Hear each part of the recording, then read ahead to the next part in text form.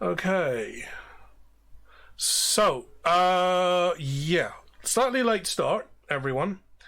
We're still waiting for a couple of the players to turn up. Sam is going to be running late, hence the slightly later start. But in the meantime, for your entertainment, some videos of me actually playing in a D&D game. Omar, tell us about who you're playing tonight. Yeah. Evening, lads. Good evening. My name is Gardenia Floyd, formerly of Her Majesty's 82nd Rifles, Lance Corporal, now working as a stuntman in these fancy moving pictures. Oh. Now, I'm supposed to be in London, England, and this don't look like England, which means either you tossers are pulling a fast one, or I've gone and gotten on the wrong bloody boat. Now, who do I need to punch in the tits to get a decent cup of tea round here?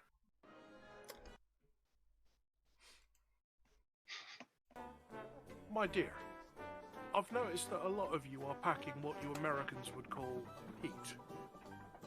She nods to you with a smile. Yes, I'm glad you've noticed. I must admire your taste in weaponry there. From one combat vet to potentially another one. Viva la resistance. You can't really hear it that much because I got the volume turned down, but now, I did watch some of it before. Obviously, being the gentleman that I am, what would a nice lady like you be doing with a fully automatic 45 ACP like that? And why did you not go for the compensator? Because that stops the muzzle climb. You can only fit so much under this skirt, dear. What I think you've definitely got room in there for a couple of drum mags, me dear. Oh, so much fun. That's the thing. I will remove my glove. What are you doing here? And throw it in front of the creature. Say, sir, I demand satisfaction. And I pull out my shotgun, which on the side says satisfaction. And I place it on my forearm and I fire. Bang! Alright, give me a shot.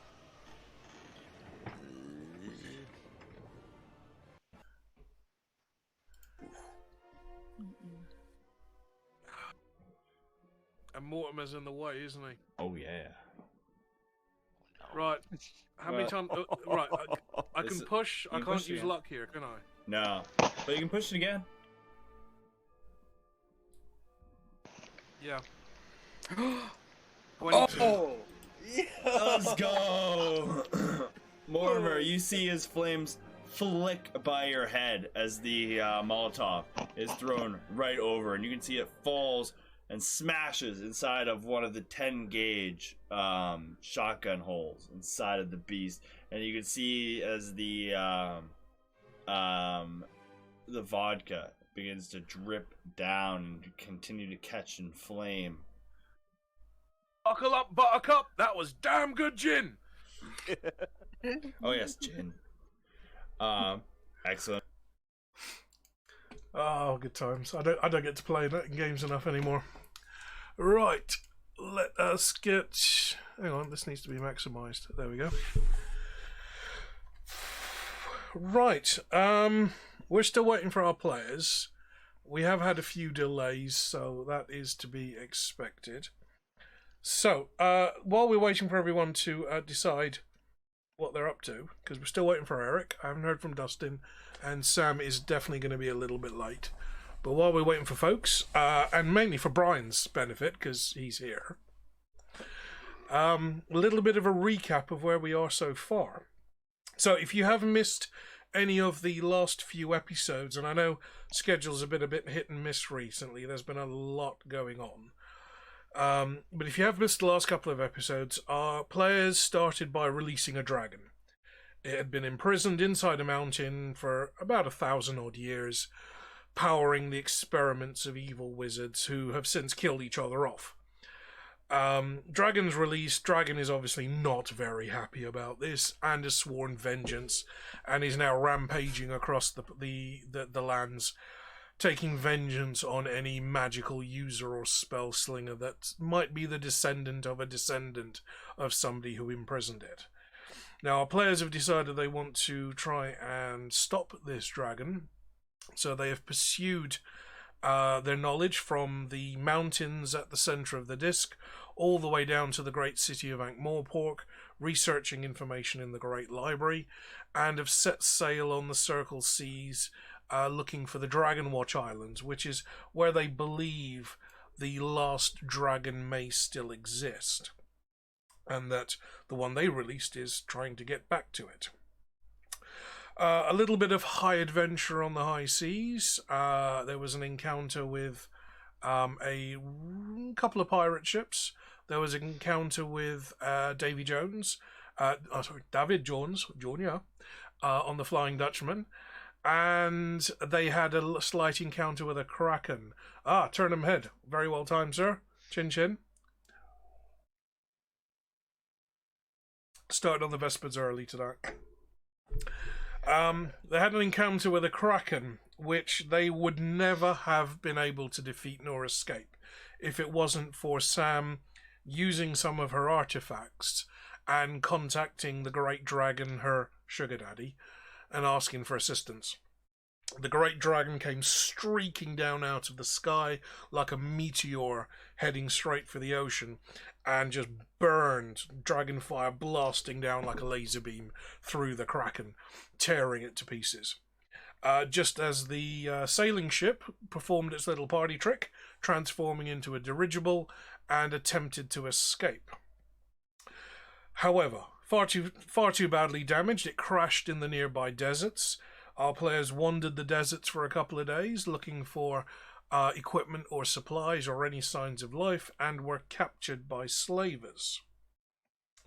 After capture, they were, they actually fought their way free quite quickly, which was certainly a surprise to me. I would have waited a bit, but, I'm not the one building up all the ambience. Fought their way free, and they headed off to the nearest major city, where they were promptly arrested, thrown into the gladiator pits, and were basically tasked with trial by combat. Defeating some of the monsters, saving some of the humans, rescuing George, and Mr. Pump having dozens of other golems rallying around him and protecting him in this gladiator fight. The players left the city, maybe not in triumph, but at least left with their skins, and with a legacy, as Mr. Pump has decided to begin setting up what he calls a golem guild in many of the outer cities, giving golems equal rights and equal pay and equal representation. Continue along the desert, they encountered the city of the Jelly Baby on the banks of the Gel River. Very much an Egyptian-style civilization, and they were tasked with helping the Great Pyramid builders finish one of the pyramids that was having a few problems with the quality control in its capstone. They encountered a rather nasty genie who they decided to free. Well done on that one, Brian. There was no way you were supposed to win that fight. Having rewatched the episode, by the way, Brian, you did notice how many opportunity attacks that genie was getting. Because it was doing that little whirlwind around you. It was around you at every opportunity. So if you took a step in any direction, it had an attack. That was the homebrew element of it, because you could not have defeated the genie itself, but you did defeat the lamp, and the lamp was the weak point. And hopefully that is a learning opportunity to the rest of the party. That attacking a great beastie head on is not how you do things. You have to look for the kink in the armour. The genie granted our party a wish each, which almost stalled the game right there and then. as everyone begins bickering over how they're going to make their wish. The first wish was for their flying ship, the Obtuse Triangle, to be repaired and returned to its former glory. Mr. Pump was to be given the ability to heal through magical potions and conventional healing means. As a golem, that was almost ruled out for him, or at very least he would only get half benefit. There was one more. I've forgotten the other one. What was yours, Brian? Mine was the priestess helmet. You wanted the Stargate style Jafar helmet. Which you are slowly beginning to discover has a lot more power and perhaps technomancy than you might have imagined. And Sam, what did Sam wish for? I can't remember. Sam's the one that wished for Oh, for the ship. Yeah. Mr. Pump, however, used his one and only wish to wish for Bun Bun. And the great Bun Bun conspiracy unfolds even further as one of the jackalopes that Mr. Pump would have fought in the earlier episodes appeared on his shoulder and has now become somewhat of a familiar, given that it can no longer return to its family. And that is where we left the city of the Jelly Baby and headed downriver, inland towards the older pyramids, because the golems told of an ancient story that in one of the great pyramids, one of the oldest of pyramids, a supreme power has rested for thousands of years unfound and unclaimed.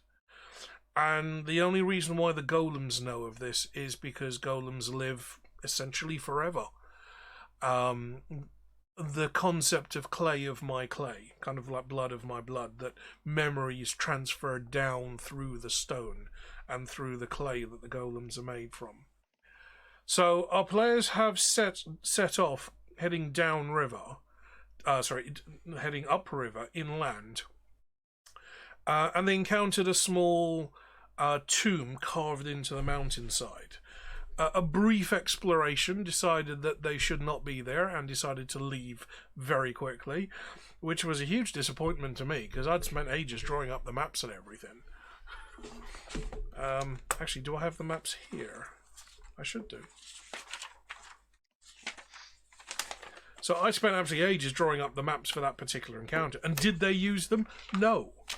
I mean, yeah. So we had maps. So we not only did we have a little map of the valley, but we also had a little map of the tomb.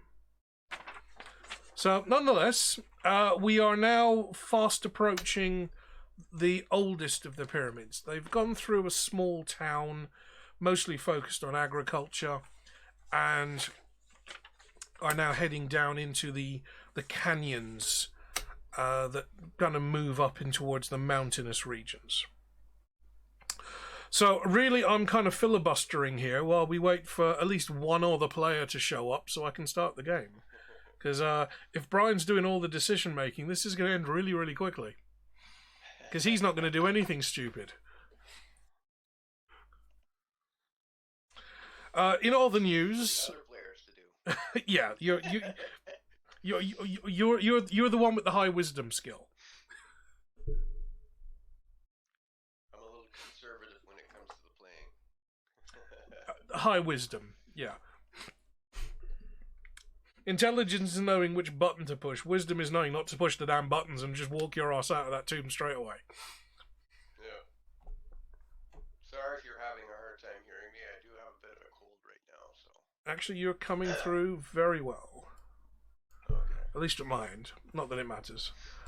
Okay, so the only other thing I'm going to be doing while we wait is I've got our prologue to get through, but I don't really want to start that until at least Eric's in the room.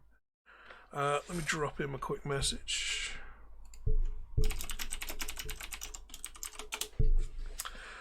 And the other thing I was doing today is looking at motor vehicles. let me throw that up on the screen. But I put down a deposit on a new car. And I do mean brand new. I have decided that I'm going full electric.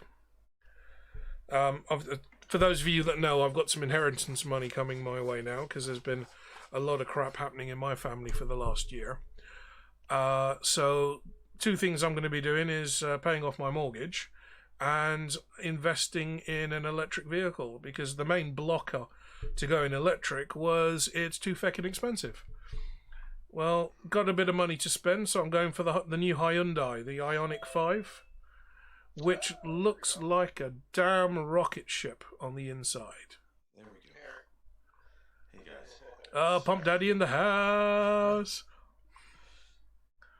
So, That's yeah. okay, me and Omar have been going on for about half an hour. Okay. I had to clean because like I ended up having a bunch of stuff that I have to do this weekend, or that I'm doing this weekend, and end up leaving my girlfriend alone with the kid.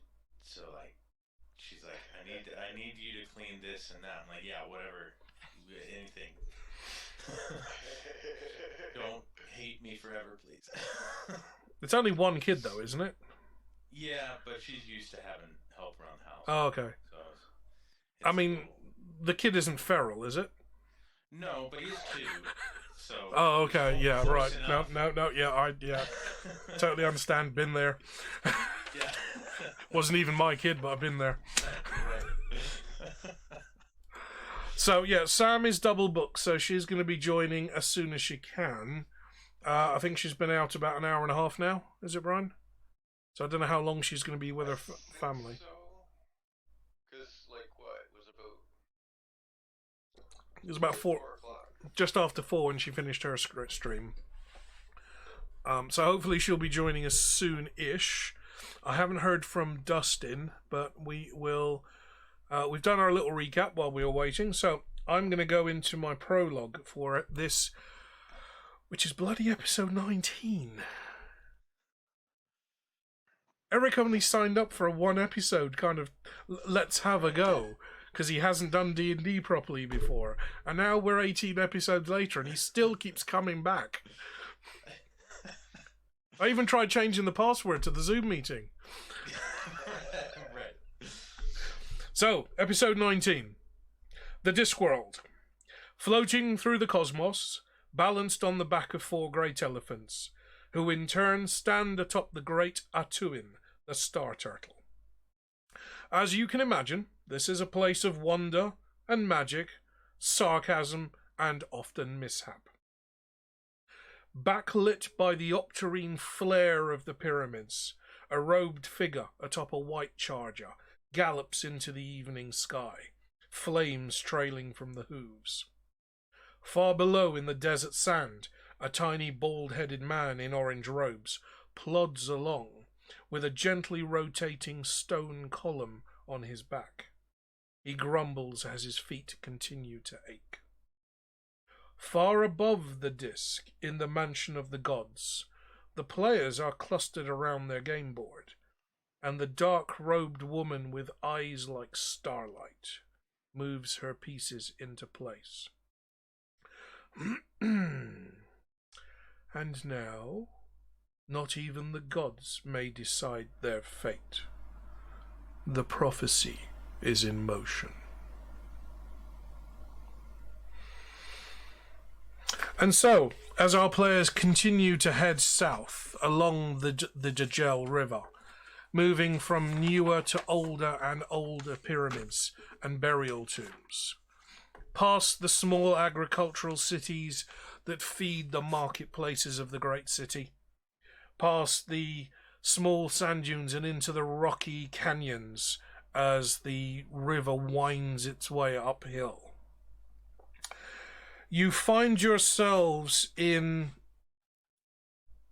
a deepening canyon. The river has carved its way through the sand, carved its way down into the rock. Good evening, Ben. And it has carved its route through this canyon, So where you were walking amongst the floodplains in the city of Djeli Baby, you are now walking in through something looks not too dissimilar to the Grand Canyon.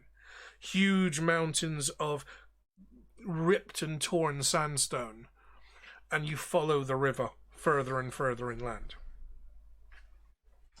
Now, you decided to avoid the tomb of the small mothers, and instead have continued south. Sun is beginning to set.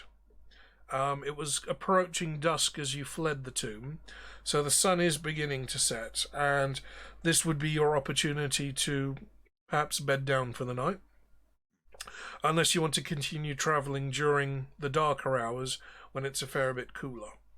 Mr. Pump is still pulling the cart, a covered wagon, actually, where our players are sheltering from the desert heat.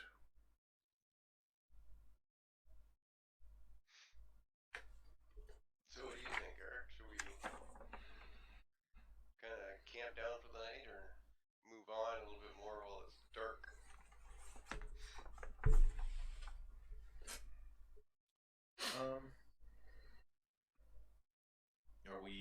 Is anybody hurting? I can't remember how everyone else is doing.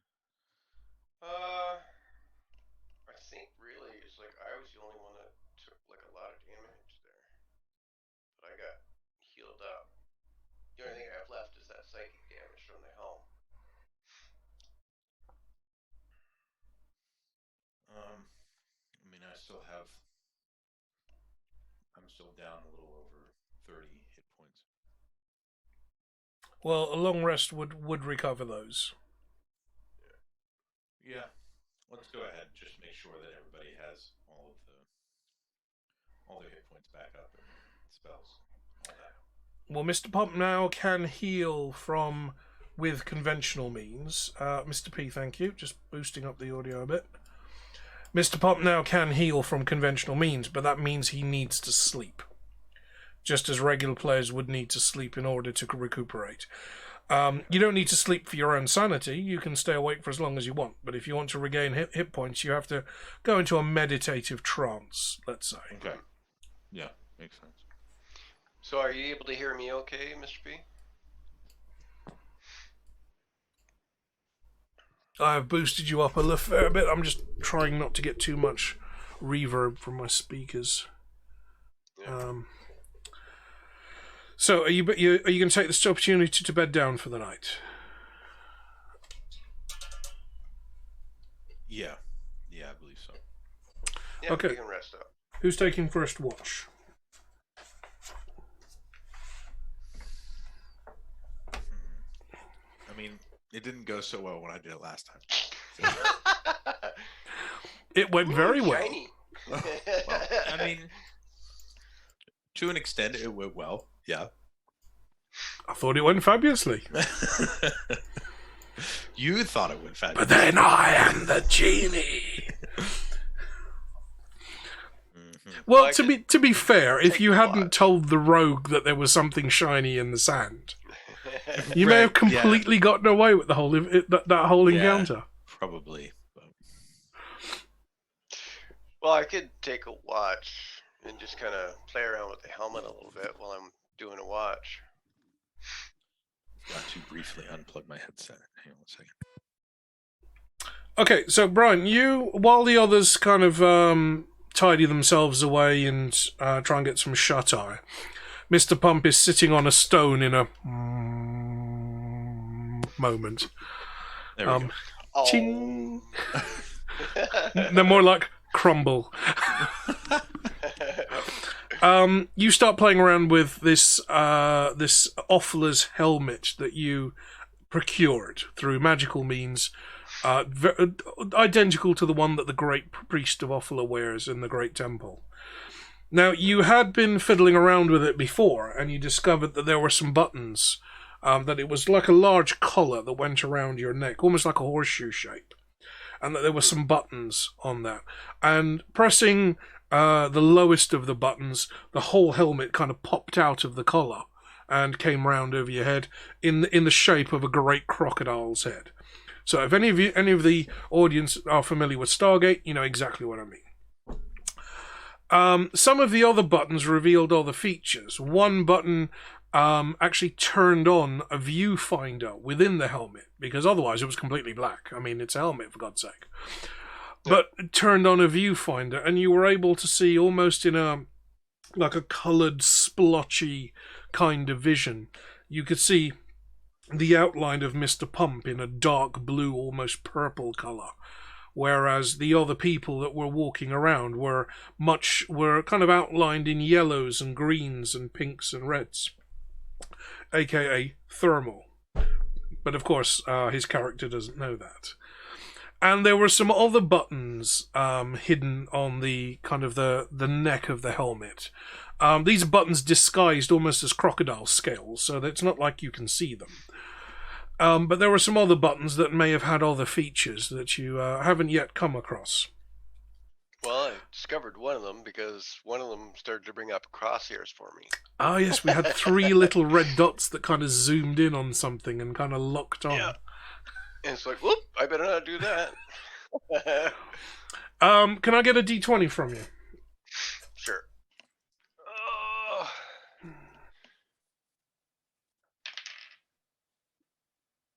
Well, that's not really the greatest start, but I got a 3. Okay. You've got the helmet on. You've activated it. It's popped up. So you're effectively a man with the body of a crocodile.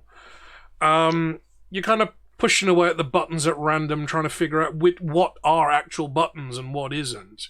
But perhaps doing that while wearing the helmet isn't necessarily a good idea. Because whatever you push is then going to activate.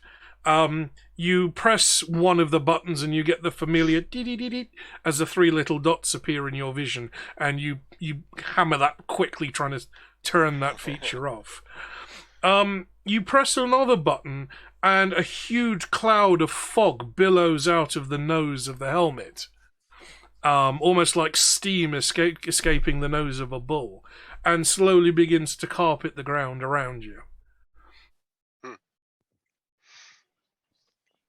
Okay, so some type of a gas weapon. There may be another button that has a rotating number plate in the back. Old school James Bond joke. Never mind. Okay. Oh. Now, you did find the button that activates the viewfinder. So, Yep. It's not something you've ever seen before, but it's almost like you're in pitch blackness and then suddenly something illuminates in front of you. You have discovered Discworld Vr. And in this virtual reality that you now have dubbed this, you can see not only the kind of splotchy coloured view that you saw before, but pressing one of the buttons further round the back of the neck turns everything green. And all of a sudden it looks like you're looking at daylight. You can see everything as clear as day. It's a little bit grainy. It's a little bit sparkly. As you look up at the stars, you see everything suddenly getting really bright, and it's a little bit painful to look at for too long. But you discover that your helmet has a night vision feature. Now, given that you're probably one of the few players without any dark vision, could come in handy. Yep. Until someone lights a torch. However, with a 3, you can't remember which button that was. Yeah. Well, it just deems further experimentation, I guess. But yeah, with the HUD, I'm just gonna kind of like focus and watch the area slowly, just to see if I catch any movement or anything. Okay. The next time we enter a dungeon, Brian's gonna be like, "Wait, I've got something for this!" Like pressing all the buttons. 15 minutes passes. I know it's here somewhere. If it's anything like Goonies, 2 little spotlights will pop up from under his armpits. 40 blinders. Oh wow, I've got to watch that film again. I have to watch that film. Hey, again. Bart. Hey, Broco. Hey, Bart. Okay, so You're scanning the horizon. Maybe you're looking for sand people, maybe you're looking for runaway droids. But you're scanning the horizon looking for any kind of movement. And as you're moving through, you're kind of flicking between the thermal vision and where you thought the night vision was, but you can't seem to find it. So you're moving, you get that kind of thermal view, and then it goes black because you've turned it off. And then it reactivates again. So you're basically kind of scanning the horizon like a lighthouse on crack. At some point, through a combination of blind luck and sheer stupidity, the helmet locks on to something moving in the far distance. Further inland, Look, sir, droid. into the canyons, you see... you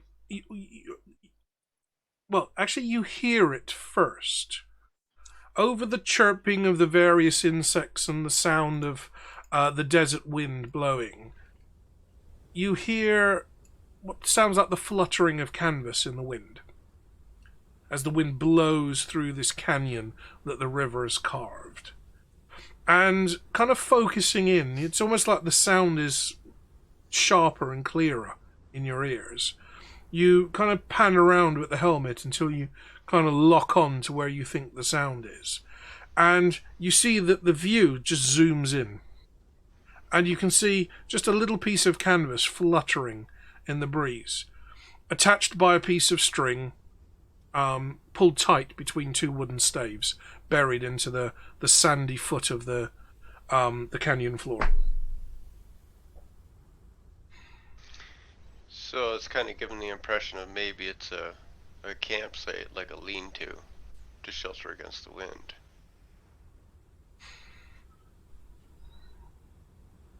Now, with it being relatively small, like, how far away do I figure it is? Like, maybe an hour or two away? You've got no way of telling. There's lots of symbols and numbers appearing on the screen that you can't decipher. But given how small it was before it zoomed in, yeah, you would guess maybe an hour's walk away. And I don't see any other movement that's around there at all? You can't make out anything from here. Not the light is quite poor. Right. The thermal view shows you nothing. Everything is cold at this point in the night. But it's the night vision mode that just kind of picks up just the movement of that fluttering canvas. Right. Okay, I'll just reserve a mental note on that one to discuss with the other party members. But I'll resume my watch. Okay, the rest of your watch goes uninterrupted. Apart from the odd skittering of some desert rabbits or desert hares, the odd little desert mouse kind of scurrying across the sand looking for moisture. You hear, amplified by your helmet, of course, you hear the odd skittering of insects moving around on the surface of the sand. You see off in the distance on the dunes the tail of a scorpion as the body burrows down into the sand looking for warmth against the night. Right.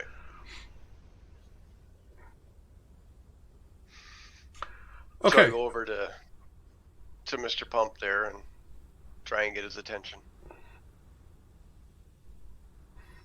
This is Mr. Pump's first time in a sleeping state. He's snoring very gently.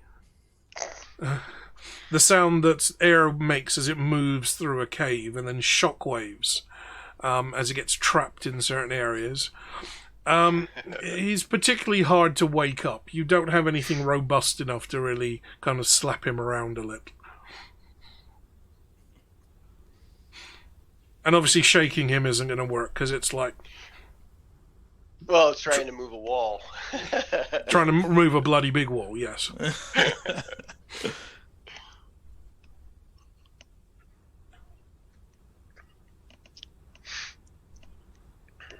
Mr. Pump.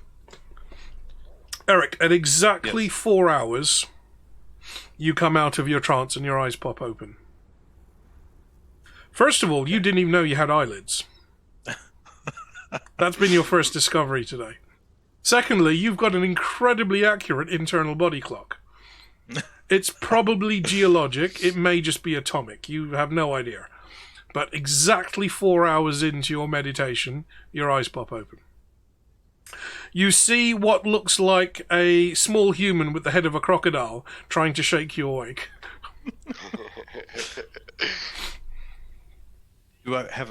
Am I aware of the crocodile helmet at this point? Like, I've seen it. I know who. You've seen it, but it's still quite alarming. Yeah, right. First thing in the morning, it's a little bit alarming. Yeah. It's like when you get woken up by a Rottweiler licking your face. I don't care how long you've owned that dog, that's going to be alarming at first. That's true. God.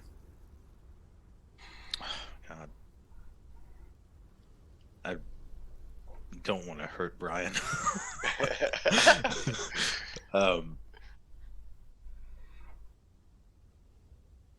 I don't know how I would react to that.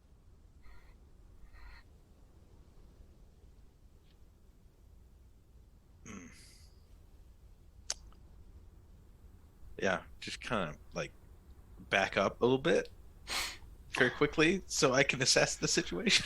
See, this would be the perfect time for the audience to redeem a roll D20, wouldn't it? It's like, Eric, Mr. Pump opens his eyes. I'm imagining well, so much for that helmet. Right. I'm imagining the what was it, Daffy Duck, when he would get like spin his bill around his face. Exactly. Yeah. I don't know. I can't remember if he would get shot or whatever, but yeah. He got shot by Elmer Fudd. Yeah. That's what I'm imagining happening. What was the green hairy thing that Marvin the Martian had? Looked like a big green Wookiee. Yeah, I know what you're talking. Because I remember he clapped and smashed Daffy Duck between his giant hands in one episode, and he turned sideways and then he disappeared, and then turned sideways and disappeared. Okay, so Eric, Mr. Pump is awake. Mr. Pump has regained full hit points. And you feel surprisingly comfortable in your sense of self. Something you haven't felt for some time. Although not realizing this, but something you haven't felt for some time. A calmness.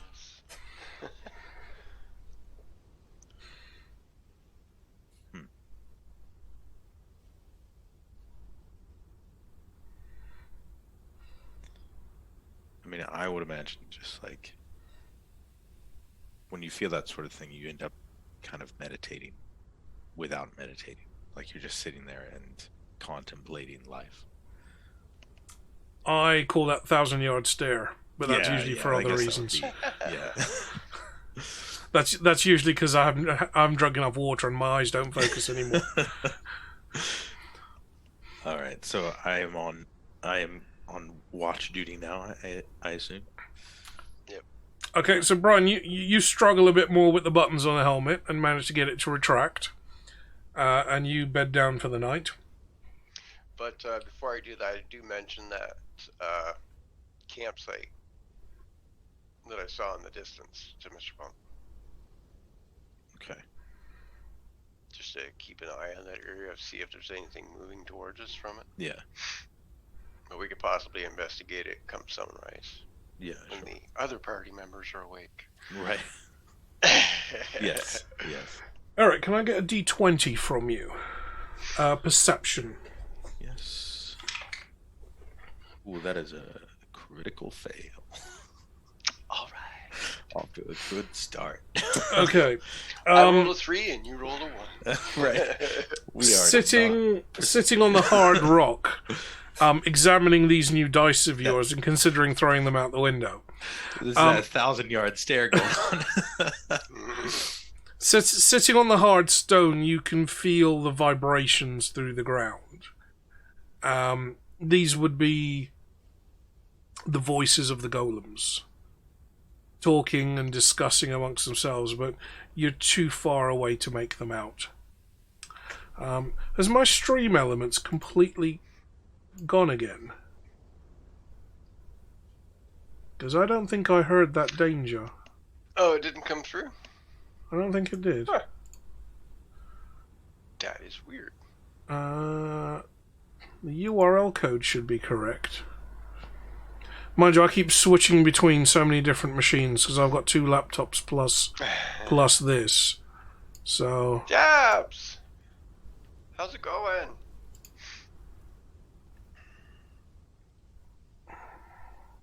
Unless maybe you have the volume down for your alerts. I don't have that as a separate volume. Do I? No. Well, it may be like notifications or something like that. Okay, we'll have to check that one out. I know my sound alerts like this should work. Or did this one not work either? Nope, looks like sound alerts aren't working. Apologies for that, guys. Alerts overlay, so that's my... Nope, that's not that one. Yeah, it's been a while since I've kind of messed around with Twitch because we've had so many cancelled sessions that I haven't been streaming much. So, sorry about that. We'll get those points redeemed to you.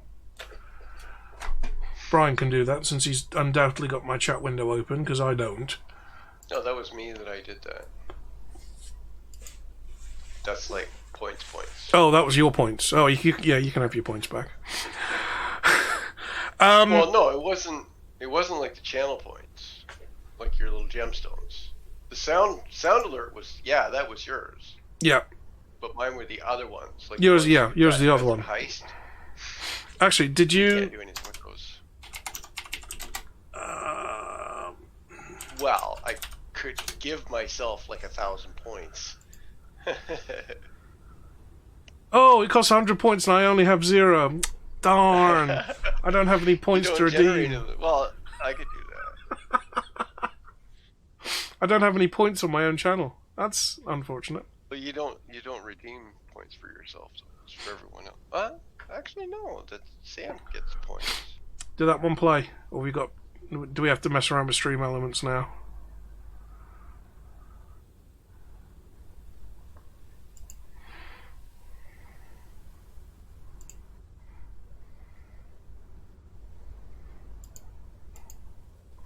No, I don't think that played.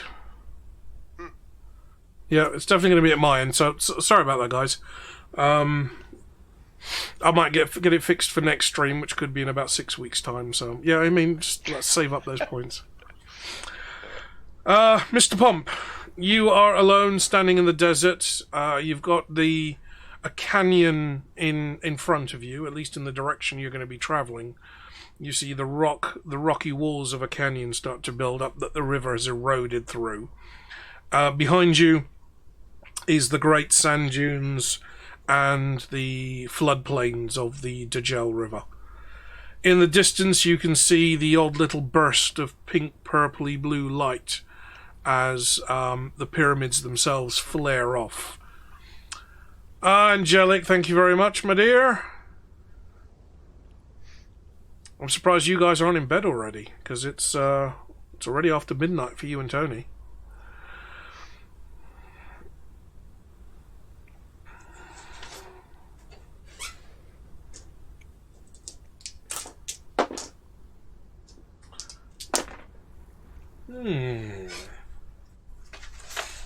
Eric, you keep an eye on the little point in the canyon that the cleric pointed to you. You can also hear the fluttering of canvas. What was probably a tent at some point, or a lean-to. 2 poles with a bit of string tied across and some canvas over it. You can hear the fluttering of canvas in the wind. On the wind, you also hear the skittering of little insect claws on stone. You hear the soft padding of the desert mice that kind of scurry around in the sand dunes. You feel a little tickling feeling up your back as the jackalope pops onto your shoulder and starts looking around. Did we come up with a name for the Bun Bun? No, not yet.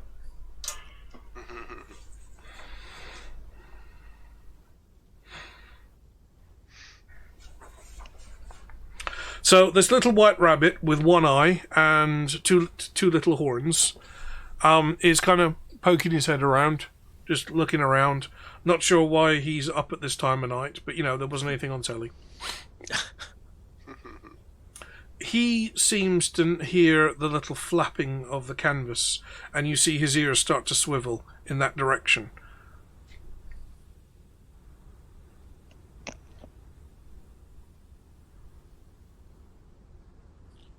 I want to ask Google to ask the Bun Bun what it can hear. Boing. Hello, insert name here. What was the question again? I was having a bit of a nap. Could you ask the Bun Bun what he can hear? You hear Google kind of squeaking and twittering, and the jackalope.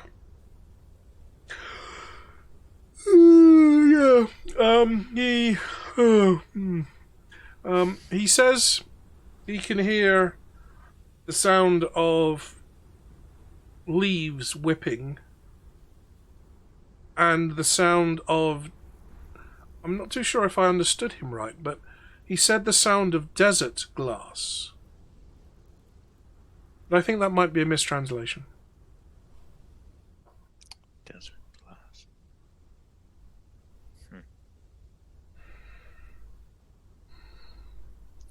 Maybe like tinkling. Yeah. Desert glass is what happens when lightning strikes sand. Right. And the sand basically melts and forms ugly lumps of glass in the desert. But when those glass artifacts start to kind of be brought up to the surface as the sand blows away, and they start moving along the sand, being blown by the winds.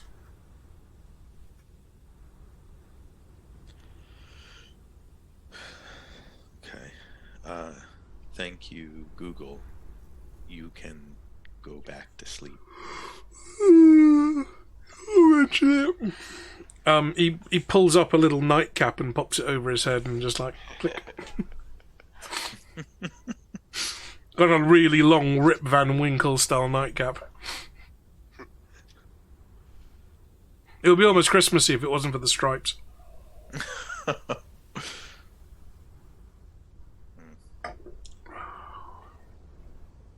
Desert glass. Aside from that, nothing else really happens. Okay. I mean, that probably had a little bit to do with my critical fail of perception, but yeah. I'm not gonna. I mean, there's no reason there's nothing that sticks out to me that makes me want to like go check something out. I might mention the desert glass thing in the morning, though. Don't know if that's important to anybody. Well, it could be the site of a battle. True. So we get towards the middle of the night. Temperature's dropping and it's starting to get its coldest point.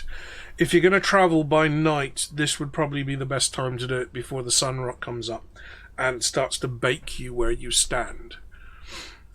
You are now in the canyon, so you do have some relief from the glaring midday sun.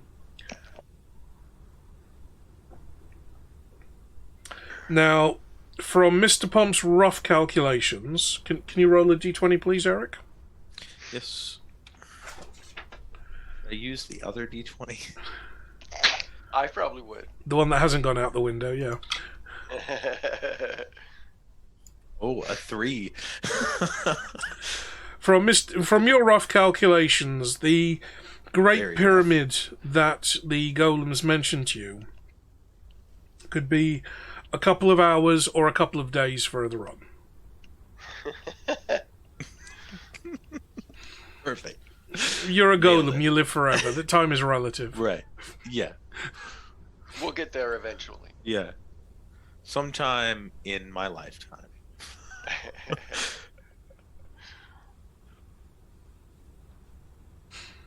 Which could be between today and forever. Okay, are you breaking camp and continue, or are you going to wait for daylight? You're still technically following the river. I mean, we could go ahead. You said it's starting to get warmer. Is that what you said? It will start. Well, no, at the moment you're at the will coldest start, point okay. of the Yeah. night. I mean, it might be. At this point, has everybody had their long rest? Yeah. Yeah. Yeah, it's probably a good idea to get moving before the heat really hits. I mean, I know everybody's in the cart and safe and all that, but still. Well, the only one that isn't feeling any of the temperature is yourself and the Yeah, ranger. exactly. Right. Right. Yeah. The poor cleric in his chainmail and half plate is, I don't know, kind of looking like a jacket potato that needs another hour. I have a second coat inside. Now the trick is you've got to rub it with some oil and then crack it and then crack loads of salt over it, and that pulls the moisture out of the potato, making it really fluffy. All right. I'll remember that. Okay, you break camp and you begin to head off during the coolness of the night. As you move through this canyon, the canyon is about a mile or so long, where the river is carved through the rock down into the ground. It's basically kind of cut its way through part of a mountain, a very small mountain range that would have crossed the river's path. You move through the canyon, and Brian, you look up as you get to the point where you think you saw or heard a little bit of canvas flapping. And as you look up to the sides of the river, you see up in the cliff face, you see what looks like there was a small campsite, maybe only 30 feet or so up. But there are shelves in the rock from where the river has flooded and eroded and come back down. And up there on one of the shelves is 2 poles strung with a bit of rope or some string across the top, anchored into the ground. And you see the remains of a piece of canvas just fluttering in the breeze. The edge is all torn and shredded down to its individual fibers. It's been there a long time.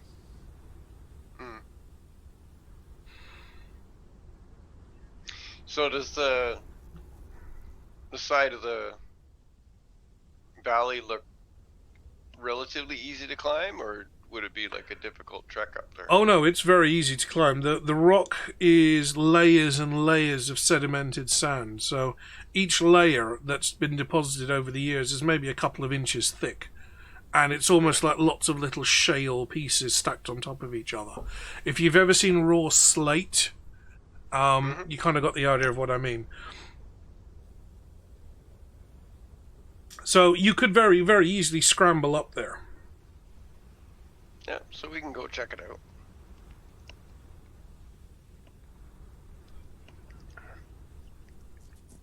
Okay, I shall need some climbing rolls from you. This will be just a straight strength roll. It's not a saving throw, but add on any modifiers you've got for skill.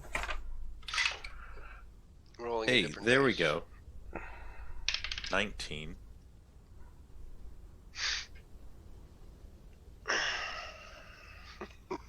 I'm not going to bother figuring out exactly what my add-ons to that are, because It's going to be like 19 plus I 77 think or we're something, good. isn't it? Right, yeah. So, Brian, as you're kind of like getting out your rope and looking for your carabiners and tying up your climbing shoes, you see Mr. Pump approach the rock face, take one giant hand and go, smash! And then another hand and go, smash!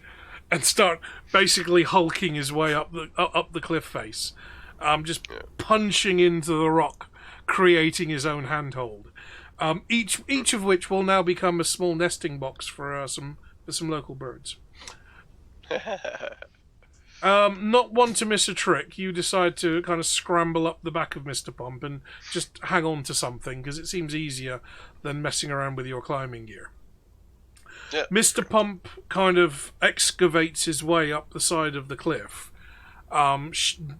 Bits of rock and stone showering down onto the ground below. And as you kind of pull yourself up over the top, you see the remains of a campsite. It looks like it's been abandoned for at least a couple of years. There's very little left. There is what looks like a small metal cooking pot that's mostly rusted and eroded away. You can see a small ring of stones where there may have been a fire at one point, but anything in that ring of stones has been blown away long ago. So you can just buff that pot out. You remember what happened last time you did that? That's true. You also see in the corner something glinting in the moonlight. And remember what happened with that too. It looks like a piece in the dim light. It looks like a piece of rock just in the corner of the campsite near the cliff face. But it seems to have like a very smooth glass-like surface that's catching the moon and the starlight. Get a little closer to examine it. So you scramble over Mr. Pump's shoulders as he heaves himself up onto the rocky ledge. And you see it is indeed a piece of desert glass. But this hasn't been created from a lightning strike. It appears to have what looks like a toe inside it and is broken off.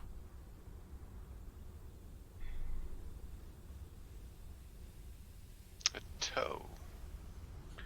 Now, as you kind of bend and twist it, the glass is very rough and it's been sanded by the wind and the erosion. But as you kind of look around it, you see that what would have been a fleshy, human-looking toe is a little bit more crystalline. It's semi-transparent. It's got facets rather than cracks and prints in the skin. And the whole thing is surrounded by this kind of green, milky sandglass. Or a bottle of tequila. Yes. It's the toe jam liquor.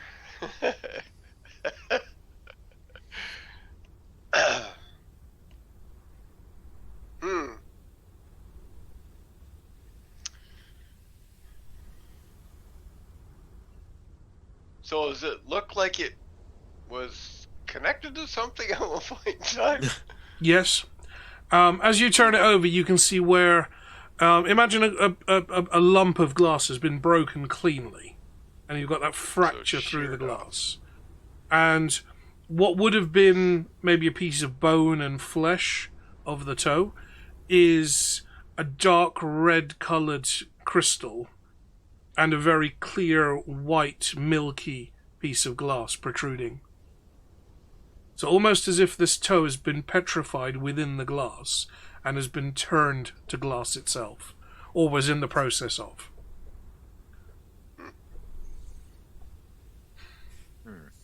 Oh, and the edges are very sharp, be careful. Yeah. What? I'm Dude. not even sure on what will create that. So Yeah.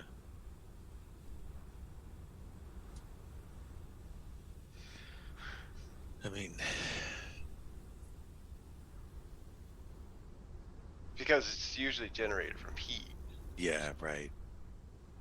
because the heat of the lightning when it strikes creates glass. Crystallized silicon. Yeah. Can I get investigation rolls from both of you, please? Investigation. That's a -3. I can't remember what mine is again.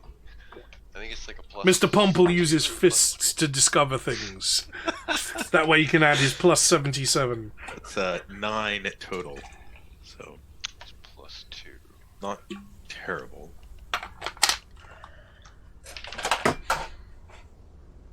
Oh, okay. Well, I got 18 total.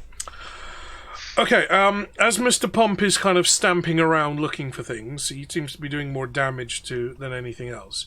Brian, you notice that where the tent would have been, if it was still a tent, there is a scorch mark in the rock, almost as if the tent or what was in the tent had been struck by lightning.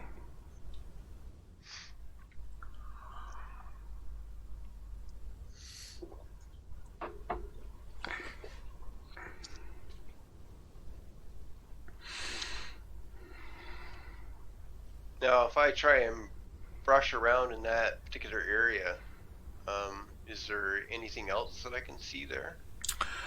Well, the scorched outline seems to have the rough shape of a person that would have been laying down. But that's all you can find. Otherwise, it is just bare rock that's been scoured clean by the sand and the wind. So it's almost like a flashpoint. To whereas everything was kind of vaporized, but there's still that imprint. Kind of, yeah. I mean, that's really bad luck if you're having a nap and you get struck by lightning in the middle of the desert. 1 in a million. But it just might work.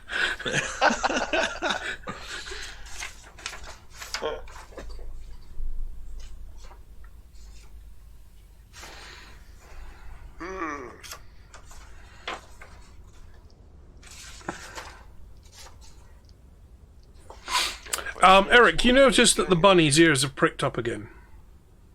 Okay. Shall we consult Google, the resident bunny translator? Well, until you learn their language. Yeah, right. Boing. Honestly, it's late. I mean, come on.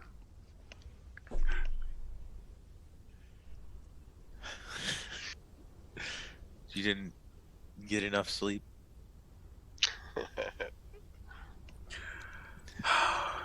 Hello, insert name here. How can I help you today? What did I eat?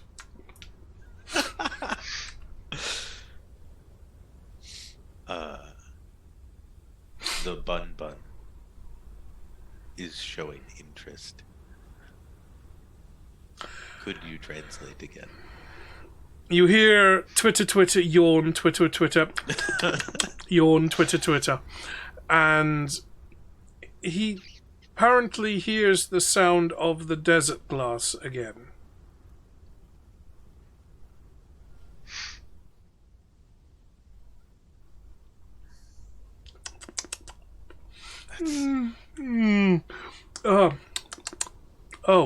He says it's coming closer.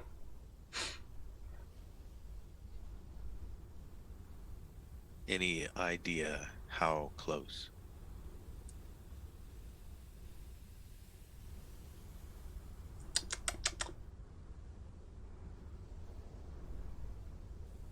Far.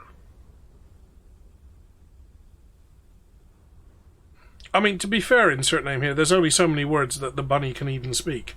So, far, not far, close. I really think it's pushing out the boat. It's not a language really really blessed with adjectives. I'm terribly sorry. Thank you, Google. The little hatch pops shut, and you see there's a little sign hanging from the little knob that you'd pull. So it's saying, do not disturb.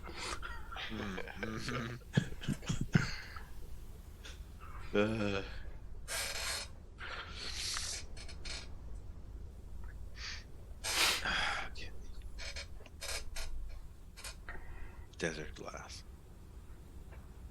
And the cleric is holding a piece of desert glass with something inside it. Ooh. Maybe put that down. Just maybe. Are you vocalizing that? Yeah. Okay. What? Okay. I'll set it down.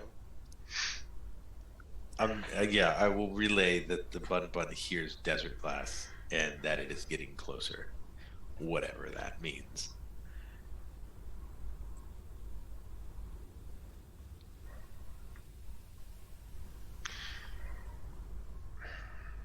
Now, could it be almost a construct like you, but made of a different material? That this could be like maybe part of its body. Like an elemental sort of thing? Yeah. Made of crystal instead of rock. Perhaps.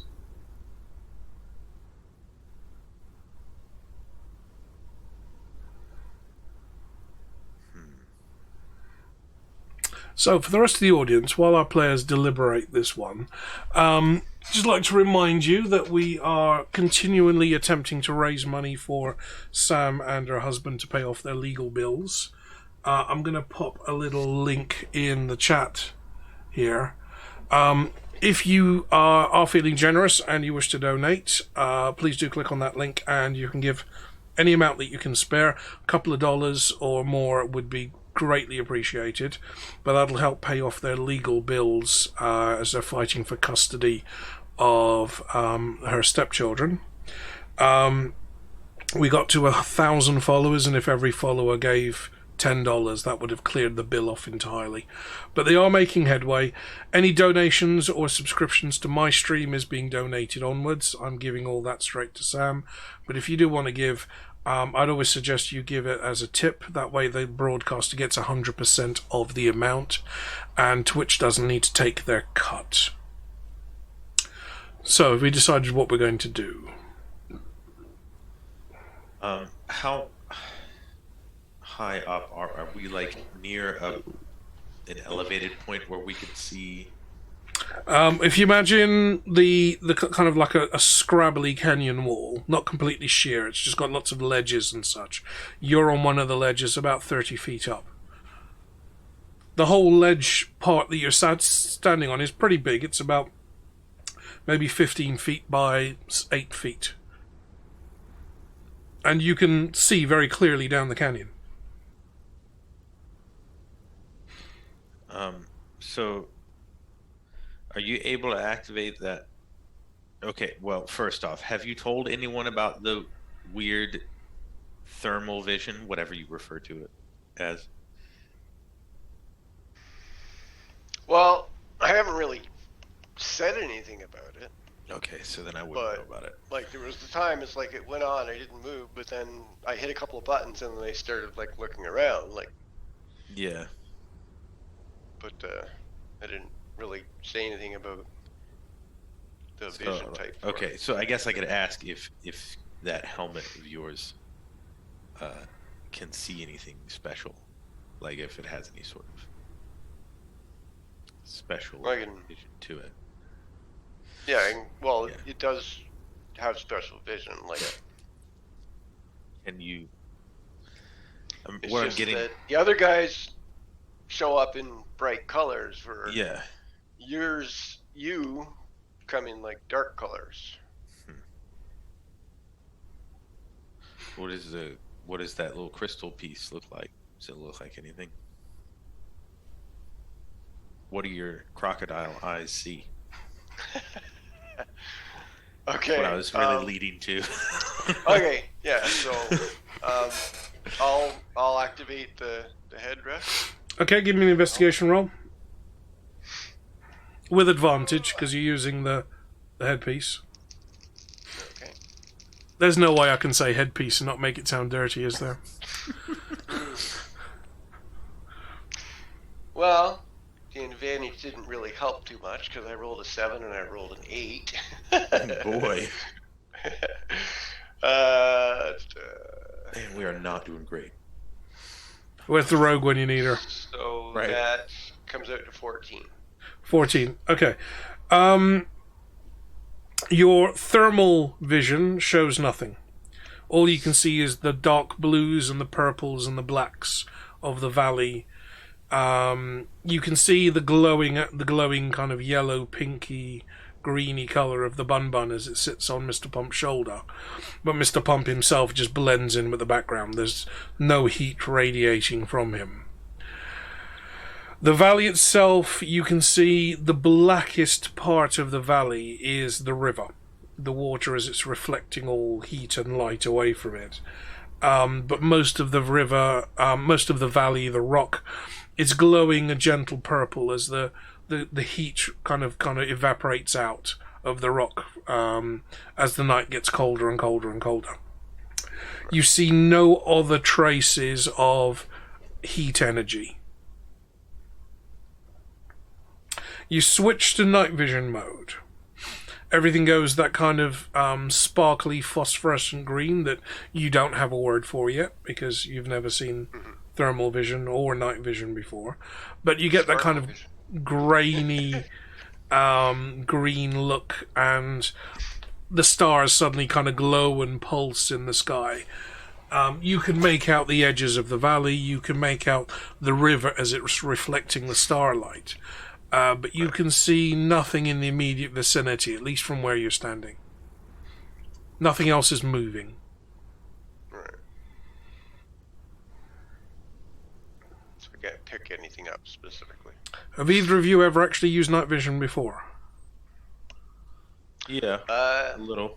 No, I haven't. So, depending on what generation of night vision it was, Gen 1, Gen 2, everything's kind of green and grainy, like you're watching an old black and white movie. But you can't really make out objects. You're mostly picking up movement. Now, if you're using something like an infrared illuminator, obviously that's going to help. But most of the time, all you're seeing is everything's just like various shades of pixelated, sparkly, staticky green. Yeah. You can make out flat surfaces, and then you can make out something moving across it. If you're using Gen 3 or Gen 4, I've used Gen 4 night vision, and that is completely different. That's like just looking at a black and white photograph. There's so much resolution there. Yeah. But this is technomancy, and this is a magical world, not DARPA. Yeah.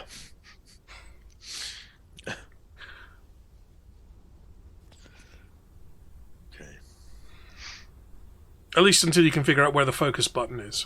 Right. Eric, you see the cleric deploy his helmet, and after he kind of looks around a bit, you hear pew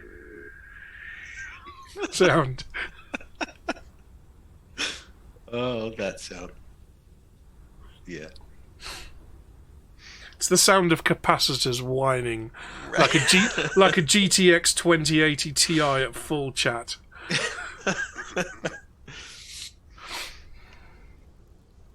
I would have said discharging instead of charging.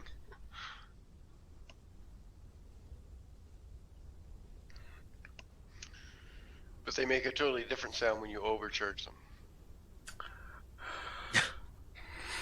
A bit. Is this what happened to your last graphics card, Brian? No, we did that in high school there. When I first started taking electronics, it's like, okay, this is the capacitor, this is what it does. And if you put on more voltage than it's supposed to, this happens. And he cranks the voltage up and it pops. Yeah, I did the screwdriver over the terminal because we had to DOA many computers when I worked as a computer engineer. You just jam a screwdriver in the power supply. Oh no, it's faulty. Right, send it back. Yeah, customer can have a replacement. Oh no, the power supply's still turning on. There was one. I think there was these. This was the old days of the Packard Bell machines. that NEC used to make. So we're talking like late 90s. And at one point, I had to jam 3 screwdrivers into this power supply before it would fail. It didn't matter how hard and how much I wiggled it around inside the power supply. It just would not die. And, yeah, 3 screwdrivers later and 1 slight shock. And eventually that machine kind of killed itself, and we were able to actually DOA it for a customer. Ah, the good old days.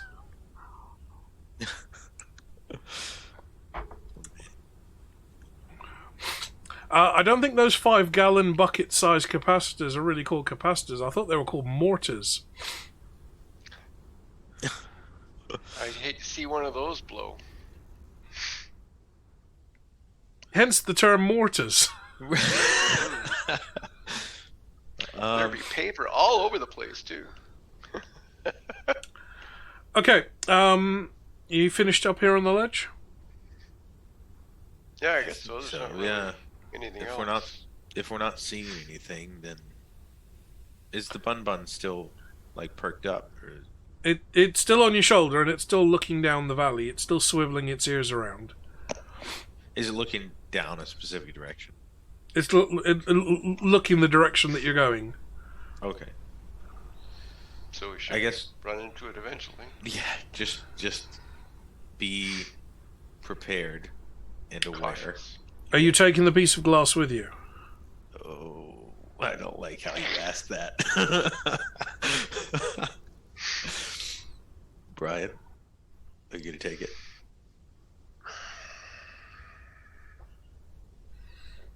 I don't know. And if you set Can I it make down, an insight roll? if you set it down, would Sam Would pick it it be up? habitation? Well, you're going to get nothing from insight. If you want to do a ritual on it, you can do detect magic.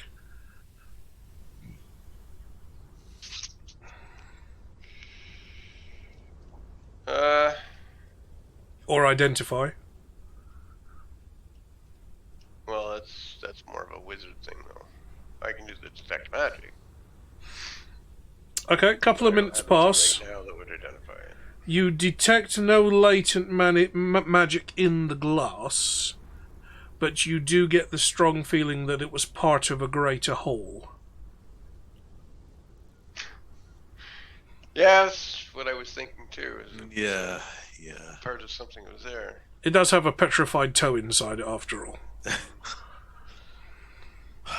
But hey, maybe if we return it, we'll get a reward.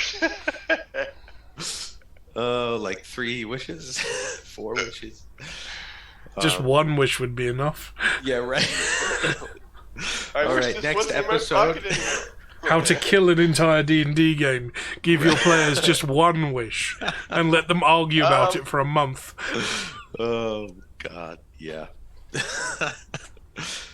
I don't know. I guess we could take it with us.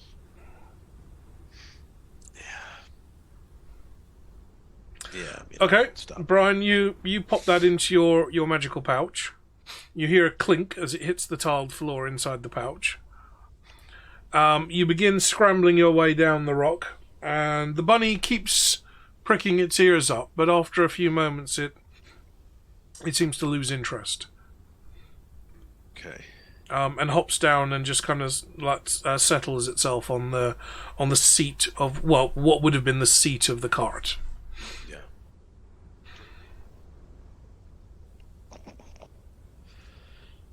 Okay. So we'll continue onwards. Okay, you continue pulling the cart along the side of the river. After a few hours, you see the first traces of light beginning to come up in the east, or turnwise, as the sun begins to rise over the disk. And there's this beautiful moment as the blues and the purples of the night turn slightly pinker and go almost a hot electric pink before suddenly bursting into that kind of orangey yellow of the sky. The bunny pricks up his ears again. You keep shuffling along, pulling the cart along the banks of the river. You can see that the river here is actually quite wide, maybe 20 or 30 feet across, cutting its way through the rock and carving out the canyon. But clearly the river has been higher and wider before. So this canyon is evident that the river was a great, great river at some point, over 100, maybe 200 feet across. And based on the rains and the seasons, the river shrinks down. Considering how deep you are into the canyon, most of the river's flow keeps it at about 10 or 15 feet across. You are permanently on one side of the river, though. Do bear that in mind.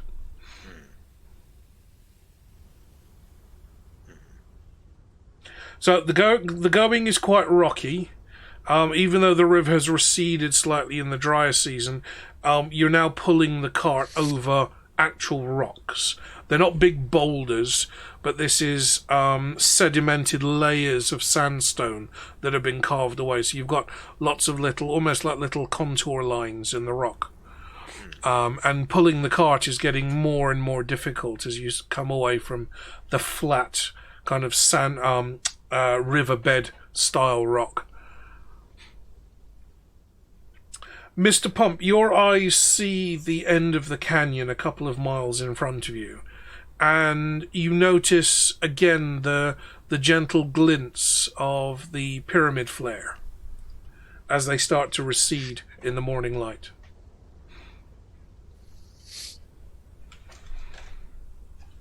This is when the DM has to check the map to see how far the fuck you guys have gone.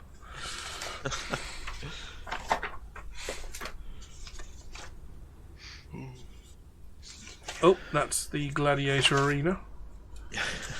Oh, that's Nigel the Destroyer.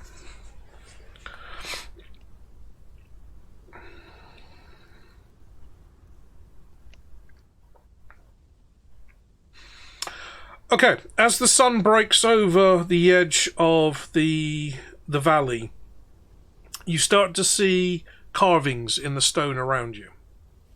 So where the stone was just washed away and eroded by the water, it now looks like those kind of cliff faces have been carved into.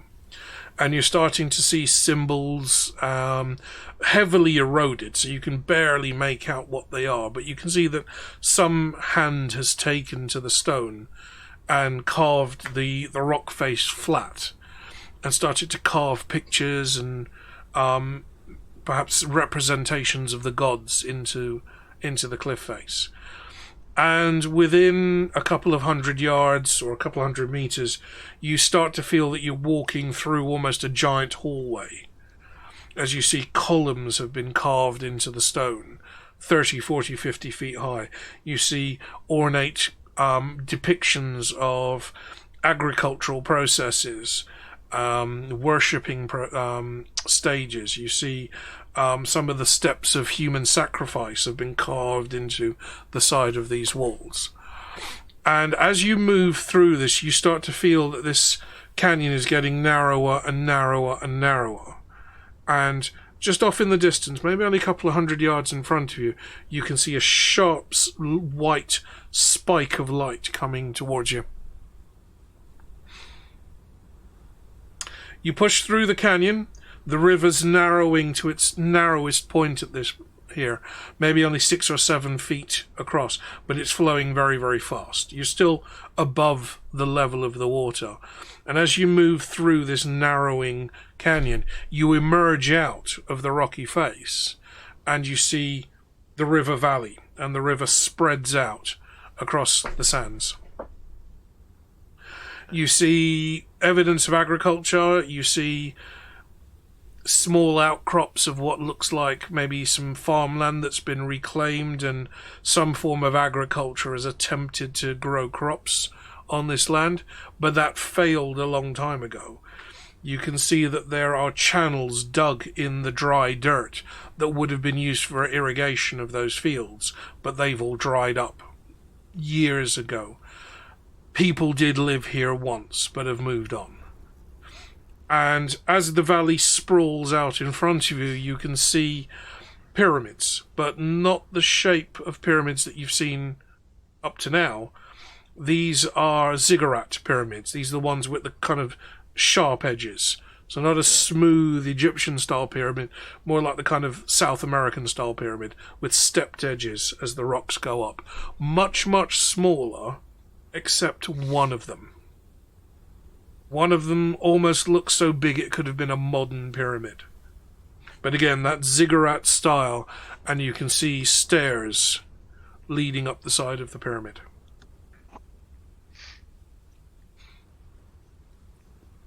I feel like that might be where we're headed. That's their destination. Just a hunch. So as you cross the valley floor, the river at this point, you've kind of reached a plateau, and the river would have spread out. This may have been the original source of the river as the water's flown downhill out towards the coast. This may have just been a part where water collected in a giant bowl, and at some point it was a small civilization that lived in this space. But this large, flat, very dusty valley looks like it's kind of solid stone underneath. But what little earth or life that may have been growing there has long gone. It hasn't yet been retaken by the desert.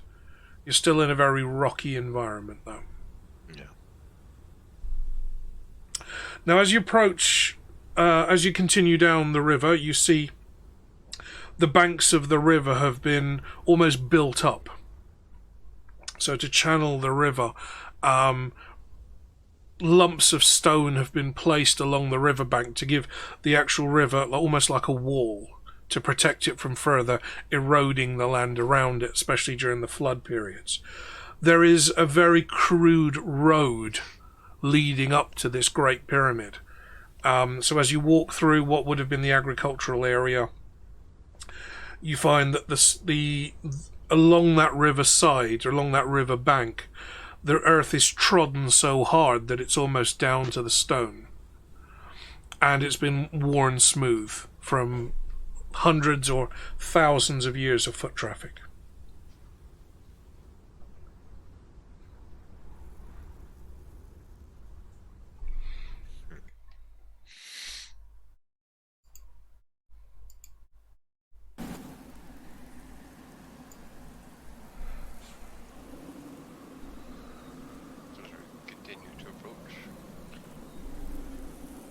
Yeah.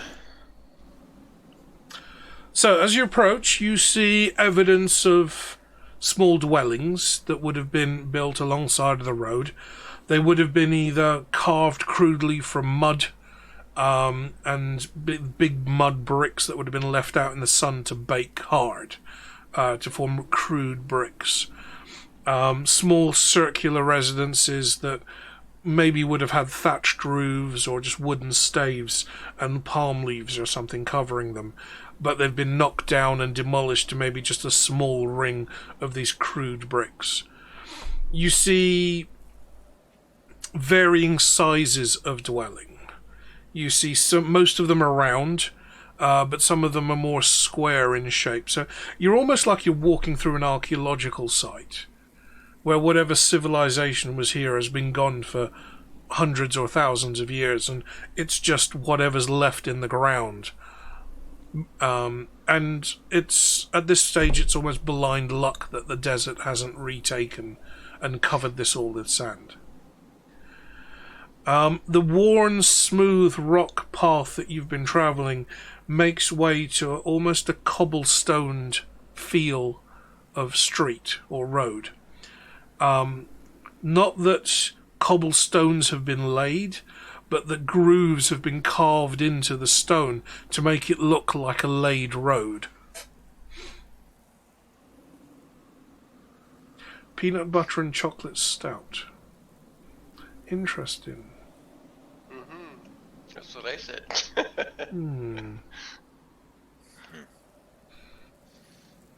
Mr. P and I once hit up a bar in his town. just outside of London. It's a chain company called Brewdog. They're quite popular here in the UK. But they sell in most supermarkets, but this particular bar was one of their franchise bars, and they were selling special items you can only buy in that bar.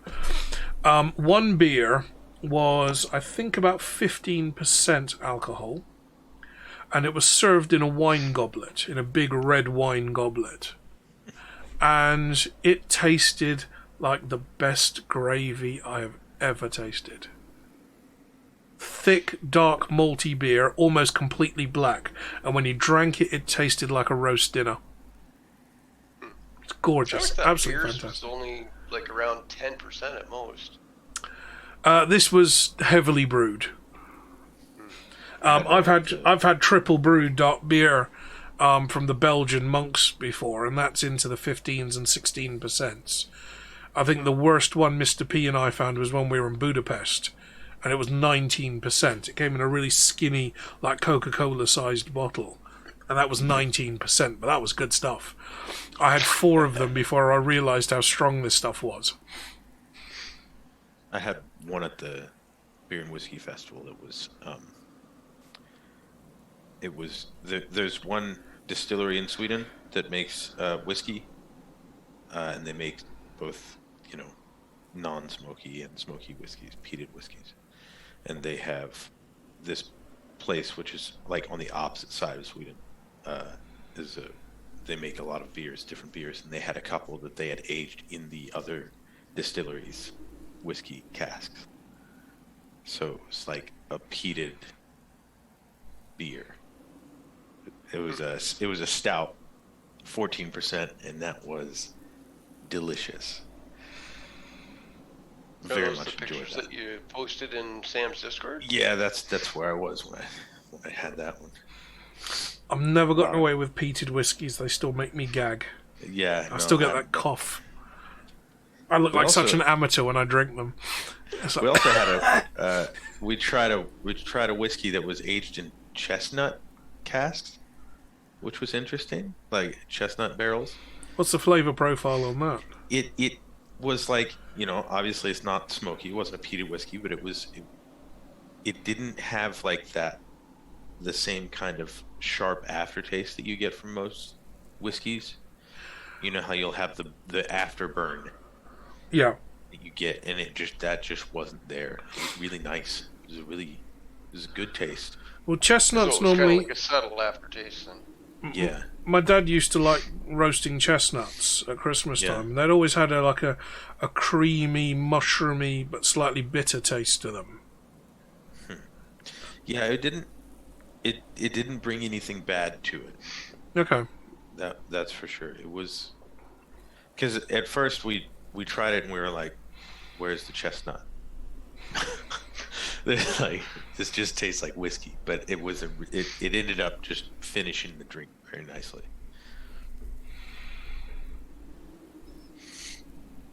Yeah, Christmas time. Yeah. Okay. So, you are essentially you are in the Valley of the Great. Yeah. Okay. Yeah. You are standing almost at the foot of the Great Ziggurat. You can see that there are other smaller pyramids around you, but this is by far the biggest. In each of the kind of square, angular sides, stepped sides of the pyramid, you can see that the stairs going up, and then there would have been platforms at either side. And can I get a history roll from both of you, please?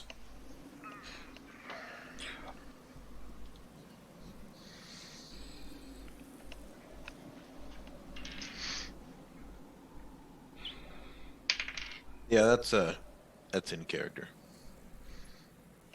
So it's either a crit fail or a crit. No, it wasn't. Well, it's a 1 or a 20. You don't get anything else from Mr. Pop. It's a dirty one. I rolled a 4 minus 3. Okay. Yeah. Wow. I rolled a 3, and I get 3 as a bonus because I have history, so I got a 6. Okay. Just kind of grasping at the fringes. If you had rolled higher, if you had rolled higher. You would remember in your teachings that the ziggurat design was used to represent the different levels of ascension towards godhood. And that pyramids like this often had sacrifices taking place, and the different levels of priest or the different levels of seniority would move up the pyramid. So where you have the platforms between these big stone carved edges, you would have rows of people around them, all the way around the pyramid during the times of worship. Of course, with a 6, you don't know any of this. But should I make a religion roll instead? Can we go back to what's the name of the library? Can't remember. The Orichalcum. Yeah, should we go back to the Orichalcum and be like, hey, give us everything you have on Ziggurats? You can. I think that's going to be a party decision, certainly. Right.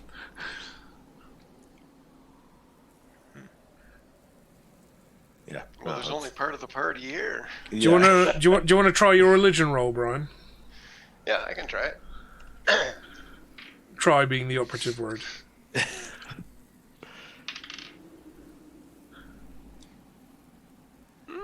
Well, I got a 12. Anybody in the audience want to help him out? Now would be a great time for a redeemed D20.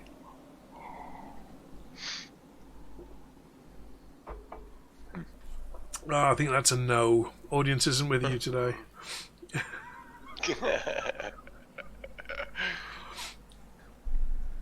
Okay. Bart, help me out there. Right, we have... Oh, Mocha did it. Yeah. Oh, 2 of them. 2 of them, all right. Oh, love it, love it, love it, love it, love it, love it. That was a 1. Oh, well. Mr. P's, Mr. P's doing it again. Let's see if Mr. P's doing any better. No!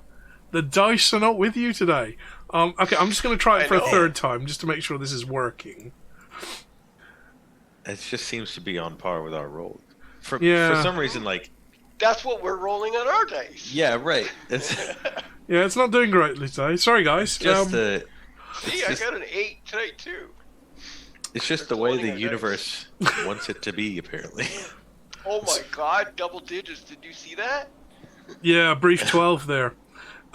So, you recall very little from your study of ancient religions because, frankly, unless you were focused on Ophala, the priest would whip you with a bit of bulrush during your study periods. So you really only focused on the stuff that you knew you needed to pass the exam, basically. So a lot of the background knowledge and the histories and the lores have kind of washed over you. Hopefully you would have picked some of that up during your travels, but alas, no. You do notice that as you begin climb, I'm assuming you're going to be climbing up the steps of the pyramid?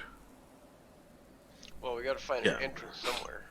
As you begin climbing the steps of the ziggurat, you notice that there are carvings in all of the vertical faces along the pyramid. So, as far as you can see on this side of the pyramid, and when I say this thing is big, I mean this thing is big. The stairs alone are 10 meters across, a good 10 yards across. The pyramid itself at its base is more like 600 or 700 meters. This thing is big. And all along that bottom level on the vertical face, you can see carvings in the pyramid. You can see carvings to various gods. These have been worn away over time. Maybe they were painted, maybe they were gilded, maybe they had gold leaf laid on them, but right now it's barely scratchings in sandstone that you can make out. But you can make out these relief diagrams of giant humanoid figures. Some of them seem to be wearing elaborate headdresses, some of them are carrying staves or staffs or things that look like the kind of coily-ended shepherd's crooks. In one instance you see carvings of animals. A great bird with its wings spread out, and then smaller, perhaps domesticated animals underneath it. You see many of the carvings reflecting the sun. In fact, every layer that you can see as you ascend up the first row of steps, every layer has some immediate reference to the sun and what appears to be some kind of bird. Without the rogue here and her ability to decipher hieroglyphics, you're going to be in a bit of trouble working out what's going on. Plus, the carvings on the outside are very, very poor condition. Even if you had a crayon and some tracing paper, it's going to be hard to make out what's here. Yeah. Because all I got is comprehend languages. So the first set of stairs taking you up to the first level, you climb maybe 20 or 30 steps to ascend about 20 feet up to the first level of the pyramid. And you have a small plateau where events may have happened. There may have been ritual sacrifices for the lower level priests. There may have been feasting here, but the actual level itself is a good 15 feet. So you've got a 15 feet platform running all the way around the base of the pyramid. Now in front of you, you can see the stairs ascending again, but to the side of the pyramid you can see that some of the carvings have been damaged in places. And in one spot, the wall seems to have been a bit more crumbled than you would have expected. Maybe it took a hit from a boulder or something rolling down from above. One of the stones may have come loose and tumbled down the pyramid. Maybe it took a strike from some lightning. From where you are, you can't see.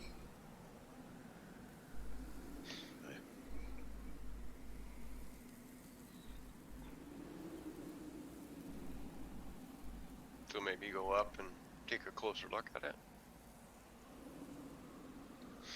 Yeah. Sorry. It's You're not doing the it story. pretty good It's not to the me. storytelling, I promise. It's just the waking up at 8 in the morning. Yeah, I've been up since about 8 o'clock this morning, my time as well. Yeah. Loads to do today because I test drove. I test drove one car on Tuesday. Was it Wednesday? Tuesday. I test drove 2 more on Wednesday. One yesterday, and I retested one today. And that was the one that I've put the deposit down on. Nice. What is it? I'm going full electric. Very nice. Obviously, with my dad and my granddad passing this year, there's inheritance money coming in. My dad would insist that I spend money on cars and guns, because those are the 2 things he was into as well. My granddad would insist that I spend money on paying off my mortgage. So I should have just enough to do all 3. Pay off the remainder of my mortgage. But I figured if I'm going to buy a car, I could buy another second-hand car, but I think the time in the UK is just about right to go electric. Yeah. Because London, unless you're driving a hybrid, London's pretty much off limits. You're going to spend at least £15 a day driving in the outskirts of London, and the centre of the city is another 20 quid on top of that. So that's nearly €50 to drive for one day in the city. Unless you're either a hybrid, minuscule hydrocarbon output, or you're full electric. And when they extended the congestion charging in London and the ultra-low emission zones, the price for used hybrids just went through the roof. An old Toyota Prius that may have spent 5 years as a taxi and barely holds 50 miles of charge, and you'd buy for maybe £1,000 on eBay, suddenly was going for 5 and 6 grand because everybody just needed something electric. Otherwise, they just couldn't get around. I'm no longer in London, but Newcastle looks like it might be going the same way. Birmingham's already in process of implementing the same, and so is Manchester. So if I'm going to invest in electric, and the cost was always the big blocker, now's the time to do it. And I'm looking at the Hyundai, which is 5-year warranty on the vehicle and an 8-year warranty on the battery. Nice. So I'm not buying a Tesla because they're a bunch of bastards.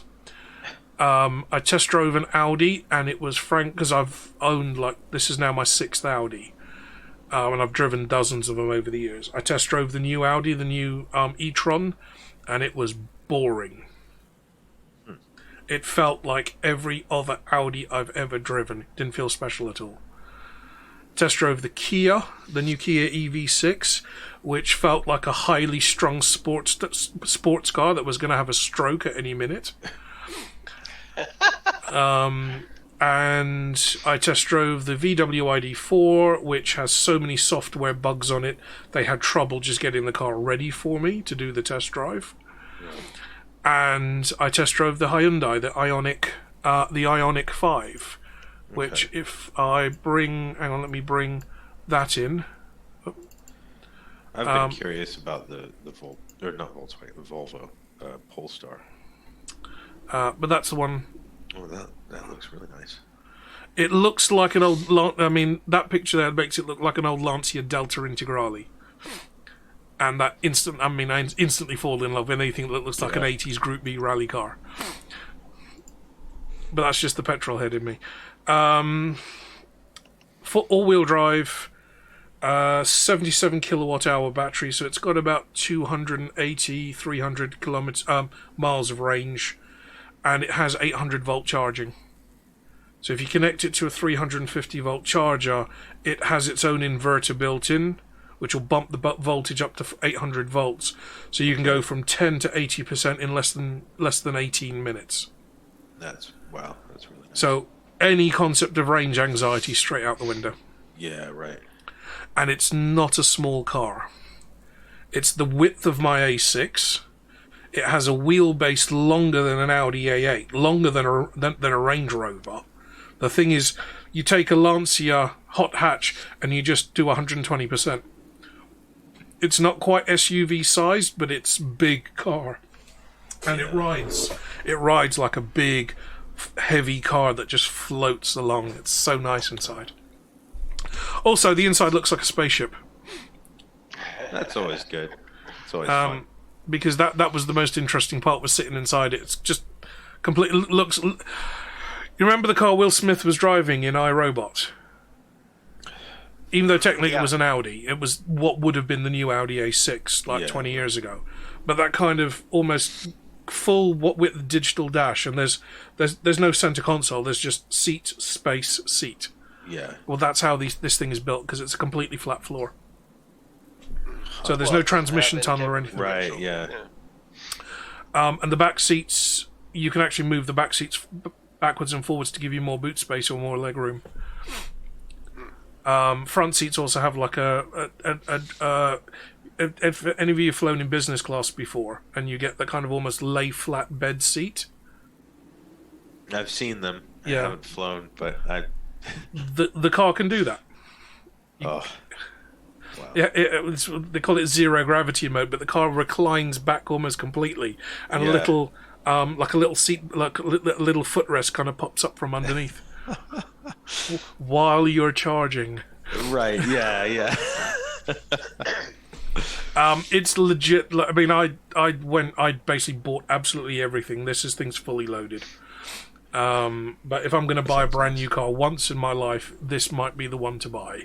Yeah, right. And I bought absolutely everything. The guy was going through the checklist. Is like, look, there's nothing else we can tick on this sheet. And the whole thing came in less than I thought it would. Oh, wow. Which is good. That's a nice surprise. So yeah, originally I was looking at early June for delivery, because they've got to build them and then ship them over from Korea. Right. It turned out there was one on a previous order that had been cancelled, so the car was basically available for sale. It's already in production. And it was everything I was after, but it was white. I was going for like a champagne gold, like old 80s hi-fi, that kind of champagne gold finish, and it's a matte finish. What's wrong with white? I've had 2 white vehicles. I've had a white vehicle as well. That's why I didn't want another one. Yeah. So yeah, for the fact that I would get it early March, I said hell yeah. because then I can always take it to a local guy and have it vinyl wrapped in that champagne gold. Yeah, that's true. That's true. Because the champagne gold is a matte finish paint. You can't put anything on there, otherwise the paint will come off. It's apparently very, very delicate. You need to ceramic coat it to protect the paint. But this is white metallic with a regular clear lacquer coat over the top. So I can vinyl wrap it any colour I want. Yeah.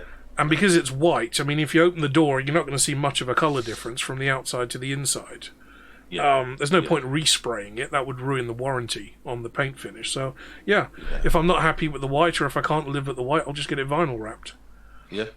I was going to go a halo olive green, because it does have a slight look of a warthog to it. Yeah, right. But yeah, the guy said that if I'm installing guns and missiles on the vehicle, that might void the warranty.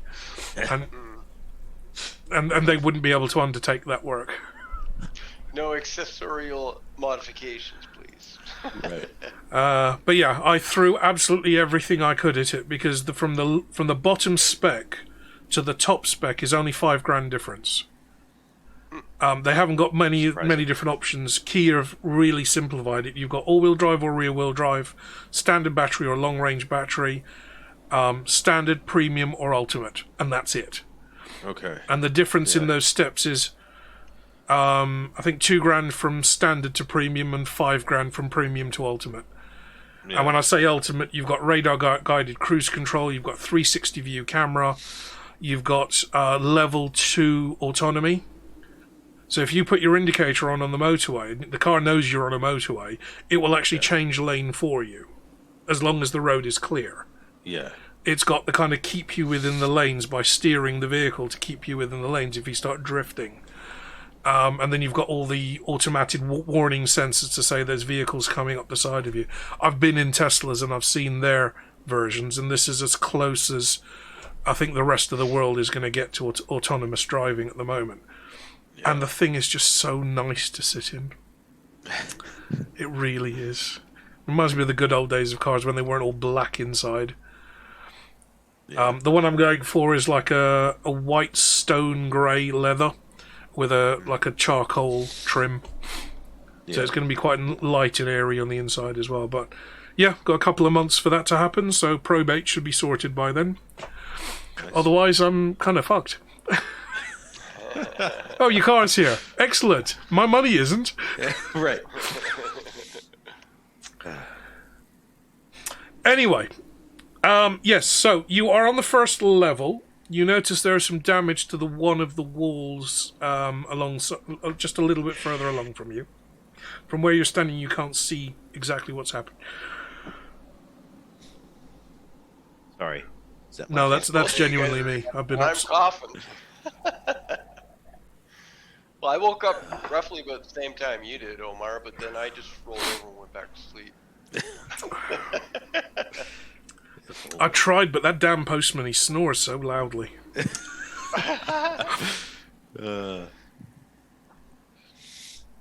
I think it's just because I just finished days, so it was like about 4:15 that I woke up. Yeah, I've been waking up weird. Normally I wake up about between 10 and midday. Especially when I'm doing a D&D stream, I'll try and stay up Thursday night really late, so that I'm waking up late Friday morning, well, Friday lunchtime, and I'm not knackered by the end of it. But this last couple of weeks, I've been back on UK time for some bizarre reason. I think it's because Sam's not been streaming. Yeah. Because she hasn't been streaming late like she usually does, till like 2, 3 in the morning playing Sea of Thieves. I think that's actually messing up my body clock and bringing me back to normal. Okay. Well, don't worry, she'll do that on Sunday. No, better not, because I'm working Monday. Right. What are we doing? We're going to go up a little closer to investigate the damage. Yeah. Okay, you head along the wall. So you're walking along this kind of platform layer on the side of the pyramid. Again, you're seeing carvings on the wall that have been mostly worn clean, but there are vague scratchings and outlines, symbols that could be hieroglyphics, again, depictions of the sun, and the levels of ascension to godlike or god status. And again, you can see images of what looks like a bird, some kind of bird. Sometimes the bird is standing there with its head turned sideways. Sometimes the bird has its wings spread out, quite short wings, but its wings spread out. And as you approach this kind of area of damaged wall, you see that it actually looks like it may have been a doorway of some sort that has since been sealed over. And perhaps tomb robbers have already attempted to gain access to it. There's an arched, kind of a square frame around it in carved stone blocks that have been inlaid into the wall. And you imagine that a square would have either been cut out of the wall or would have just been built around to give you almost an entrance into the pyramid. A huge stone slab would have sat up against this, blocking this doorway, and it looks like they've attempted to kind of chisel their way into it. Some of the stone around the edging has been broken and damaged. You can see scrape marks on the edge of the seat of the kind of stone slab securing the door where chisels or pry bars have been put. And at some point it looks like the stone has been pulled out part way and then it's wedged itself and it hasn't been able to move any further.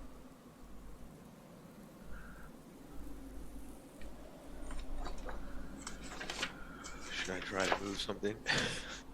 Yeah, I'm wondering, those grave robbers, did they have a golem with them? Right.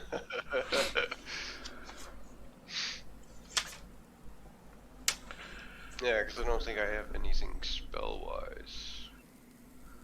Again, that's more of a magic users type thing. While the cleric is looking around, Mr. Pomp, you kind of look up at the rest of the pyramid and you can make out from where you're standing that you're standing on the first of what appears to be either 8 or 10 levels going up this great pyramid.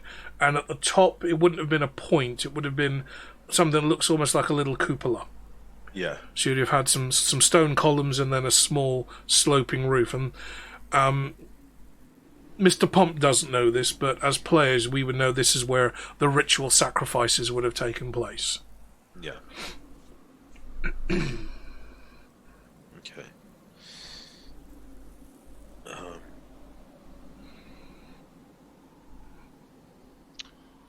Well, I want to ask the cleric if he is interested in getting this open. Well, if there was a doorway, like, unwedged, that might be one of our first access points Yeah. that we have to Ziggurat. Should I give it a shot? Well, like, see if you can adjust it at all. Yeah, yeah. I may have a lot of strength, but I don't have anywhere the momentum that you could create. Right. Okay. I will try to...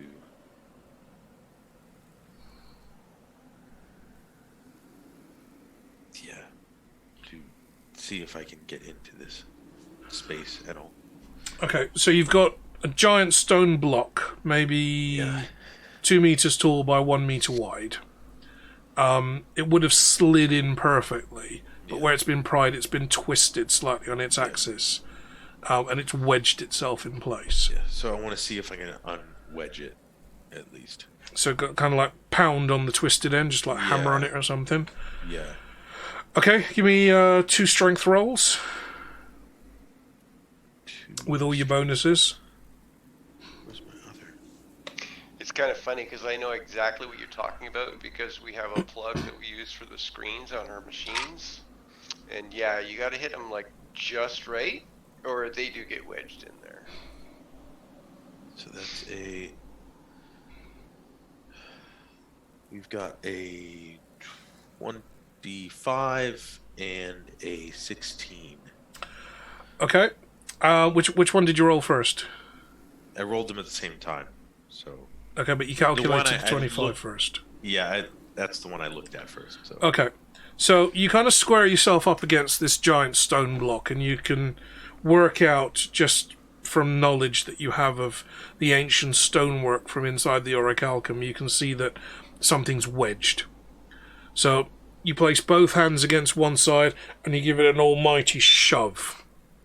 And the stone kind of jiggles a bit. You can hear it grinding maybe on some broken bits of stone or some sand. And there's this huge thump as you strike the stone. You see it move slightly, and then you take another huge thump against the edge, and again the stone moves by a fraction of a millimeter, but it's rotating in position. Can I get perception checks from both of you?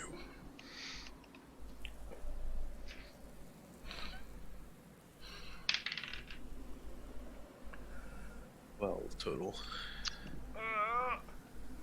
No. I don't remember what the modifier is.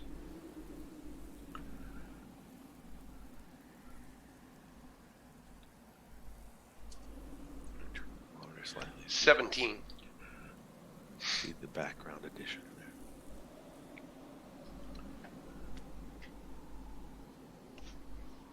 there. Eric, what did you get? 12. 12 and a 17. Okay, Brian, with the 17, you hear a gentle hissing noise of air releasing and equalizing. And, Eric, you see the bunny on Mr. Pump's shoulder suddenly kind of sit up straight. You stop pounding for a moment, and the bunny starts kind of angling his ears directly towards the stone. Yeah. Brian, as you kind of lean up against the stone, you've kind of got your ear up against the stone, see if you can hear something. And it sounds like there's something happening inside. You hear... If it had been made out of wood, it would have been a click. But this is stone. This is tons of stone moving, so this is more like a thump. As something strikes, a big lump of stone strikes another lump of stone. And then you hear grinding of stone on stone. It sounds like the chattering of what would have been like wooden gears on something like a watermill, for example. Mm-hmm. But instead it's thousands of tons of stone meshing together and grinding. And you suddenly see that the panel that you were pounding on slides back into the pyramid towards you. Oh, sorry, away from you. Right. Slides back and then off to the side. Huh. There's a huge rush of air as the pressure equalizes from within the tomb. And you see standing in front of you what looks like a very desiccated priest wrapped in bandages and ceremonial robes and a ceremonial headdress. Make a saving throw. Can I help you? Well, Sorry to disturb. Didn't know we anyone was. heard there was a great power in this area. I thought you were delivering the milk. No, that was the other guy. Oh. Isn't it Tuesday? I'm sure the No, I milk think it's comes on... Thursday. Or maybe you're the cleaning people. Did the agency send someone new? Because the last two have done a horrible job.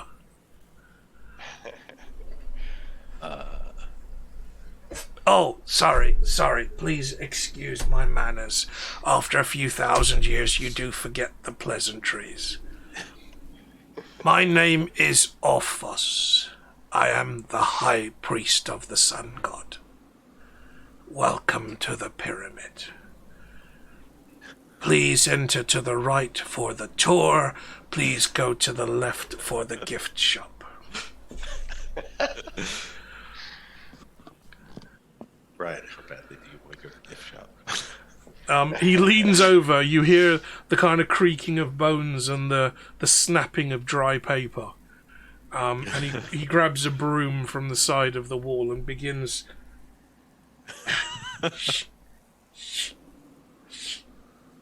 Please wipe your Did you get in the feet. gravel?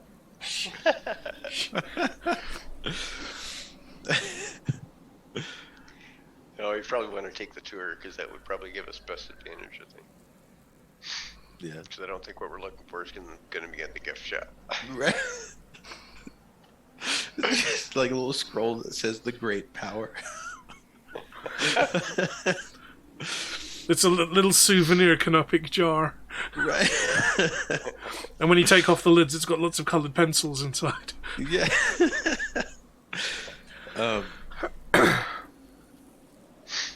Can we actually take the tour? Yeah, okay.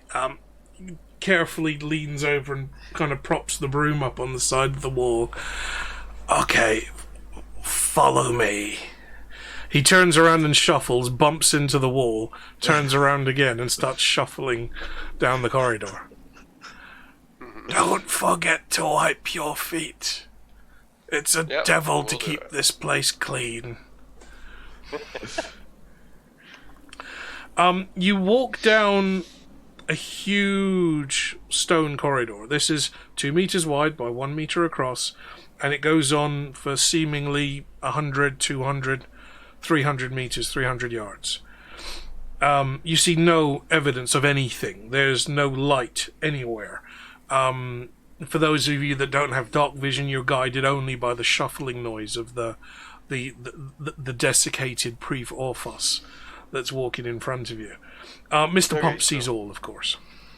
I'll engage the helmet. Okay. Thermal shows nothing but the other members of the party. So everything is just black. When you switch to night vision, you see nothing. There's no source of illumination here. So I guess travel by heat then with the thermographic vision. So you're really just following pretty much the rogue and Mr. Pump, who are the only people that can really see in this kind of dim light. I mean, well, there's no light. Yeah. I don't know if you have any torches on you, but... Well, I have my light spell. Yeah. I would ask. Oh, well, hey. With that, if I actually had the light, so it was actually about 2 or 3 feet behind me, would that give enough source for the vision? Do you want to try that? Yeah, try that. See if I blind myself. Yes, you are temporarily blinded for 2 minutes. All right. If you're wearing night vision, never switch on a light in a room. Everything's white. That's basically like gazing into car headlights for 30 seconds and then closing your eyes, and all you've got is 2 green splodges in front of you in your eyelids. Okay, so the cleric is now stumbling along a bit and regretting his choices. You follow the shuffling of High Priest Orphos down this stone corridor. This stone corridor is perfectly cut. There are clearly gaps in the stone because you can see them, but as you run your fingers along the walls, you can feel nothing. It's almost as if it's one continuous piece of polished stone. As the priest slows down, it appears he's kind of stopped as the corridor opens up into a large room, and you can hear him, "Where's the damn switch?" kind of shuffling and crackling around. And after a moment, you hear the sound of perhaps of a wooden lever being pulled, and torches and braziers spring to life in the space in front of you. You are in a large anteroom at the base of the pyramid. This space is easily several hundred feet square, and there are columns at various intervals supporting the floor above you. If we will start on the left, you will see... Oh. Or was that the right? No. Definitely the left.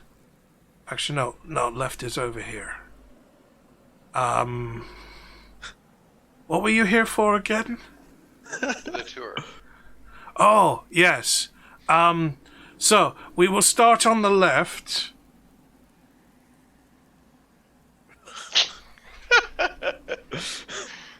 Okay. No, your other left. We'll start on this side. As you can see, the pyramid was built from several large blocks of stone placed on top of each other.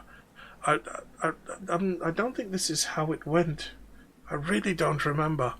But you can admire the carvings. I can't tell you much about them because the other guy isn't here.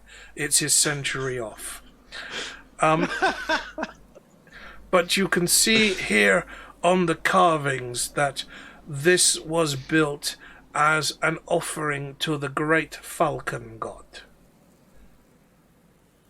The falcon who stole the sun and brought the sun down upon our land, giving us light and giving us power. And, where's my little booklet? He starts patting down his robes, looking for something, and he pulls out a very crumpled piece of paper. Falcon God, sun, light. Okay, page 2. Right. Oh, yes. No, I said that already.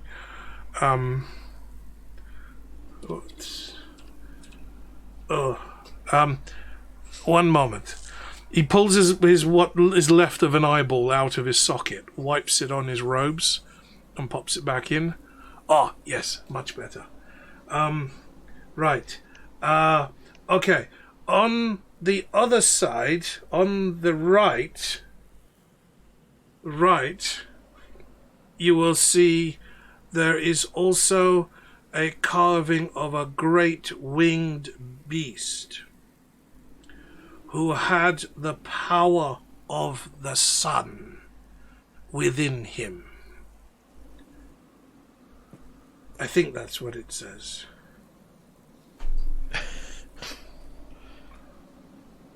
Yes.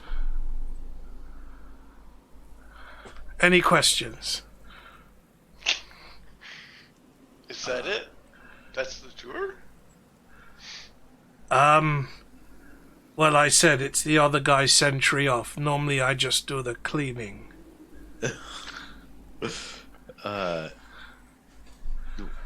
You can come back in the next century and maybe you can ask your questions to the other guy. Oh, perfect. Well, do you think we could look around then? Oh, yes. Be my guest. But don't step over the velvet rope thingies. It's very bad. And try not to damage anything, because I will have to clean that up, and that takes ages around here. He shuffles off, and you see next to one of the columns is a little stool, and he sits there and just leans up against the back and kind of drifts away. So, on the left side of the pyramid, you see the carvings of the great falcon god. This is clearly one of the major deities that this era of settler or civilization worshipped. And in the carvings you see the depiction of the land in darkness. Nothing was growing, it was barren and rocky. Oh, by the way, the carvings in here are absolutely pristine. The land was barren and rocky, and the sun was hidden above thick, heavy clouds that blanketed the earth. The great falcon flew up, stole the sun from the sky, and brought it down to the earth, brought it down beneath the clouds. And that brought light to the land. It also brought fertility to the land, and crops began to grow. And as you make your way round to the corner and onto the second side of the wall, you see pictures of the locals gathering in harvests, and the sun being pulled down so close to the land, it started to make the land barren. The rivers dried up, the crops began to fail, and the people began desperately trying to find a way to rekindle fertility in the land. And their eventually their choice was sacrifice. Firstly of small animals, then of larger animals, then of maybe some of the beasts, the oxen, or the other creatures that they would have used to work the land.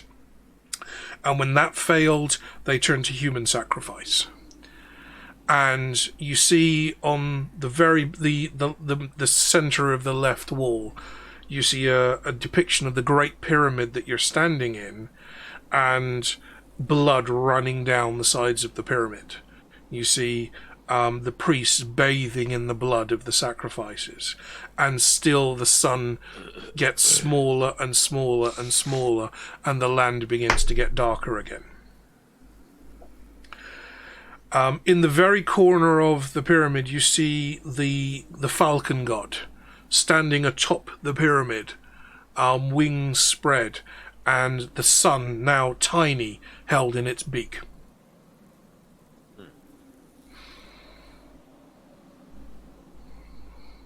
Now, as you move round to the other side, you see the right, yes. You see this starts with a great beast. And it doesn't take you long to recognize what the great beast with the sun within him actually is. You see a very crude drawing of what looks like a crocodile with bat wings. They weren't exactly artists. You see lots of smaller depictions of this creature, but the largest one in the center, you see plumes of fire coming out of its mouth. These are all in the kind of Aztec, Inca style drawings that you'd see in pyramids, not specifically hieroglyphs. Not in this level anyway. They're all pictograms. There's no writing of any sort here in this level. Yeah. You see the lesser dragons that exist around the world, and you see a pyramidal hierarchy. The dragon at the top, then you've got the greater beasts, and then you've got men underneath them, and then the smaller beasts. You also see the worshippers of the dragon, the ones that had basically human bodies. They would wear very simple sacking clothing, but they would have these elaborate dragon masks or dragon headdresses during the worshipping period. And on the other side of that you're now at the center of the right-hand wall. As you move to the other side of that center point, getting in towards the back corner, you see another great winged dragon beast. But this one has multiple heads. And you see the worshippers of that dragon bringing offerings, bringing food, bringing sacrifices.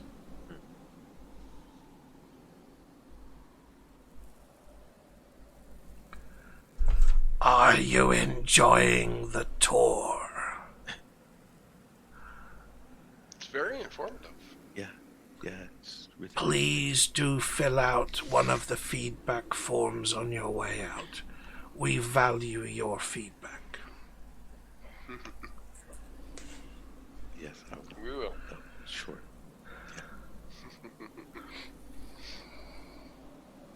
At the very back wall, you see what may have once been two brass columns, maybe about knee height, and what would have been some kind of velvet rope stretched between them.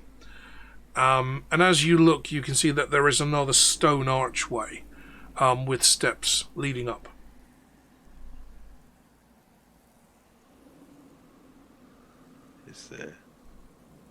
Is the guy asleep again? Oh, he's not asleep. He's just resting his eyes. That's what my dad always sitting in said. his lap, right? Yeah, he's resting them in his lap, yes. Excuse me, you're not permitted over there. That's a closed part of the exhibit.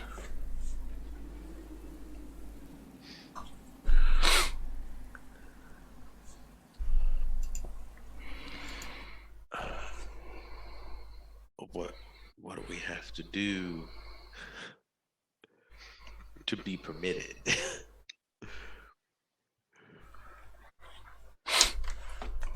Is that Mr. Pump's voice? Because it certainly didn't sound like it.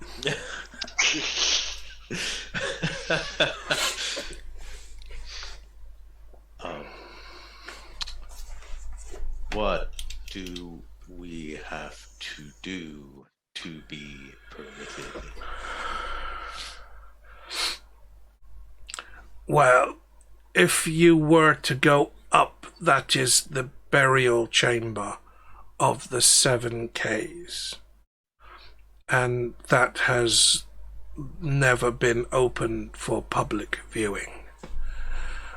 If I can draw your attention to the display in the center, where you will see various types of earthenware jar, some of them used for storing organs during the mummification process. If you find my kidneys, please let me know. I put them down. I don't know where they've gone.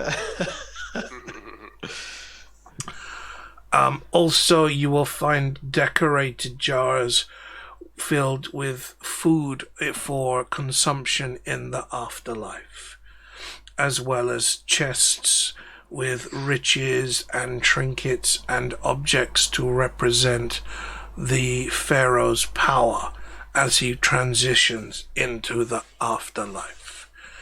I tell you, the afterlife is not all it's cracked up to be. This guy. I feel like he regrets being the high priest. Well, you know, when the Pharaoh dies, we all die. His wives will be buried with him, his serving girls will be buried with him, and me, the high priest, I be buried with him. 2 more days, I was an acolyte. And then that stupid high priest went and slipped, tumbled down the stone, and now I'm the next one in charge. 2 days later, I am dead. Now, if that isn't good luck, what is? Now I can live forever. He tries to spit, but it's so dry it comes out a little puff of dust.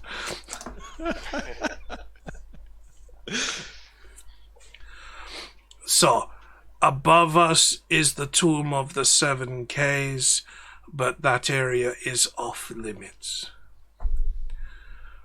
I haven't swept it in at least 1,000 years, because the other guy, he does nothing. Well, if you'd like, we could go clean it up for you. I really wouldn't recommend it. Not doing anything else. You know.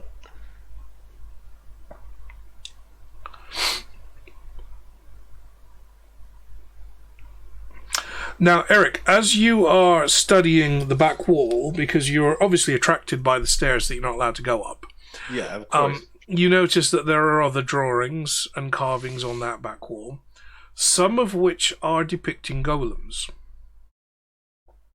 Golems, perhaps in their most earliest incarnation.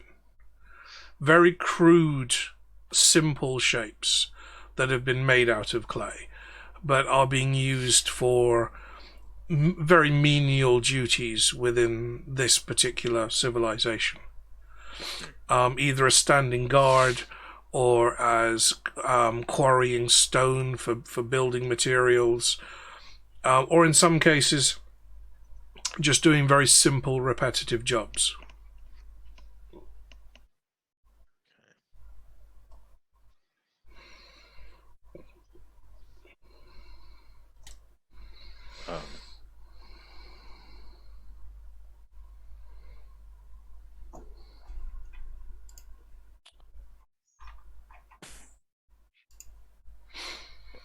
ask the guy.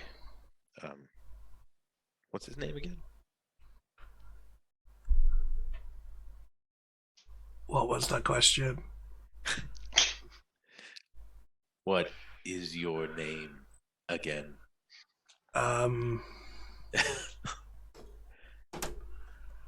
Tip of the... What's it? Is it Boffer? Toffer? No. Anyway, yes, how can I help you? What? Office, that's it. That's it. Tip of the tongue, you know. Office. Anyway. What happened with the golems who served under the... Is it Pharaoh? Is it a Pharaoh or is it a king? The Pharaoh would have kept his golems with him. Because they can guard and serve into eternity.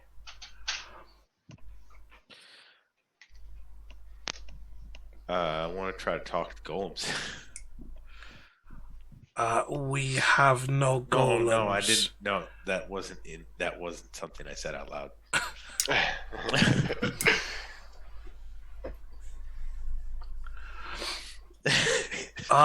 Yes, now I see it. I knew I recognized a resemblance somewhere.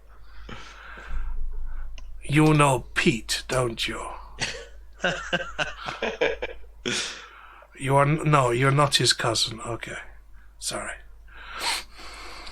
The golem speech, like the rumbling thing. I want to try. Okay, what message do you want to convey?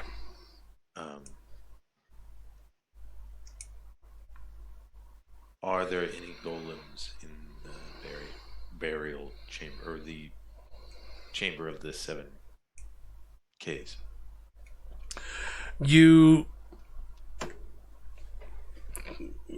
Outwardly, nothing happens. But as the cleric is watching you, you can feel the gentlest of vibrations. Almost as if a truck is going past a couple 100 yards away. But the gentlest of vibrations in the stone. You get a response, but it's not a response you can understand. The language is far more ancient than even you are familiar with. But you hear the coming through the stone.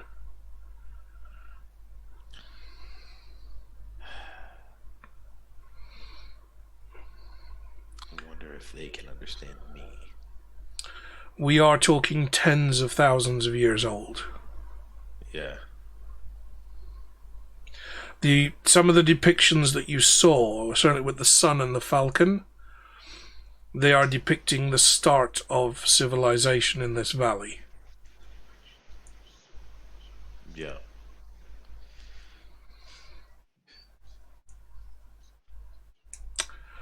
Diamond, I know you've been lurking for a while, sir. What can I do?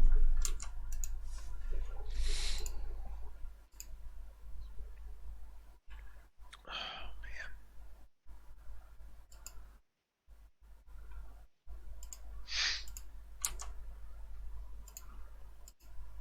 Wonder if they even have the chems.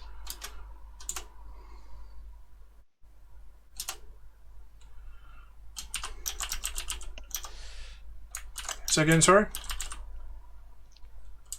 I just said I wonder if they even had chems.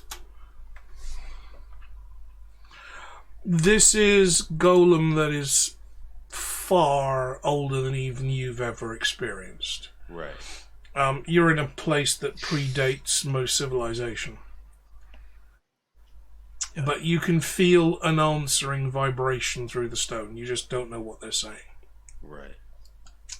There's not really a way to translate it either. No. Diamond, sir, you have been in almost every stream that I've done, good or bad, gaming or D&D. You, sir, have been elevated to VIP status. You put up with me for so many hours, you deserve it.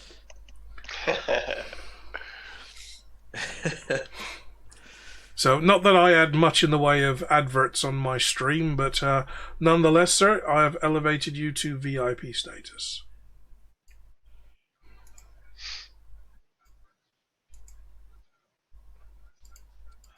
Well, I wouldn't be. It's a very small club, mate. There's nobody to talk to. I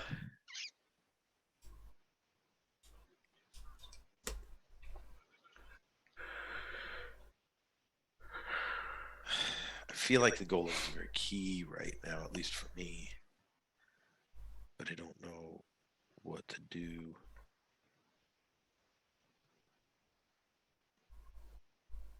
If I can't communicate with them.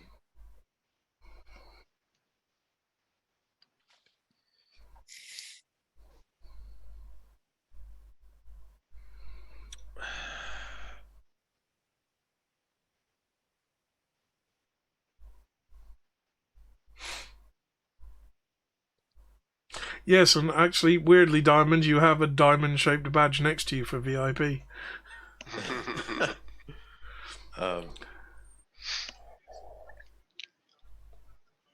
Office. Can you... Oh, yes, that's me. Sorry. Yes. Are you able to communicate with the golems? No.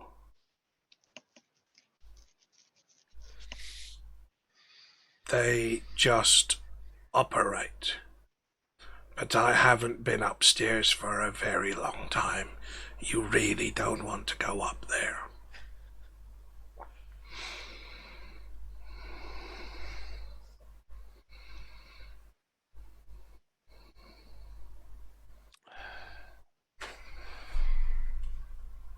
How do we get upstairs? I really want to get upstairs.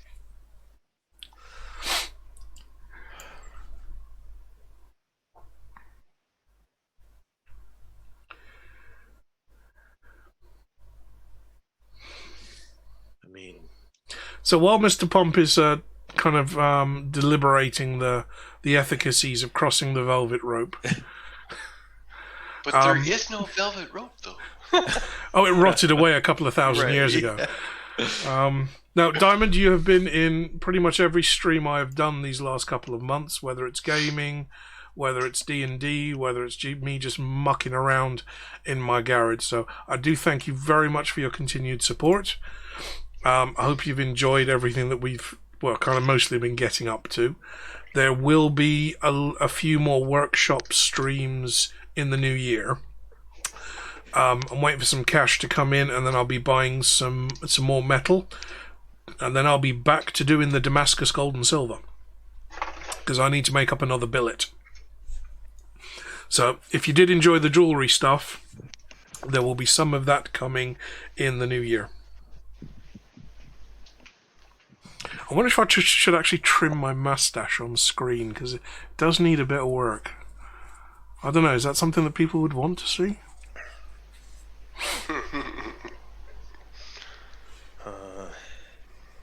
I should probably trim my goatee a little bit there. It's getting a little long again. Just let it grow out, then you can plait it. Surprisingly enough, I did at one point, because I actually had it down to about here. I just leaned down like that and it touched my chest. I grew just my chin straight down at one point. I was trying to do like a little King Tut. Fu Manchu? No, like a King Tut. And what happened is that the hair started getting really curly. And it meant that every morning I had to blow dry it and roll it over a brush just to straighten the hair, and it was just too much effort. It did look fabulous, but it was too much effort. what do we have anything that would allow us to communicate? With the golems. Or anything there since, like, office, for instance, is not. Orphus. Or Orphus? Yes, I think that's me. Yes. It's an Hold on. abbreviation of Hold on. orifice. Hold on. He pulls. He kind of starts looking the inside of the robe, looking for the label with his name on it. Where's the tag? Made in no. Diamond Hand has a wash. question there Oh for you. no. Weird extension. Imagine it'd be difficult to find some that match, or to make them look like they match. Well, Yeah, I mean, if you were a How do you hide the Viking, clip though too. Yeah. I mean, Eric's isn't natural. I mean, everybody assumes that's his own beard, but no, Yeah, none no, of it's- that's natural. No. Yeah, this was just a really, really like poor prank. They were all out drinking one night. Somebody covered his face in super glue, and he woke up. He woke up stuck Yeah. to the side of a yak. I can't even grow a beard. It's just baby face. Yeah. That's all. Yeah. Now down below is a whole different story. You need a fucking combine harvester to find anything down there. But up here, no, baby smooth.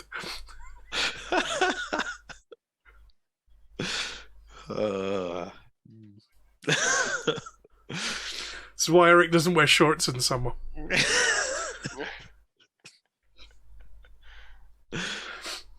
So, I'm wondering if there's anyone else living in this pyramid.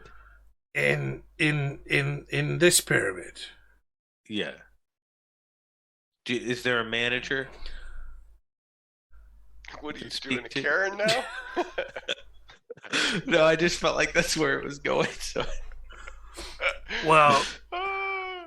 given that this is a tomb, there's nobody living here. But obviously, this is the tomb of the great Pharaoh. Yeah. So, yes, you have the great Pharaoh, King Tepikaimon the First, Lord of the Heavens, Yeah. Charioteer of the Yeah, Sun, no, Steersman of the Buck of the Sun, It's gonna go on for Lord of the, or was it? Guardian the- of the Secret Knowledge, Lord of the Horizon, Keeper of the Way, the Flail of Mercy, the Highborn One, the Never-Dying King, is buried here. But I'm Remember sure that, I said that already. But you can't remember your own name sometimes. Well, Well, he doesn't talk to himself. He talks about the king. He doesn't talk about himself. this isn't a tour about me, is it? Can we speak with King Tepekan the First? Are you a god?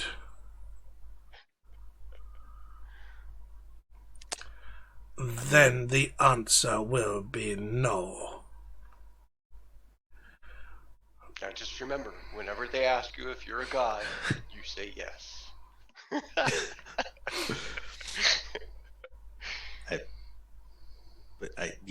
Yes. Choose your destructor.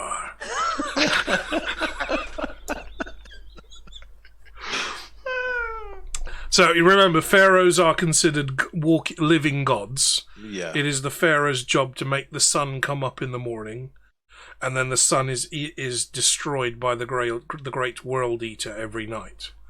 So unless you are a high priest, or you're one of the pharaoh's servants, you will never speak to the pharaoh. Even the servants don't dare speak to the pharaoh. Yeah.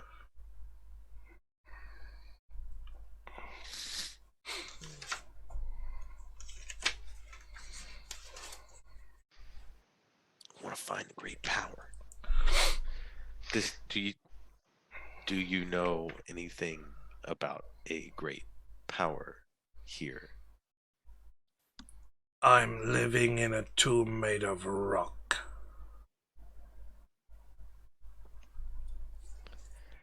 Don't rule it out.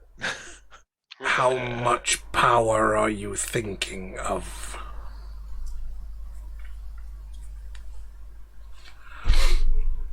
I mean, when I pull this lever, the lights come on. That's pretty cool.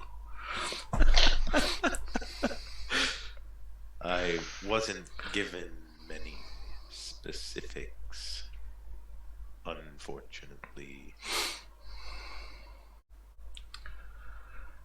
I sense you want to go up to the Tomb of the Seven Ks and explore. There were a few like you before who did that. They didn't come back. I really would not recommend going upstairs. But who am I to stop you? He gives a very defeated wave of an emaciated, mummified arm. What looks like a finger falls off.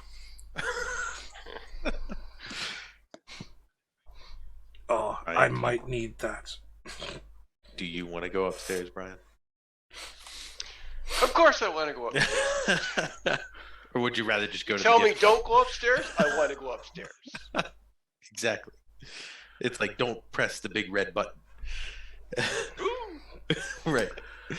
Just behind where the velvet rope would have been, there is what's the remains of a small table and a box with a little coin slot in it. Do we have any coins? Do we have any cash? Well, yeah, we got cash. Like, I have personal cash too, so. Thing is like, okay, do we drop in like a silver or do we drop in a gold? Well, he's sun god, so I would probably say drop a gold piece in there. Yeah.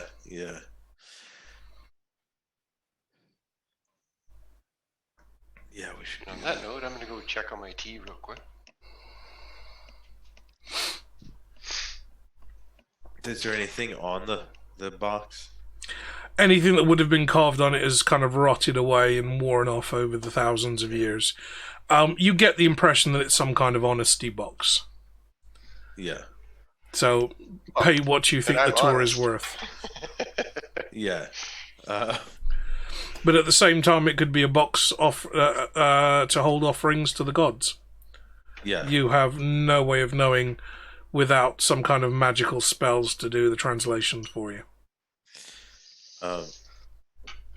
Well, I'm going to give the benefit of the doubt to the guy who is currently off this century and go ahead and put in a gold piece.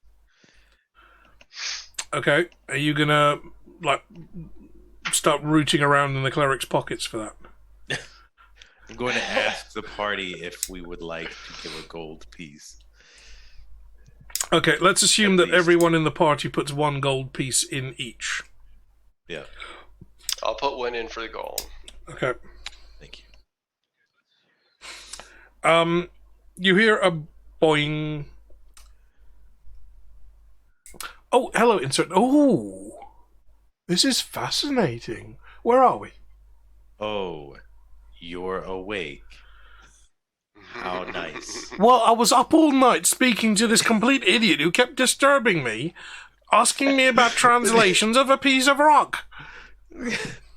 Sorry, I'm a bit grumpy in the morning. It was really cold. If out of character, if I wasn't so afraid of the potential strength roll I would have to make, I would just shut the box. Yeah, I'd make you roll the strength roll for that. Yeah, but no. Anyway. Anyway, this is fascinating. Can he read it? Absolutely. Well, you had the do not disturb sign hanging out, so I didn't really want to ask you about it. Like that would have stopped you. It has so far. I didn't want to say anything. I didn't want to make him mad. He was just being polite.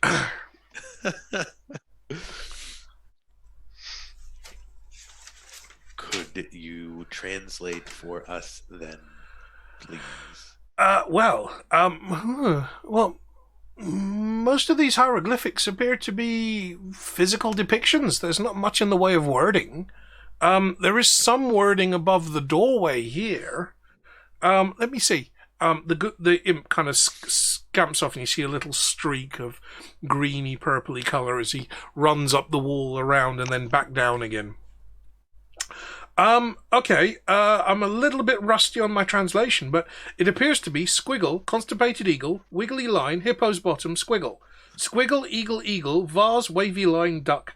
Thin eagle, eye, wiggly line, man with stick, bird sitting, wiggly line, man with 2 sticks. Which means... How the bloody hell do I know?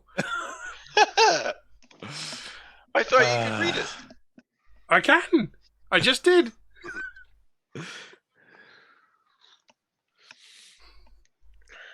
Do you know anything about this place? One moment, please. The hatch pops closed. The little hand sign with the hourglass drawing pops up as he's kind of like scrabbling away in his box. Okay, insert name here.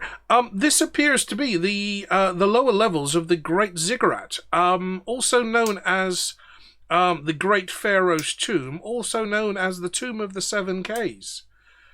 Very little information is available, unfortunately. Most of the carvings and the hieroglyphics have been unable to be fully translated into any kind of modern language, and most of the pictograms on the outside of the tomb were completely destroyed through erosion. Frankly, I'm amazed you've made it even inside.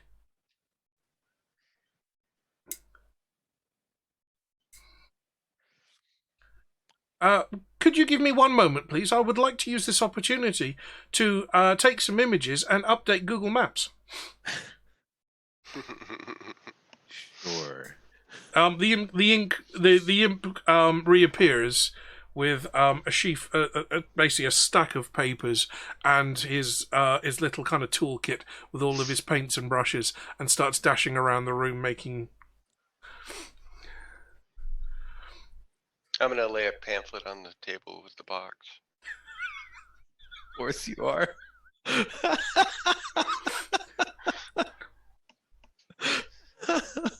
That's an extra donation. As long as it's not like something that looks like a gold coin and you turn it over, it's like It's what, chocolate?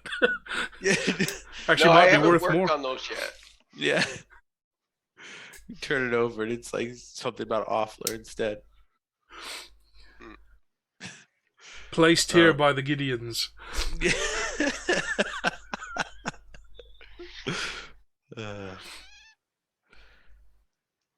Could be worse. This if well, okay. So I did have. So obviously you saw the Tomb of the Little Women, which you decided not to explore. There was a Tomb of Mormon down here, which you didn't find. Your rolls have been too poor. Yeah. But there was a Tomb of Mormon, which have been a very smaller, lesser cult that didn't really make it in the wider world. But all the depictions, they were all wearing like white shirts with ties. It's fantastic. With name tags? That would have been unclear because, erosion. Right, yeah. Of course. I mean, there have been so many religions that just come and go on the Discworld. It's a magical place, after all.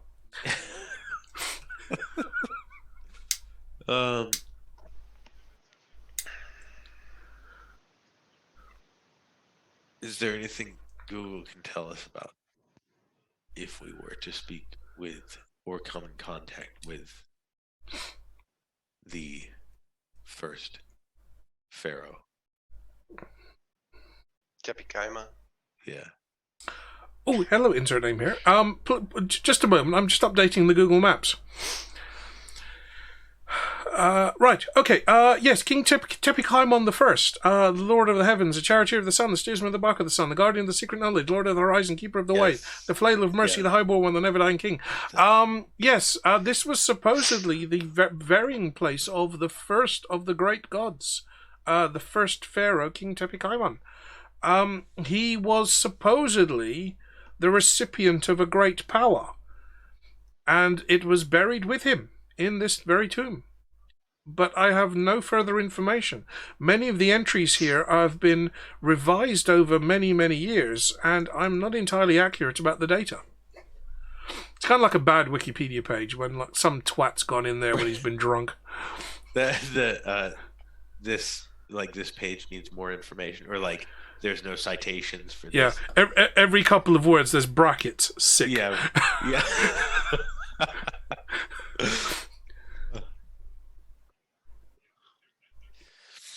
Okay, so I guess we'll just go upstairs. Like we put in donations, so I guess we'll just go upstairs.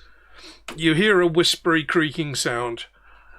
I did try to warn you, but it's not like I'm in any position to stop you.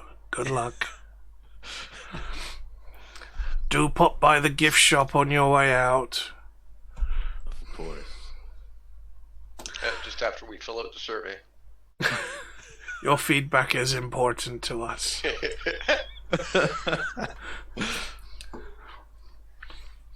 Yeah, there needs to be a little plinth, like a little font, and there's like carved a frowny face, a neutral face, and a smiley face, and you have to press the one. Oh man.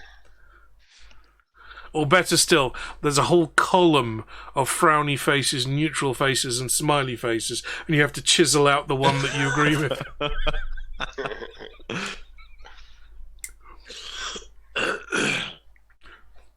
All right, so we will make our way up. Have fun storming the pyramid.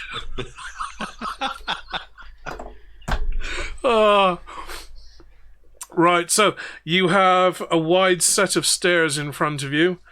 You see that they kind of go up maybe 10 or 12 steps, and then they split into a V. Wasn't prepared for this. Don't overthink it. They both go to the same place. Oh, okay. I'll go to the right. I just like symmetry right, in the pyramid. The left, the right. This way. We'll go this way. You're left? Oh, that This way's the left. This way's the right. Okay, you head up to the left. This is pitch black. Brian, are you going to use your cantrip? Yeah. I'll use the cantrip. Okay, So, I can see. so you deploy I your don't wanna little trip glowing upstairs. ball of light. You ascend the stairs. You climb for what feels like about 15 or 20 feet. About 5 meters or so. And then you emerge onto another flat section similar to the one below. Again with a short corridor and a doorway. Is anything on the walls? There's nothing on the walls here, and light doesn't really penetrate into the room, not from where you're standing. You're just at the top of the stairs at the moment.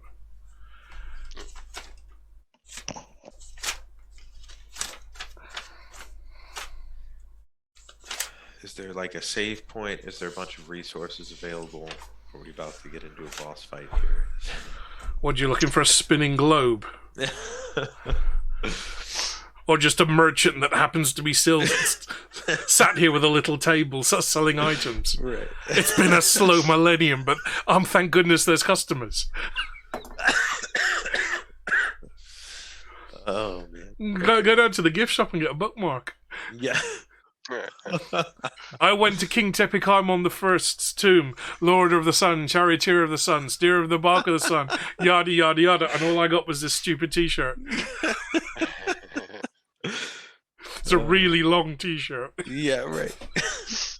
Only comes in extra large. All right. I guess we'll just step through the doorway, or should we do any sort of like investigation, perception?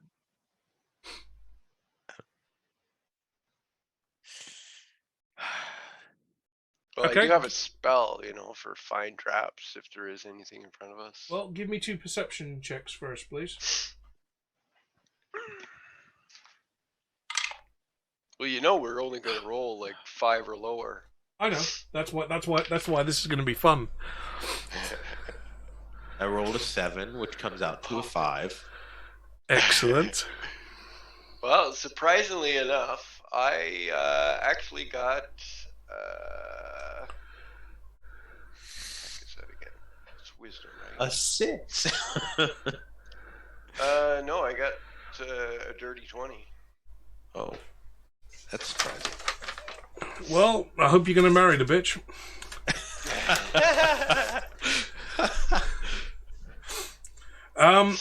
Brian, you, from the other side of this doorway, you can hear the faint whisperings of voices. Very similar to the priest that you heard below, but slightly higher pitched, and they appear to be arguing. So they're shorter mummies?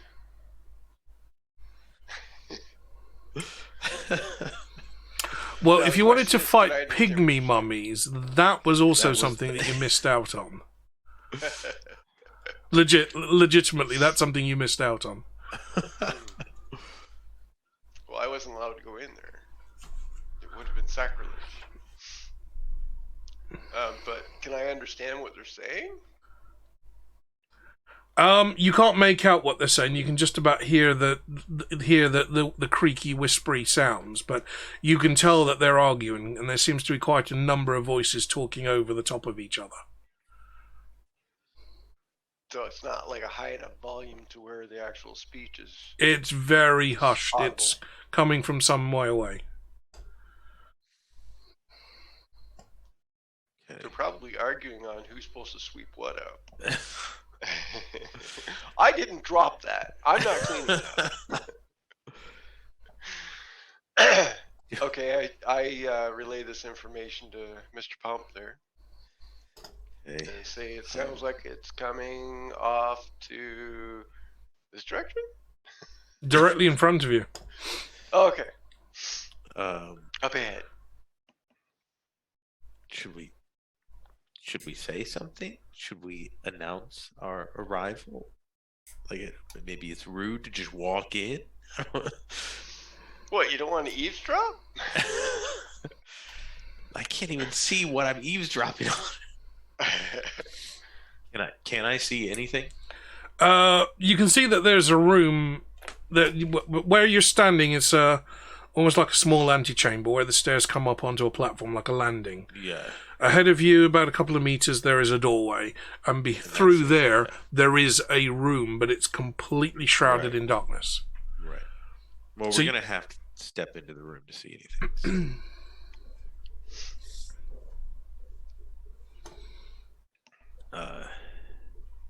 Yeah, probably the light's gonna probably get their attention though too. Yeah. Should we douse the light for a second? Are we at the top of the stairs? You're standing at the landing, looking at the Okay. doorway, with the room on the other side. Because I don't want to turn the light off if we start to go upstairs. 'Cause I might kill myself. It's like in the old cartoons. Turn the light off. Yeah, exactly. That's what I was thinking. So, okay, so if It's the sound of a bag of spanners falling down the stairs. I'll extinguish the light. Okay, and then we'll step in. Just step into the doorway Go so that for we can Mr. see. Pump's arm or something. Okay, Yeah. Eric, as you step in, you're probably the only one that can see this because you've got semi-magical vision. Yeah. You see what looks like a very small, slim, mummified creature. And she seems to be directing her attention to a golem standing up against one of the walls. There are several other golems standing in the room, but they don't appear to be doing anything. That was probably the one you were Now talking that you've stepped into the room, you can hear clearer what's going on. And it seems to be shouting at the golem, about how messy the place is. Okay. Well, give me a minute. I need to use the restroom. Actually, we are quite a way into the session, so we probably are due a break. And I could do with another Vesper, because I'm going to need more booze for this next section. So, guys, I'm going to do a quick be right back, and we'll take a quick 5 minutes. And I'm going to refresh my drink. We shall be back shortly.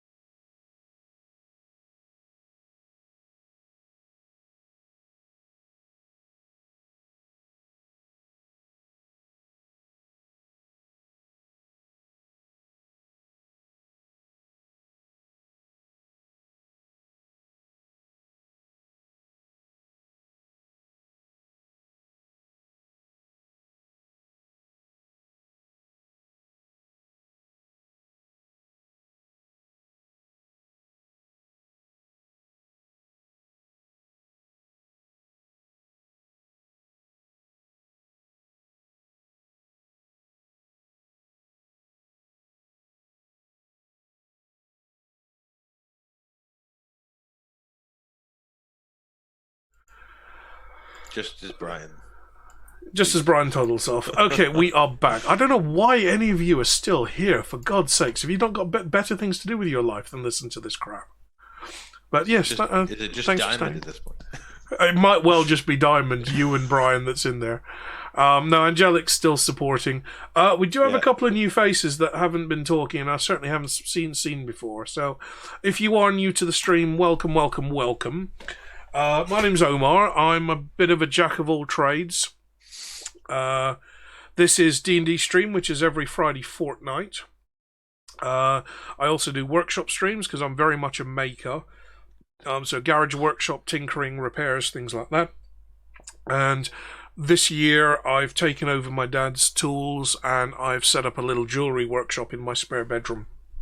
So I am doing little jobs there as I'm kind of just making use of his tools. So you will occasionally see me do a bit of gaming. I was playing Halo the other week because Halo Infinite dropped on multiplayer. Had to give that a go.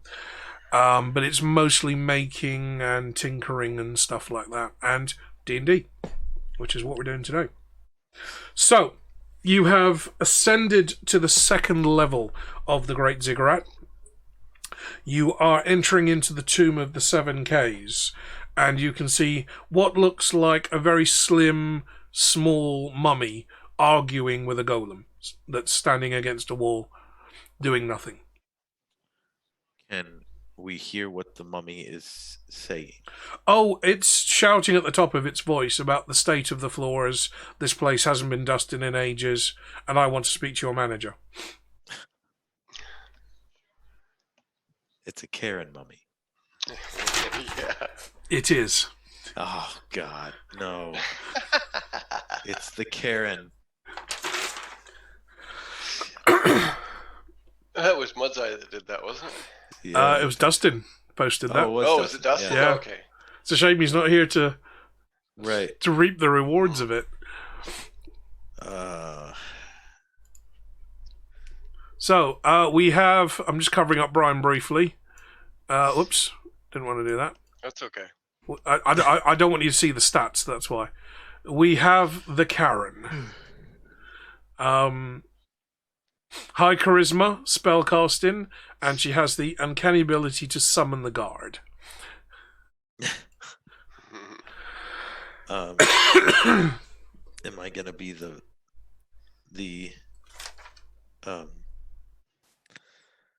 rogue customer that tries to interrupt the Karen?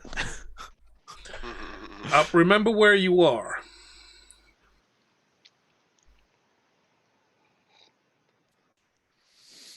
Yeah.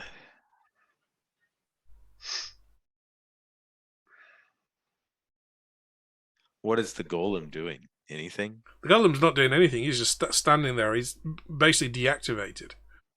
Right. So it's like she's talking to a wall. It's the only way you can deal with a Karen, isn't it? Just go blank. Mm-hmm. Just mentally and emotionally shut down. Yeah. Oh, if that ain't the truth. Are there any other doorways around? There's another one directly opposite you. Yeah. On the other side of the chamber. This chamber's a little smaller, whereas the one below was several hundred feet square. This one's a little bit smaller. Not a huge amount smaller, but it is smaller. As you look around, you can see that there are 7 sarcophagi laid around the room, one of which lid is open. You can see that there are about 6 or 8 golems stationed around the room in like a square formation. And you can see that there are more sarcophagi kind of leaned up against the walls at the side. The 7 Ks. Is this the 7 Karens? Yeah. Damn it. This is where we need Sam's soundbite. You're not my supervisor! God. Well, if you had them working, I could add it in. Could I do the can we do the when you're the customer that sees the Karen and you just like do everything to avoid them, like you sneak, I just need to get this thing. I'm sorry, I don't want to bother whatever's happening. Yeah, do you mind if I play through? Yeah, exactly. Is there any way to avoid the Karen? Well, she's kind of standing between you and the other exit. So are you going to go sneaking? Because you know that ain't going to work. No. We all know this group cannot sneak. I mean, I know a guy called DJ Sneak. I've seen him play in Toronto, and even he's lighter-footed than you guys are. Well, and he's probably in his 50s by now. That, you know. Right. I could cast silence on us, and we could just kind of step around. But the problem is she going to drop into that radius? Bear in mind, you moving at the best of times sounds like a plumber's tool bag. Right. Yeah.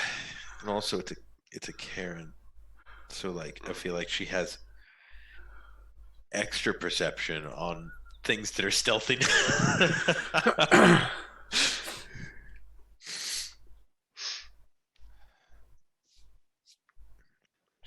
Should we go up and say that we are the management? That could be a bad scene. Right, yeah. It's a shame that Sam and Dustin aren't here for this bit. Right. I've been looking forward to this for weeks. Oh, man. What do you think we should do, Brian? You got any ideas? Well, like I said, like I cast silence on us, but I don't know if she would slip into the radius. Like, can we be far enough away from her? What does silence do exactly? No sound. Muffles. Like everything's deafened. Muffles every sound, so footsteps, movement, voices. Yeah. That might be helpful if she is in the radius. No, but see that it'll affect her too. She'll be talking away, and then all of a sudden her voice gets cut off. It's like, what's going on? Yeah, and you two can't communicate, and you can't communicate with each other when you're in silence. Yeah. We all hold hands and move across the room. I guess I'm just thinking that a Karen without a voice is the best kind of Karen.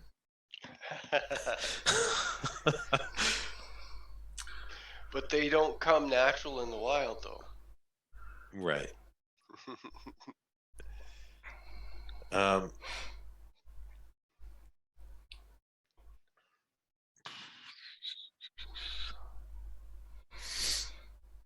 we're not going to be able to avoid her. Brian, have you still got your light on? No, I think we doused I that. turned Yeah. it off. Okay, good. We didn't want to attract the attention. I'm holding on to Mr. Pump right now.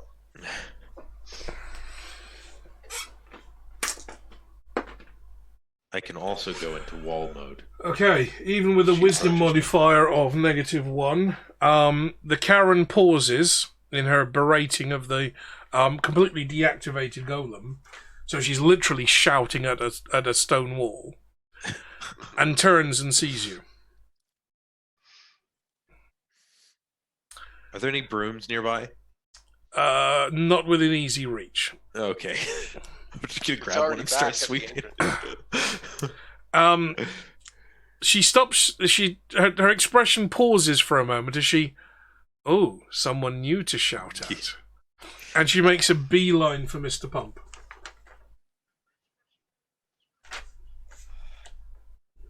Think fast. We just start straightening the shelves, even though there's no shelves to straighten. She's like, oh, just pretend you're holding a clipboard. She's like, oh, Yeah. yes. Or just pull Google out and pretend you're like, you're just tap, tap, tap, Yeah, tap, right. swipe, swipe, swipe, swipe. Google help. I just imagine Google pops out. Oh, hello, it's her name. Oh God, no, not Karen. Brian, being a disciple of Ophala, pulls out like a small little box of dental floss and just starts going away. Little do not disturb sign comes back out. No, you just see. Yeah, just the You just hand hear. come out. No, you hear banging as Google's nailing the door shut, and then the sound of a wardrobe being pushed in front of it.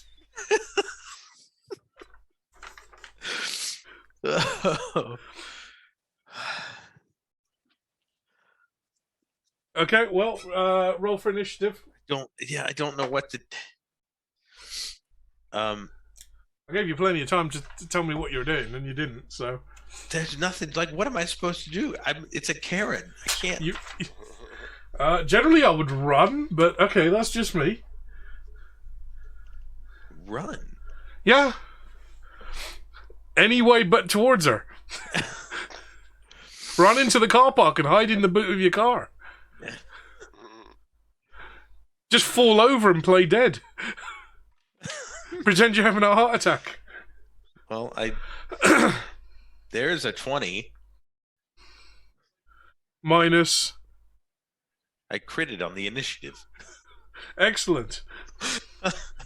20 plus 1. 21. Okay, Brian? I got a 9. Okay, and without everybody else here, that's pretty much it. Oh, you guys are fucked. Eric, can you make a Constitution saving throw, please?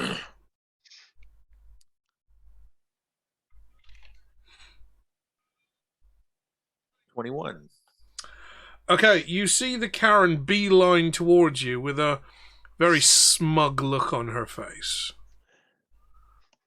Fortunately, you've passed your Constitution save, so you are not incapacitated. The Karen immediately goes up to Mr. Pump and starts jabbing her finger into your chest. I can't feel. This place hasn't been swept in at least 1,000 years. Look at it. There's dust everywhere. There's sand piling up in the corners. We haven't had our new wrappings, and I ordered those new wrappings a century ago. Is it still possible for me to try to talk my way out of this? Oh, I'd like to hear that, Corm. No, there's just one question. Or not one. It's one statement. I want to see how it goes. Do I need dice for this one? Please tell me I need dice. I don't know. Maybe. Let me go find a manager for you. She pauses in her poking of Mr. Pump's stone chest, leans to the side, and notices the cleric behind you. Brian, can you make a Constitution saving throw, please?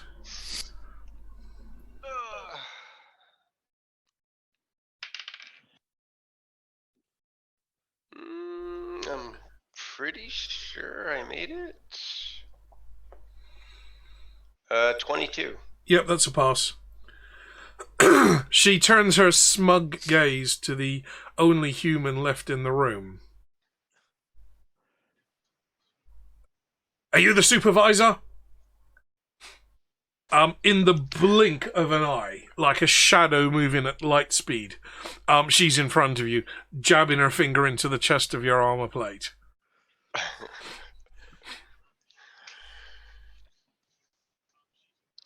The beds haven't been made up. The place hasn't been swept. I ordered a manicure 2,000 years ago and it's still not here. Can you imagine what I need for a hairdresser? And a much more of the same. It didn't fit. It was too small. She ordered the wrong size. She wants a refund. She doesn't care that she doesn't have a receipt, and so on and so on.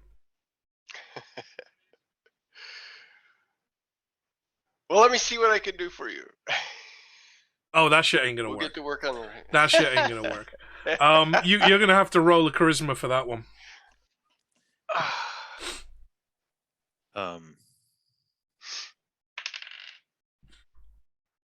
Ooh, that's not going to help too much.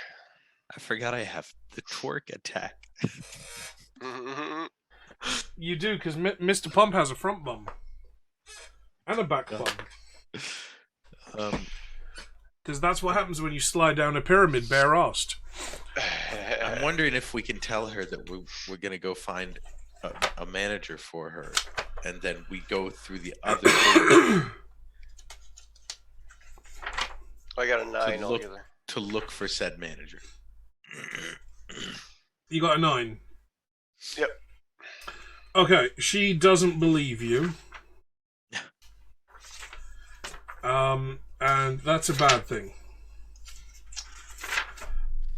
You know when this page is turning some things up, don't you?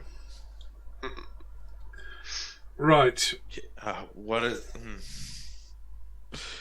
it be... I guess it would be deception if I wanted to try to make something up. That's not one of your expertise skills, is it? Well, it's not a negative, so... Well, technically that is genuinely a positive, yeah. Yeah, right. It's not a strength, but... Okay,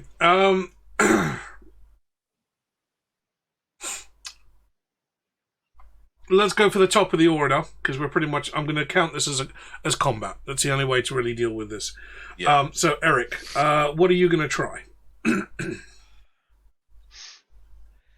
I'm gonna give it my best shot. And, if it doesn't work, we're already fighting. So... What have I got to lose? I'm sorry, ma'am. This is his first day, and he's shadowing me. If you don't mind, could we go and find a supervisor for you? Okay. The Karen turns to you, somewhat unbelieving that anybody could be ever having a first day in anything, let alone working here, believes not a word of it, and hurls hellish rebuke at you. He didn't even let me roll for it. It's a dexterity saving throw. 16. Would pass. Remember, you're fireproof. Oh, right, yeah. So 2d10 fire damage will not affect you in any way, but you are surrounded by hellish flames. Which means that the cleric can't get any closer to you than about 10 feet away. This... Mr. Pump is the "this is fine" dog right now. Just let's sip in the coffee. This is fine. Yeah.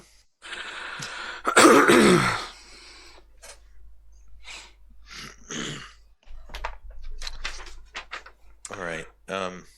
Was it like an opportunity attack or something, or is that just her move? No, that's just an instant thing that she can do at will. I see. Okay. She turns back to the cleric. Turning her smug gaze onto the cleric. You've already passed your saving throw, so it's not going to affect you. But at this point, you can see that the concept of appeasing her and her several millennia of not having spoken to a manager has now boiled over. If this were a pressure cooker, we're talking several kilotons worth of explosive damage here. And as a bonus action, the Karen can enter Outrage. Uh-oh. Outrage lasts for 1 minute, ending if the Karen is not physically or verbally altercation, is knocked unconscious, incapacitated. While in Outrage, the Karen gains the following benefits. +3 damage. Automatically succeeds on saving throws, on charisma saves, and cannot be persuaded.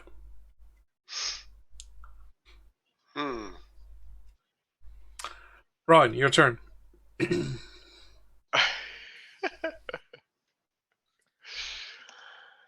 I feel like on my next turn, I'm going to do what I have always wished I could do. You see, I've done a lifetime of customer service. When I was at uni, I was working in like a PC city, in the UK, and I was like on the returns desk, so I was dealing with this constantly. This was every Saturday and every Sunday. Queue of people buying software that doesn't work on their PC because they didn't know what the minimum requirements were, but they've opened the box, so we can't take it back. Yeah. And then from there, I ended up working on a call center help desk for cell phones. And God help me when it came to pay-as-you-go. This was when pay-as-you-go or prepay first emerged in like 2001. And that was the absolute worst job I have ever done. I would rather have cleaned sewers than ever do that job again. God. And then ever since I've been customer-facing because I've been in an education role. But the amount of Karens I've dealt with, and Kevins, not just Karens, but Kevins as well, there's only certain ways that you can get around them. And I'm guessing neither of you have had a lifetime of customer service experience.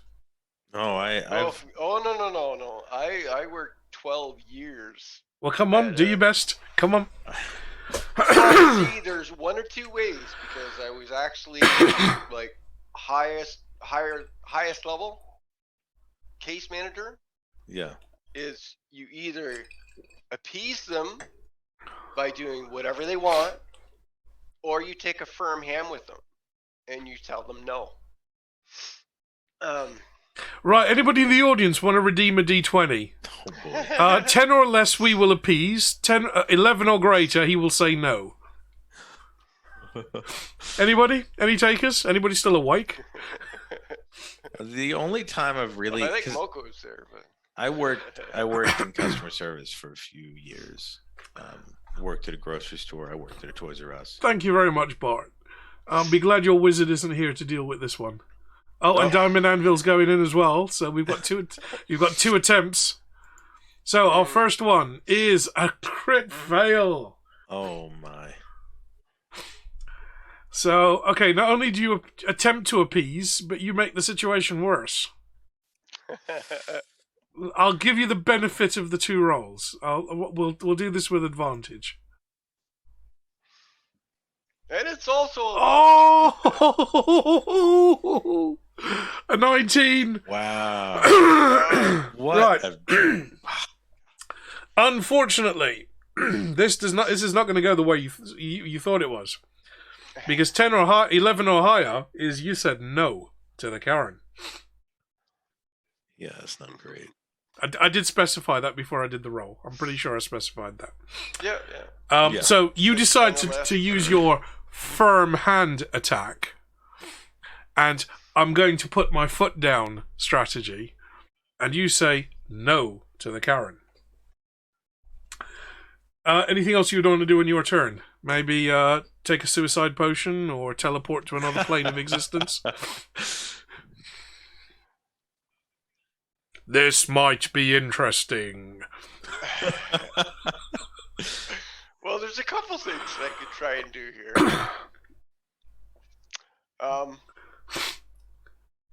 Let me get rid of the D20.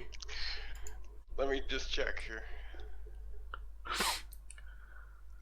Offer to cop her entire estate while she's here.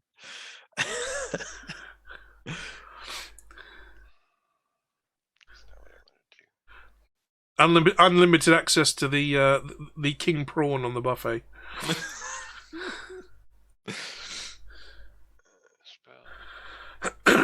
Oh, those tired, aching bones must need a weekend in the spa. Right, yeah. Who are you calling tired and aching? Would you like a discount, ma'am? Ooh, discount? Discount? How much? I'm prepared to offer 50%. Well, 50% of nothing isn't very much. It should have been free. 100%. 100% discount. Oh, okay, so you're giving it away now. Is that the kind of value you wish to show to your customers? You don't even know what you're getting for that.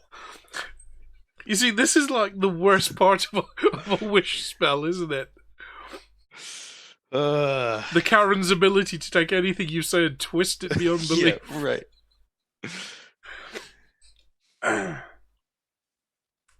Brian's looking something up, and I'm not entirely sure what it is. I think he's given up and resorted to porn.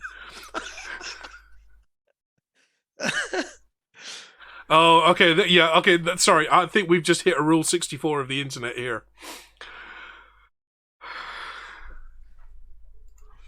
What is that? Yeah, okay, so I give her the firm hand and say no, and I will use the action to cast a silent spell. Okay. By the way, Rule 64 of the internet is if there is a porn of it, it will exist somewhere. Is that 64? I thought that was rule. If there isn't, Rule 65, if there isn't, there will be. Yeah, right. And Rule 66 is everything has a fan wiki or fan fiction. This is how furries came about. I thought it was Rule 32. Oh well. This is the second of my double Vesper martinis. This one's a bit watered down because I've let the ice melt too much. Okay, so you are taking your firm hand with her. What else are you doing, Brian? To finish that off, I'm doing a silent spell. Okay. Is it a saving throw on that? No. It's just a 20-foot radius. It's classified as a ritual.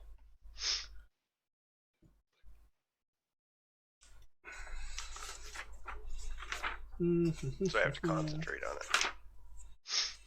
How can I corrupt this simple thing like a spell? Can't be anything verbal.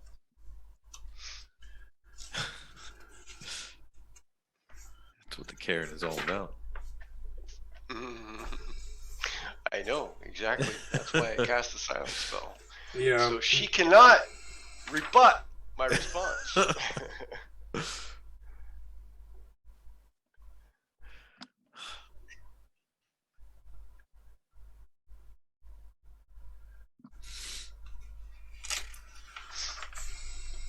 The only Karen I ever had to deal with was accusing me of being racist.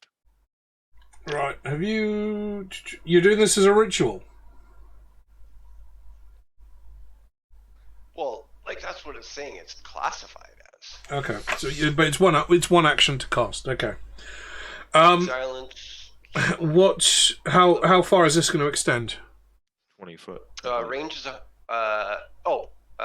20-foot radius. Are you centering it on her? Is what I mean. Because if you are, then you're within the range of the spell.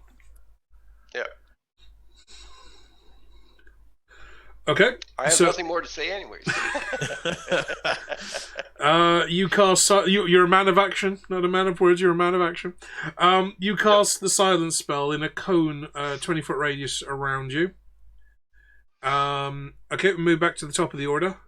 Eric, what's Mr. Pump up to?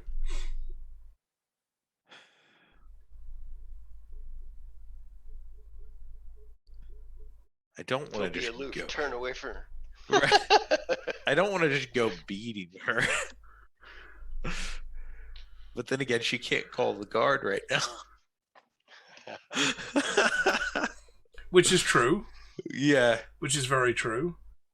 But I also don't feel like it looks good to go into the King Tepakaimon the First tomb and just start killing mummies.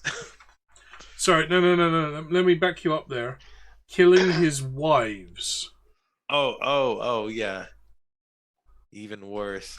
Or better. Depends on the relationship. Believe me, King Tepikaimon the First, and you don't know his true name because you haven't translated it, but this Pharaoh death could not have come sooner. And it's only by sheer design that he's not sharing a burial chamber with them. Could you imagine an eternity with 7 ex-Karens? He dies. He's like, oh, thank God, finally. And then he sees all of them like, oh. You know what just popped into my head? Harry Mudd from Star Trek. You listen here, Mr. Mudd. Oh, okay.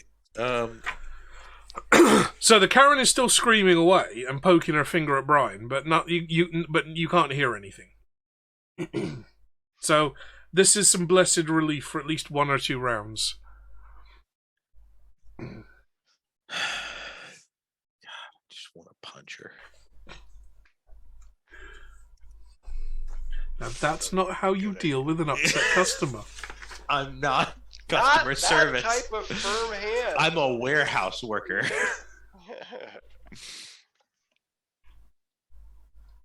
Oh yeah, that's what it was. Have you been drinking again? Your shoes haven't been polished, your trousers aren't, your shirt hasn't been ironed properly, you're not wearing your name badge. You call that a beard? I'm just gonna do it. I'm just gonna do what we all want to happen. We all know it's going to happen. Going to hit the Karen. Okay. How? Be specific. I need to know how this attack's going to work. I mean, are you going to tango a bitch and go either side of her head, or... Should I go with the tap and then the smack? Just tap the shoulder and then... So, just a tap, wait a moment, and then full uppercut? Or just flick?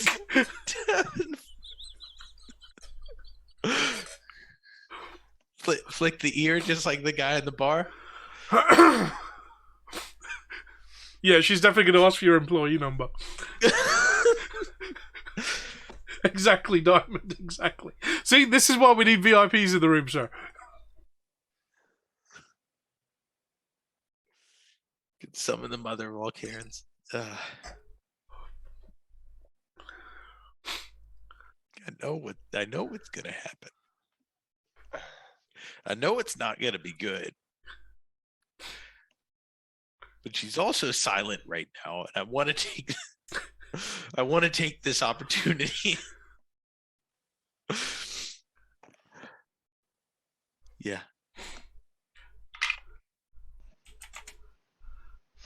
It's a 16 plus 11 to hit. Definitely hit. Yeah. Yeah, I would imagine. Yeah. I mean, apart from the big hoopy earrings, her AC would have been is 15. Yeah. I mean, the big hoopy earrings obviously add at least 1 AC to that. For all store managers. Plus another half AC for all the hairspray. Right. But what is the attack, though? I need to know what the attack is.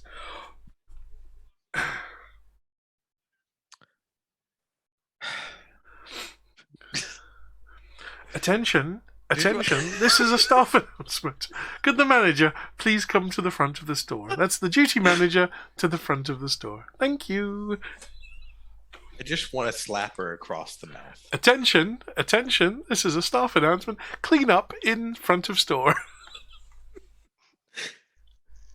Yeah, I just want to slap her across the mouth. She's going to go for it. Just the one attack? I mean, we could go for 2. I do have 2 attacks. You've got 2. You might as well use them. Might as well. I'm just thinking smack. 13 to 24 to hit. Okay, so we got 2 hits. So what are you going to do? Just like punch or just slap? I think just one slap and then the other slap. Well, one slap should be halfway across the room before you even wound up the second arm. Okay, so you're going to have to synchronize. Yeah. Yeah, we'll go for that. Okay. Right. We know what your damage is. It's still 8, isn't it? Yeah, it's 8. Yeah. So Right. 16 total. Okay. You tap her on the shoulder. As the Karen turns around, she pauses briefly in her like non-vocal mouthing of whatever insult she was throwing. Right. Turns around to you, and you go,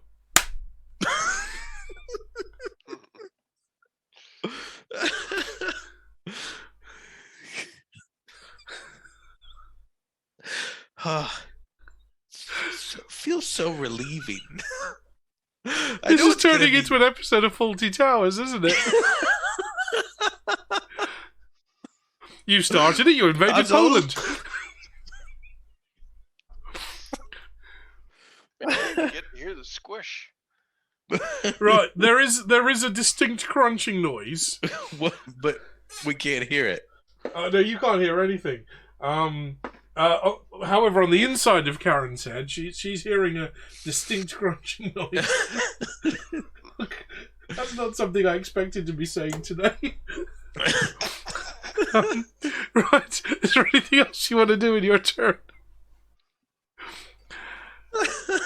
Attention, this is a staff announcement. Could Mr. Sands please come to the front of the store? Code 42. That's a code 42 at the front of the store. Thank you. No, I'm quite satisfied with my turn. Right. Can I like after doing that? Can I just give it a little? No, that would be a bonus action, and you were happy. Your bonus action was the tappy tap on the shoulder. Okay, that's fair. Yeah. The bunny looks down at the Karen. As soon as you smash and release your hands, she kind of just flops to the floor. And you just sense the bunny leaning forward and looking down. Oh, what did we have? Were they trying to make me famous? Yeah. Oh, damn it! I'm already famous, bitch. You know that. Right. It is the Karen's turn. She's somewhat reeling from this. She's still in full outrage mode. So she's unable to be knocked unconscious or incapacitated. She's kind of slumped on the ground, however. So, kind of like shakily getting up to her feet. She's going to take a couple of attacks on Mr. Pump. So, these are natural claws, which are +3.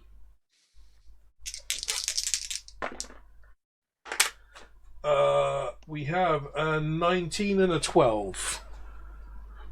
So that's... Is this like a physical attack? This is a physical attack, yeah. I feel like there should be a bit of disadvantage to that, but the 19... I don't know, I call interference on the light remote. So... Mr. Pump takes 6 points of damage.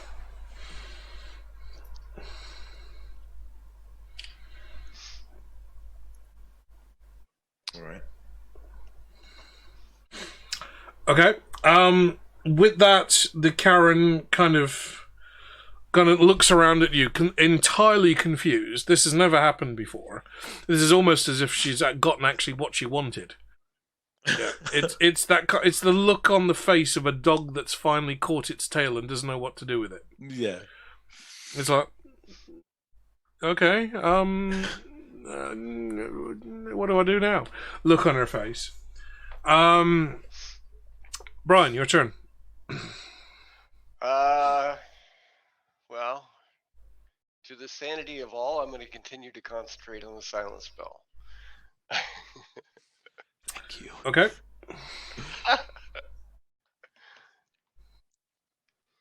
Mr. Pump, back to Eric. But I give it another maybe the fists this time. Are you going to deploy the knuckles? Yeah, I think I am. think that sounds like a fantastic idea. Okay. That was an 8, which would be a 19. It's a hit.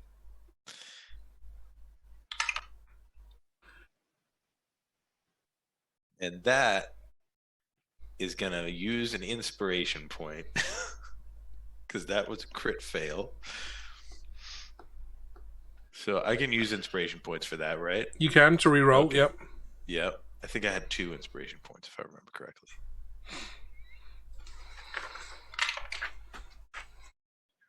That's a 12, so a 23. So that's another 16 points of damage. What was the second type of damage? What do you mean? So you get your standard eight damage.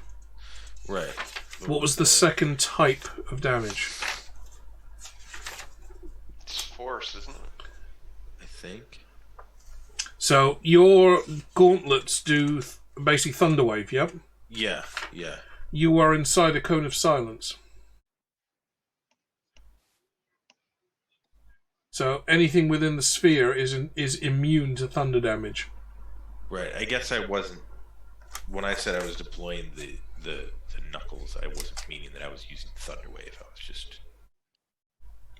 So it's just a straight.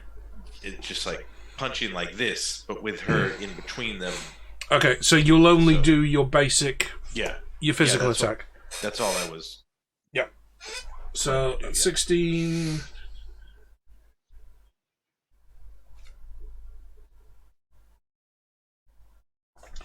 Okay. She reels from this. She staggers to the floor, and kind of rolls around on the floor like a Premier League footballer after a completely missed tackle.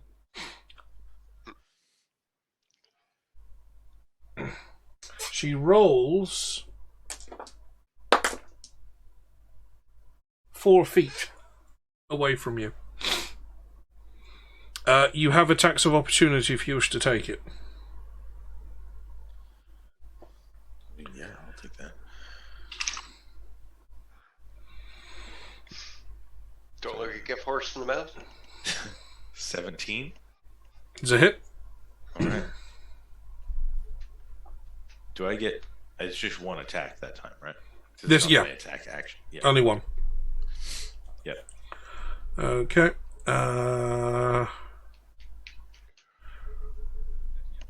And Brian? Just continuing to concentrate. Okay. Eric, your turn. Okay.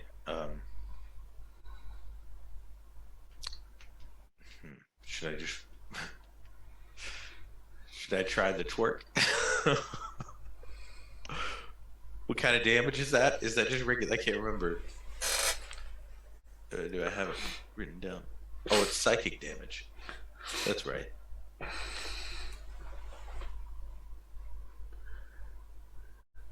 Yeah, she might.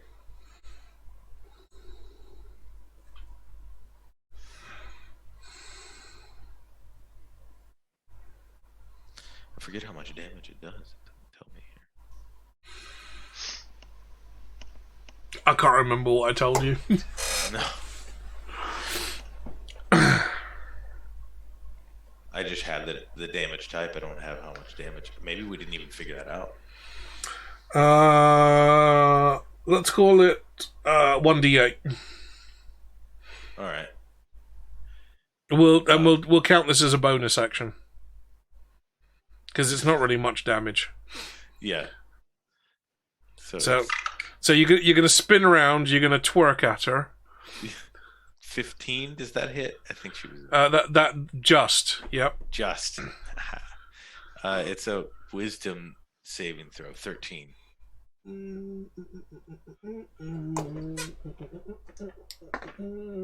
Fail. Yes. Psychic So you do damage. it. Oh my god!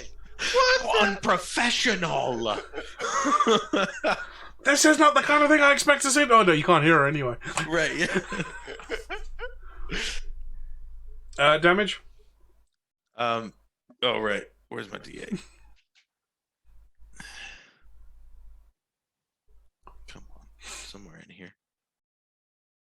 That's it. It's the double pyramid. 5. Okay. You've still got your 2 actions. Yeah. I'll go for. Is she prone? She is at the moment, yeah. Yeah. Okay. I'm gonna go for like 2 hammer fists. Hit a bitch while she's down. Sorry. Why just going for the kick? Well, that would be good too. Maybe Okay. maybe a hammer fist and a kick. I think I like that. Yeah, okay. I like that.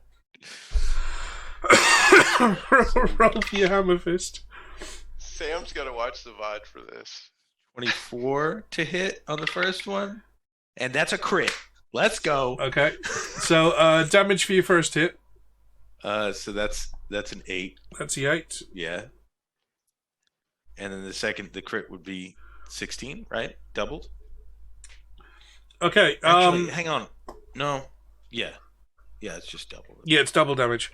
Okay, so you bring down your kind of gauntleted fist down onto the Karen writhing around on the floor after she's been punched in the head repeatedly.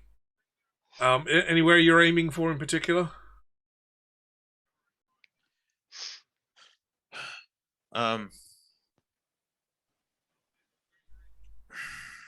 I think just this whole time just aiming at her mouth. Okay, you kind of bring down towards the head.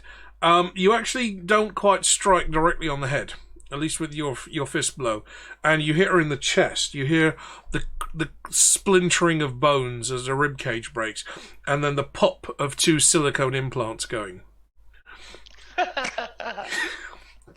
You follow this up with an end gold field kick for a good 30-yarder. Catching her straight in the sternum. And how do you want to do that?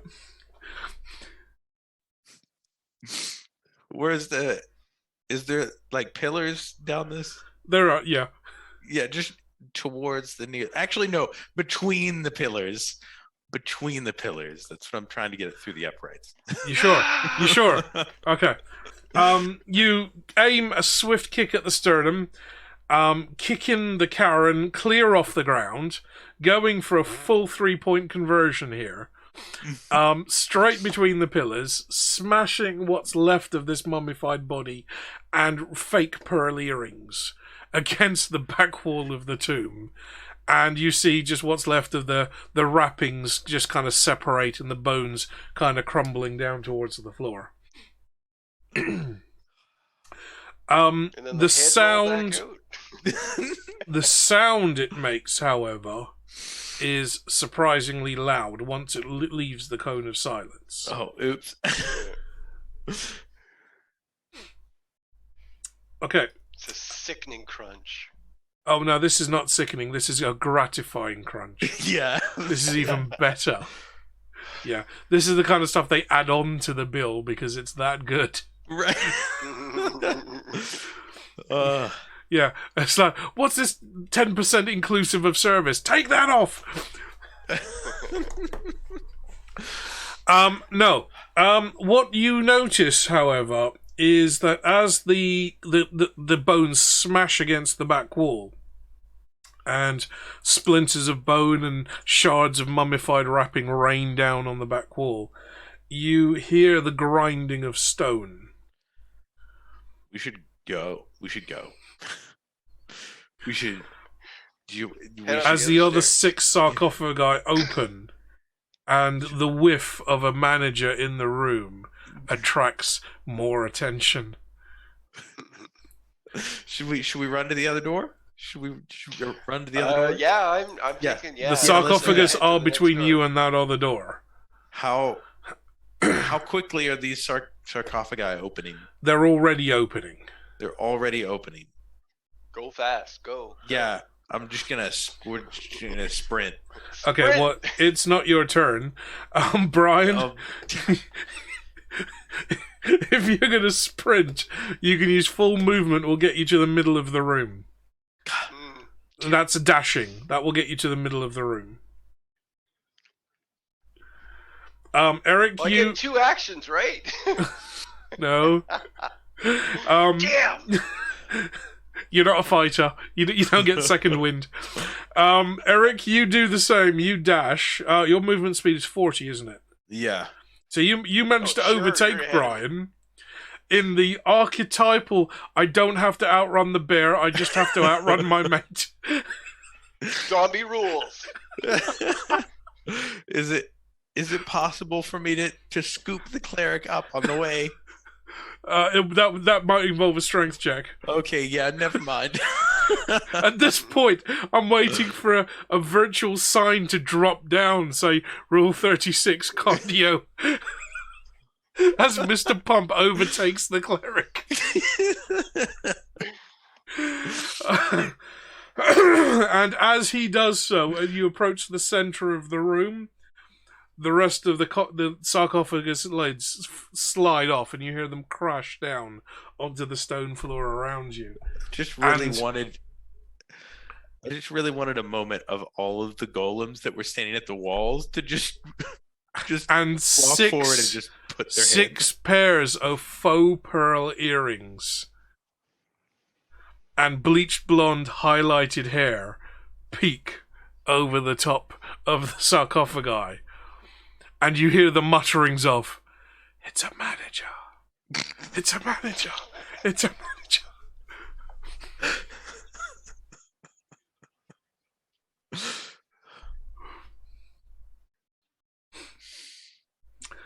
Brian, you find that as you are running, not only is there a gust of air as the golem overtakes you, it's like standing on the pavement and a semi-truck goes past you at 100 kph.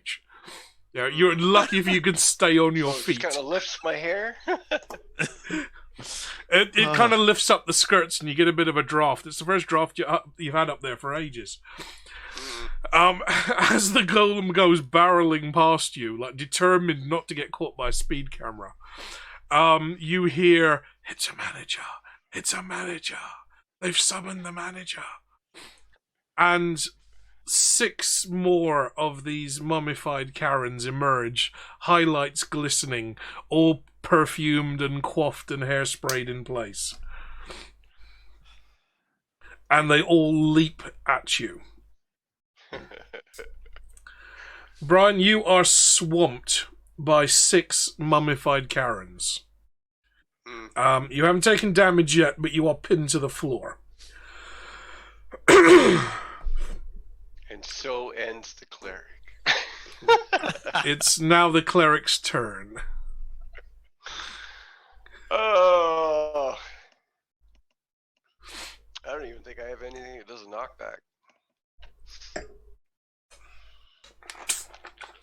Let's see you try and turn undead now, eh, bitch?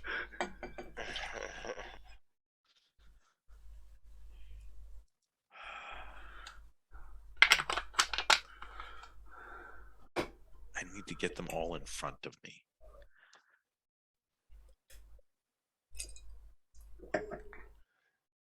What are you planning? A Well, if I 18-point conversion? I want to thunderwave all of them to the other side of the room. Okay, let me just check something here.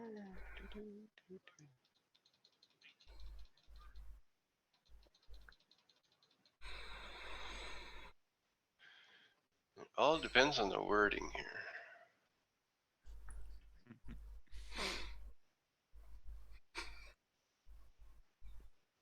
I wrote this encounter about 3 months ago. The Karens only went in last week. I just couldn't help myself. I had to put the Karens in. 7 Ks. Yeah. God. 7 Karens. I mean, one of them's going to be a Tracy. There's going to be a Linda. One's guaranteed to be a Vivian. You know one's going to be a Vivian.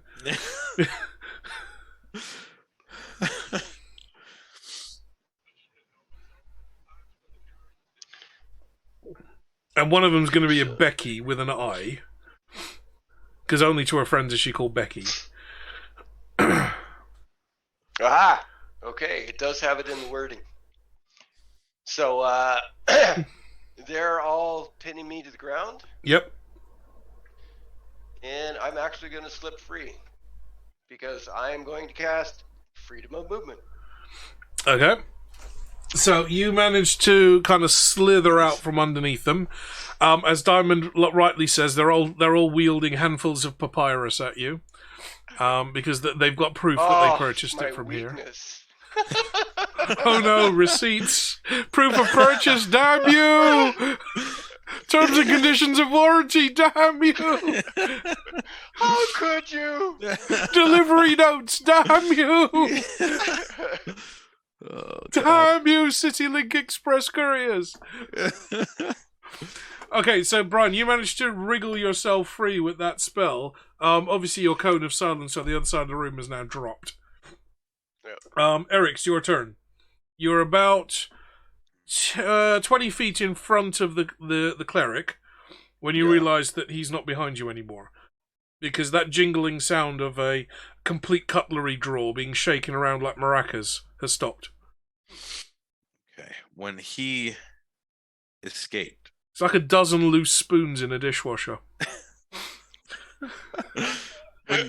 When you escaped, Brian, did you go anywhere? Like, just anywhere would have been fine. Yeah. Did you hide behind something? I would have been trying to focus getting closer to the doorway. But yeah, okay. It's whether I could actually anticipate that. Okay, I will roll for that. So, I'll assume north is the direction you were running in, and I'm going to roll a d8. So we'll see where you ended up. Don't roll a 4.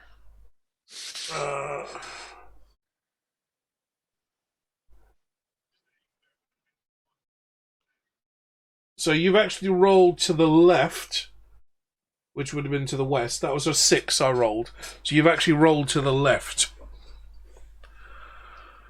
I'm just glad you didn't roll a 4. Going completely the wrong direction. Okay, so I could use my Thunder Wave to...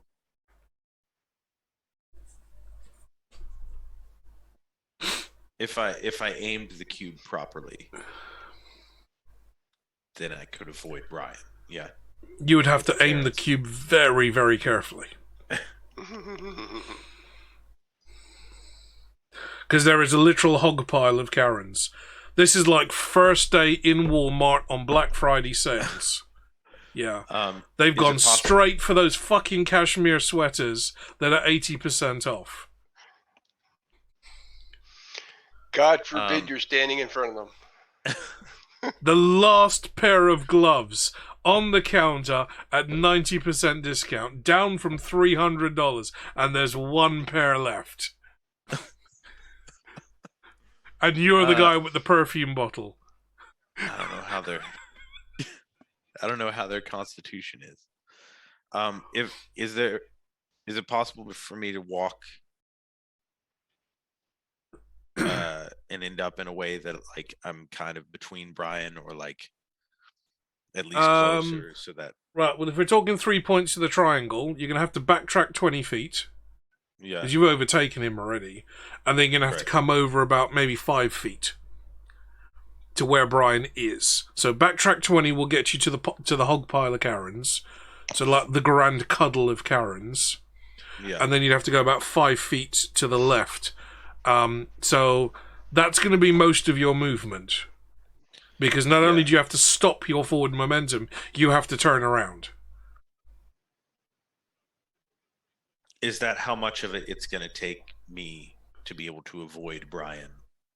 To get into a position where you can cast Thunderwave, you're going to have to be within 10 feet of those Karens anyway. Yeah. Because it's a cube, remember, so they've got to all be in that cube. 15-foot cube. Yeah. So if you're 5 feet away from them, you can cast the cube to encompass them. Okay. But you're going to have to first stop, because you're sprinting towards the door. Stop and turn around, which will say half your movement. You then use your other half of your movement to backtrack, so you're standing close enough to the Karen so you can use Thunderwave. Okay. Yeah, I'm okay with that. Okay, so you're going to activate your gauntlets. Yeah. Is this? Smash them together. Yeah, I don't need to roll for this, right? You Just don't, no. Okay, it's a Constitution save, 12. This could be fun, because they're +5. Yeah. I figured that would be the case. What's your DC? 12. Okay. One fail. Good. 2 fails out of the 6. I'll take that. So those 2 will take full damage. Yeah, so that's 2. On a failed save, creature takes 2d8. Let me get my... There's 1. Where's my other d8? Oh, the Tomb of the 7 Karens. Wow, the stream's taking quite a hit there. Yeah, I noticed that. So what? Your stream And degraded a bit there. Oh, okay. It was all pixelated. You Something just might be start doing downloading. update. Yeah, I've gone into the red for my stream quality. Something might be doing updates in the background. so the ones that failed take 10 damage, and the ones that saved take 5 damage. Okay. And in addition, unsecured objects that are completely within the area of effect are automatically pushed 10 feet away from me.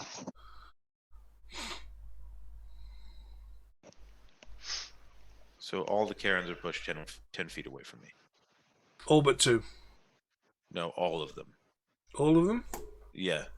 Saved or unsaved. Oh, okay. Right. Okay. So there's a pile of Karens being shoved towards the back wall from the way you came. Yeah, my kilobytes per second are really dropping down. I'm wondering if it's the internet connection, because the Zoom call's pretty good so far. We haven't had any issues there. Give me 2 seconds. I'm running a quick speed test, because that should kick everything into gear.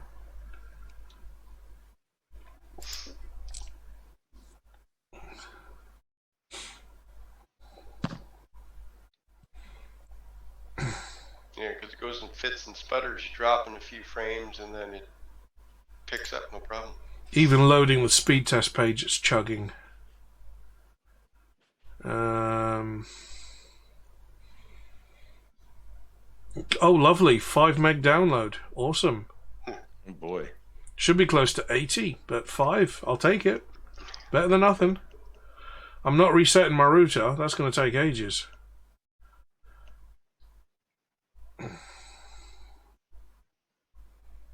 So average 2.5 down, 4.5 up. Yeah, there's definitely something going on in the background. Sorry guys, yeah, the stream's gonna... Looks like the stream might have dropped just there. The stream's gonna stutter a bit until it stabilizes. It looks like my internet's kind of playing up. I'm back in the green and the yellows, but it's kind of going up and down. So hopefully it should settle down after a little bit. But we might end up losing the stream and restarting, so do bear with me, guys. We're back in the green. That has kick-started it a little. Okay, let's see how that rolls out. Okay, all 6 Karens go tumbling over away from you, being pushed back by the force of the thunder wave. It's the Karen's turn. All prone, they all kind of drag themselves to their feet. 2 of them pin the cleric, who's trying to crawl away on the ground, with their gaze. Brian, can you make a DC Constitution saving throw?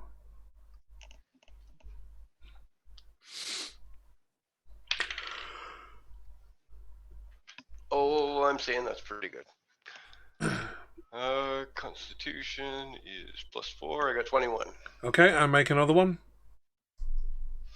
There's 2 of them.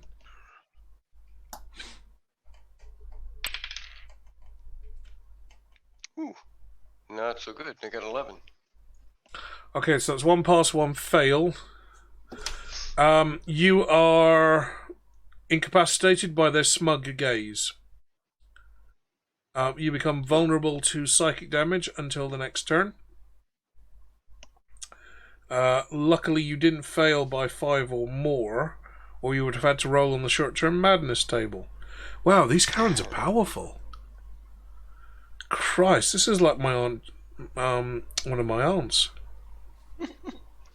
Wouldn't you just love a mad cleric to be in the group? Oh, you don't know what's on the next level, do you? Right, okay. So you are temporarily vulnerable to psychic damage. That's for this turn only. Okay, so that's Karen's 2 and 3. Karen's 4 and 5, 6 and 7 are going to get to their feet. They are going to rage. So they're going to outrage.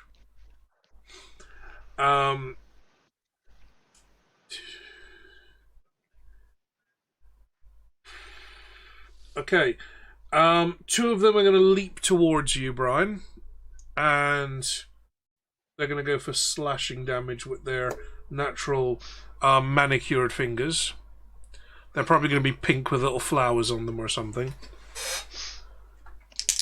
So, first pair of attacks is... What are we? Plus 3? No, hang on.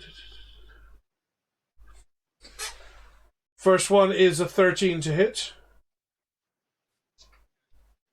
Other one's a fail. Nope. And second Karen, I've got a 18 and a 15 to hit. Nope. It's a good thing you've got that shield of yours, isn't it? Well, the shield pushes me up to 21. That's 2 and 3, that's 4 and 5. 6 and 7 are going to use their outrage. And I'm gonna do a roll d20 on screen for this one. Any higher than 12, they're gonna summon the guard. The mother of all Karens. Got a 2. The 8th K. And we've got a 12. Oh dear. Right. You said anything higher than a 12. I did, yes. So the guard are not being summoned as yet. The 2 that we're summoning, that's summon the guard is their bonus action. Right. Brian, can you make 2 more? Oh, hang on. What are we? Hang on. I can't remember what whether there's saving throw for this or not. Yeah. Can I get 2 dexterity saving throws from you, please? Here, let's check beforehand.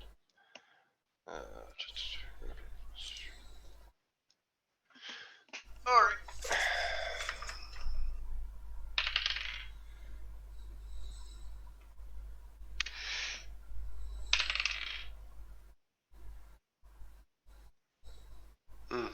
Well, I'm kind of thinking one's a fail, one's a pass, because I got 9 on the first one, and I got 22 on the second one.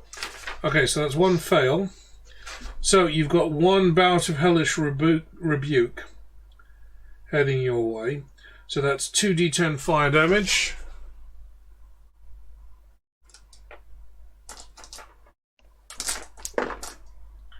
So you take... Bloody hell, is that all?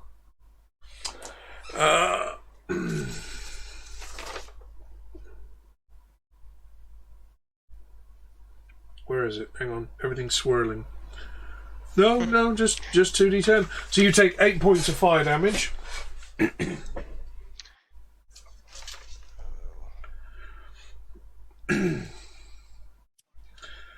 But the guard have been summoned.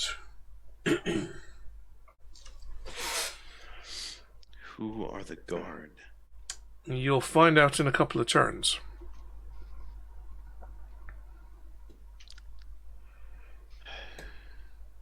had something written down about the armor. 'Cause wasn't there a fire bonus for the armor? I can't remember. Did you write it down in your character sheet? Shimmering chainmail, Janet, +2 dexterity fire resistant. So, half damage to, the massive 8 that I dealt you. So it's 4. God, it's not even double figures on 2d10. Jesus. That was a sad roll. Okay, I'll take it though.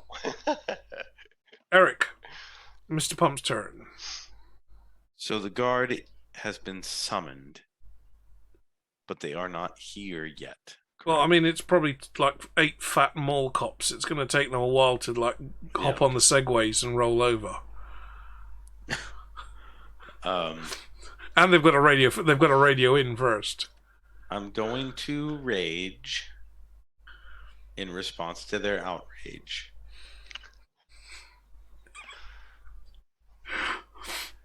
I'm just gonna the two that are there's 2 that are close to Brian. Yep. Can I make it to those 2? Yep. Yeah. All right. I'm just gonna slap each of them. One slap for each of them. Are we getting into Greek slap territory?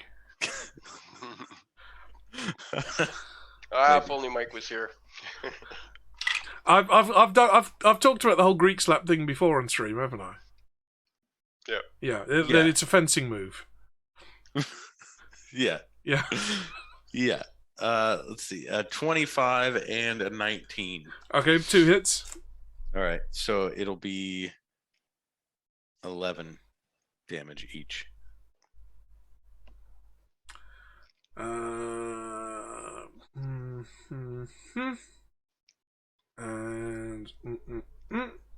right. Anything else? No, I don't believe I can do anything else. Hang on. What's it called?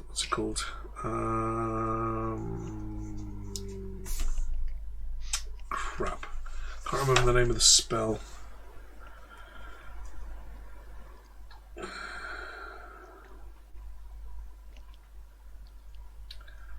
Balls. What's it called? Never heard of that spell before. No, it's a level 10. It's a level 10. Ah! What, the balls spell?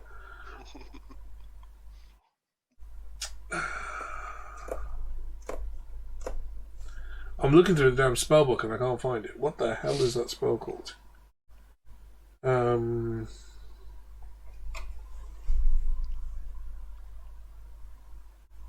We get to put a timer on the DM.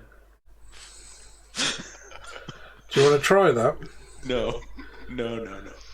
Seriously, would you like to try that? No. No, you take your time. Take as much time as you need.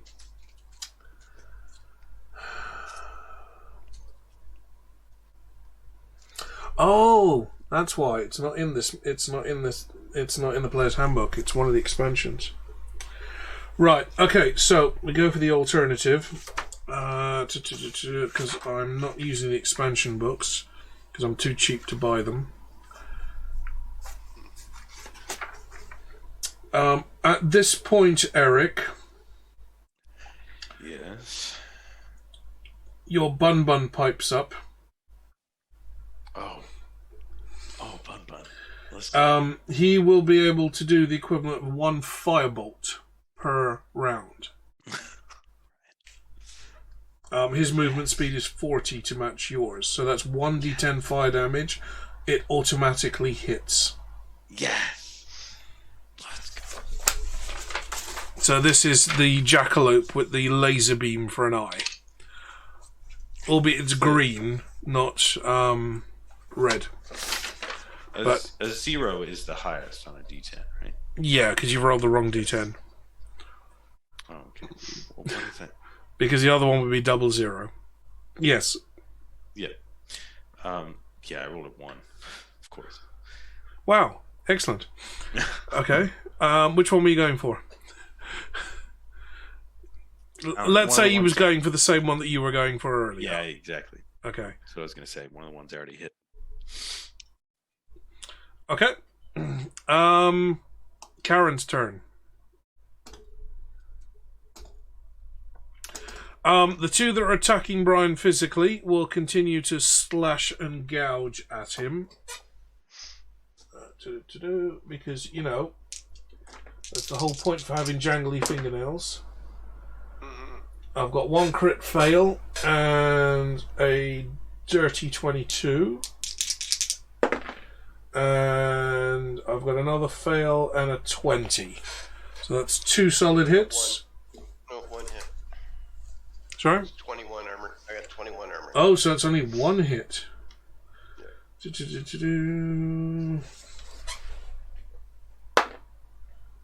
So that's 2 points of slashing damage. Fucking tremendous. I'm just scraping by the skin of my teeth here. Right. That's Karen's numbers 2 and 3. I'm just going in order. Karen's number 4 and 5 let out a huge shriek and demand at the top of their voices to speak to the manager. All creatures within 30 feet must make a DC 15 Constitution saving throw. I was going to say 52. Yeah, right. Well, that's a fail. Let me work on that one. So, Constitution saving throw DC 15.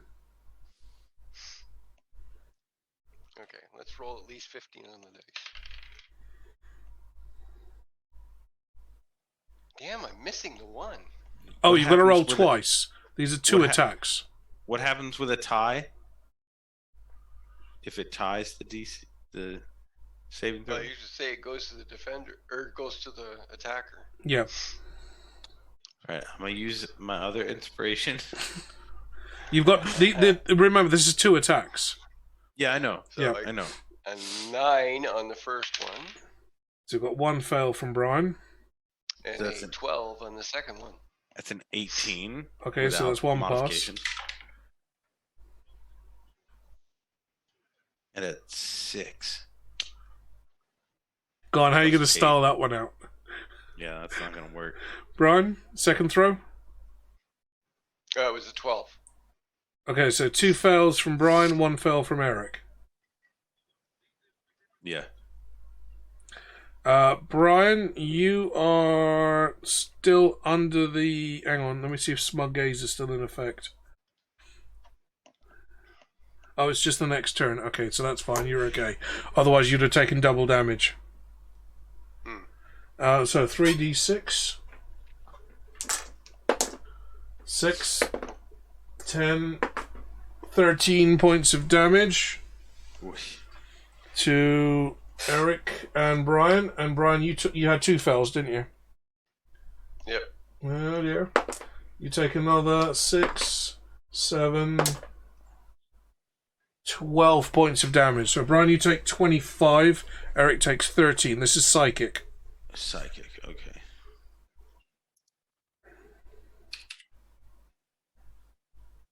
And Eric, you passed one of them.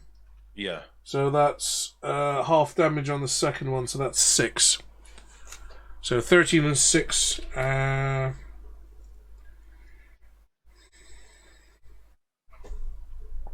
Okay, that's those 2.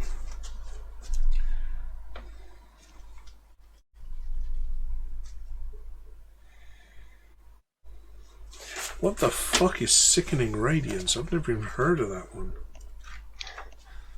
Oh, it sounds like a poison type attack. Sounds awesome, doesn't it? Ooh, I'm already at half health.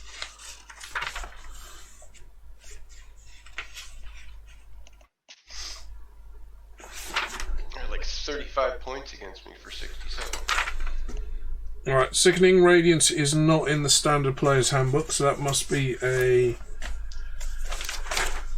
spell from one of the other modules. So I'm going to strike that one off the list. I'm only going by Standard Player's Handbook. That was the rules I set at the very beginning of this.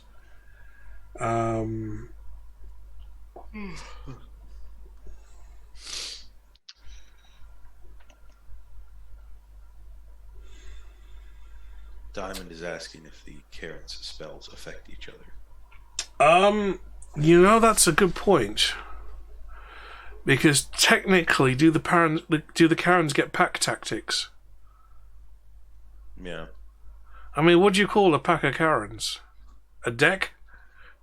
A dick? A dick of Karen's? It was just a regular Tuesday, and then rolled in a full-on deek. Every one of them was a Karen. It's like, fuck me. A fucking dick of Karens. And they're all fucking spades. Every one of them. Ugly as sin. Right, hang on. There's two Karens left. They've called the guard. Okay, so yeah, they've called the guard. I'm going to have them hold position and hold their action. These are the two that Mr. Pump has been wailing on. Okay, Brian, your turn.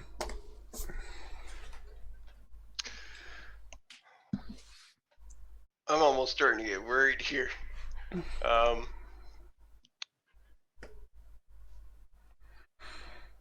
I only got one left. I'm scared. I'm gonna cast Death Ward. Can I make a suggestion? I don't know how much hard. What? These are mummies. Mm-hmm. You're a life cleric. Oh yeah. I could Oh yeah. turn. I looked it up because I knew I had heard it before. A group of Karens, according to a meme, is called a complaint. Right, yeah, we have a complaint of Karens. Indeed.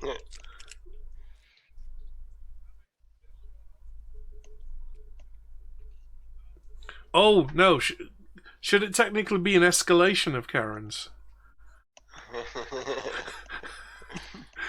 I want to speak to your supervisor! And it echoes around the room.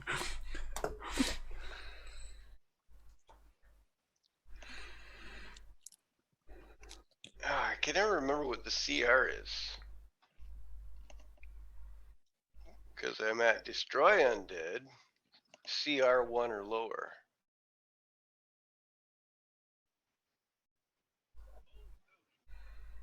Well, okay, long story short, these are challenge rating of 6 each. Oh, okay, challenge rating. Okay. So then, yeah, they would just be turned. So it's a wisdom saving throw. Right, excellent. Right, so wisdom saving throws, con and charisma, so they don't get any bonuses for wisdom. So they're going on a raw roll with a -1. How does he keep doing this? Honestly. First the Lich. What's the DC? 17. That's 2 fails. That's 4 fails. Oh, only 5 fails. One of the Karens pulls out a 16. Ugh. No, but it's 17 though. Oh, they get a +1? Oh shit. Or 2. 6 fails, damn it.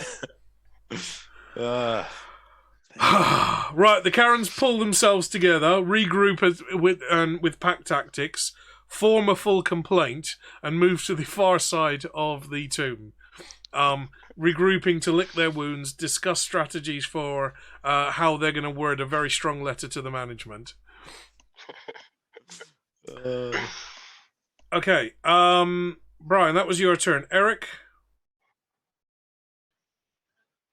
So that's they're all going away. Yes. Yeah. Okay. Shall we make our way to the other door. Nerdy Northerners, welcome, guys. Kind of slept in there because I don't have any raid alerts turned on my stream yet. But welcome, folks. Welcome. Who is that? I'm assuming that's Jake. Have you been up to what have you been playing now? You were playing Halo last time I caught your stream. New World. Oh, you haven't burned out a graphics card in New World then. Good luck. Definitely RTX off for New World. But yep, thank you very much for supporting. Lurk away, sir. Lurk away. We're currently down 2 players, so 2 players only are taking on what is affectionately known as a complaint of undead mummified Karens. The guard have been summoned, but they haven't yet turned up. So, Eric, you have a chance to do something. Yeah. Which side of the room did they move to? Away from you, so back towards the way you came. Okay. Okay. The question is, where is the guard coming from? Well, I'm not going to tell you that, am I? Yeah. And... I mean, duh. Rhetorical. Is it possible to hide behind the pillars? Is it possible for Mr. Pump to hide behind one of the pillars? No. It's possible for Mr. Pump to stand next to one of the other golems and pretend he's deactivated. Yeah, I like that. Okay, we're going to need a roll deception for that one. Deception. Could have been stealth. Yeah, can he stand there completely still, or is he going to sit there? Well, or is the bun gonna ruin it for me? Or like Google? Well, he's got a Google box around his neck and he's got a bunny sitting on his shoulder. So yeah, that's true. He's also the only non-anthropomorphized golem in the room. The 15. Okay, yeah, okay, I'll give you that. All right. Yes. So you slot into a spot where it looks like a golem might have once stood. If possible, I would like to be closer to the door. Well, you're back into the center of the room, so you're gonna have to do full movement to do that. Yeah. Okay, so Yeah. you kind of as best you can dash across the room and then stand stock still in between 2 golems to kind of make it look like you belong there. Okay, you do, however, have a Google hanging around your neck. And you've got brass knuckles on. And you've got a brass kind of lightning bolt crack in your chest. But you're going to do your best. Hang on. Is it? Oh, that's a crit as well. The bunny hops up and sits contentedly on top of your head. It starts thumping. Brian. Danger nearby. Can I? No.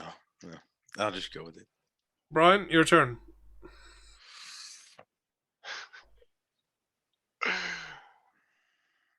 I'm just trying to think. Have I ever seen a potion of invisibility? Oh, I have a potion. Okay, so I know exactly what they look like because I have a potion of invisibility.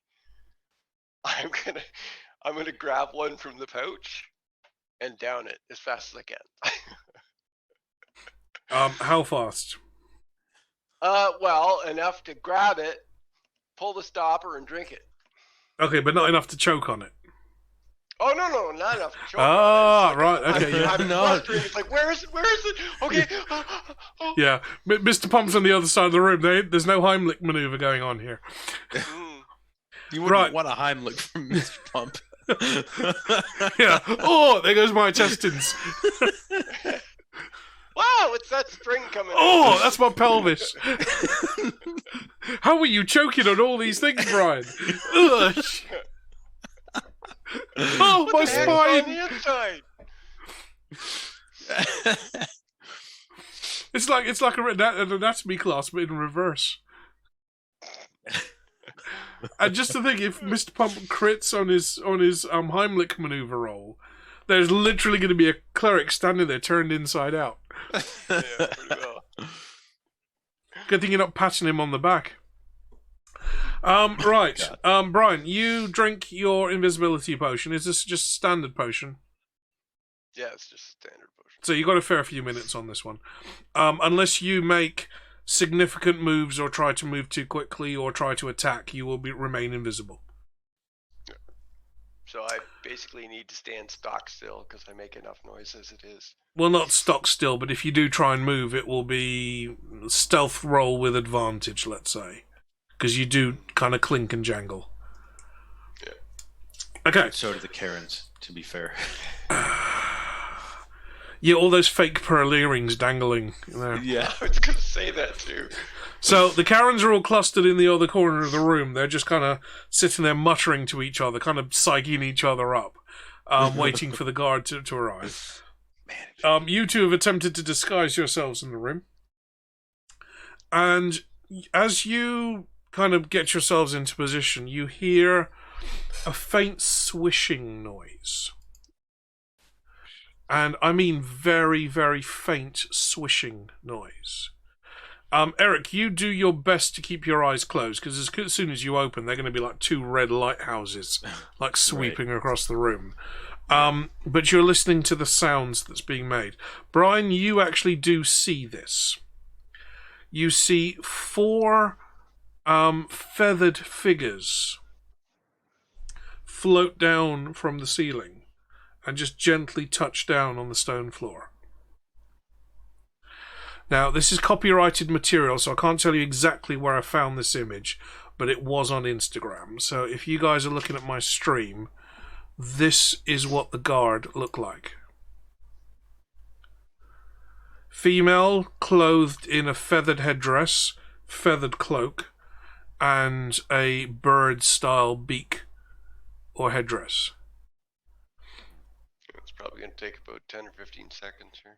They are glowing with a greenish tinge.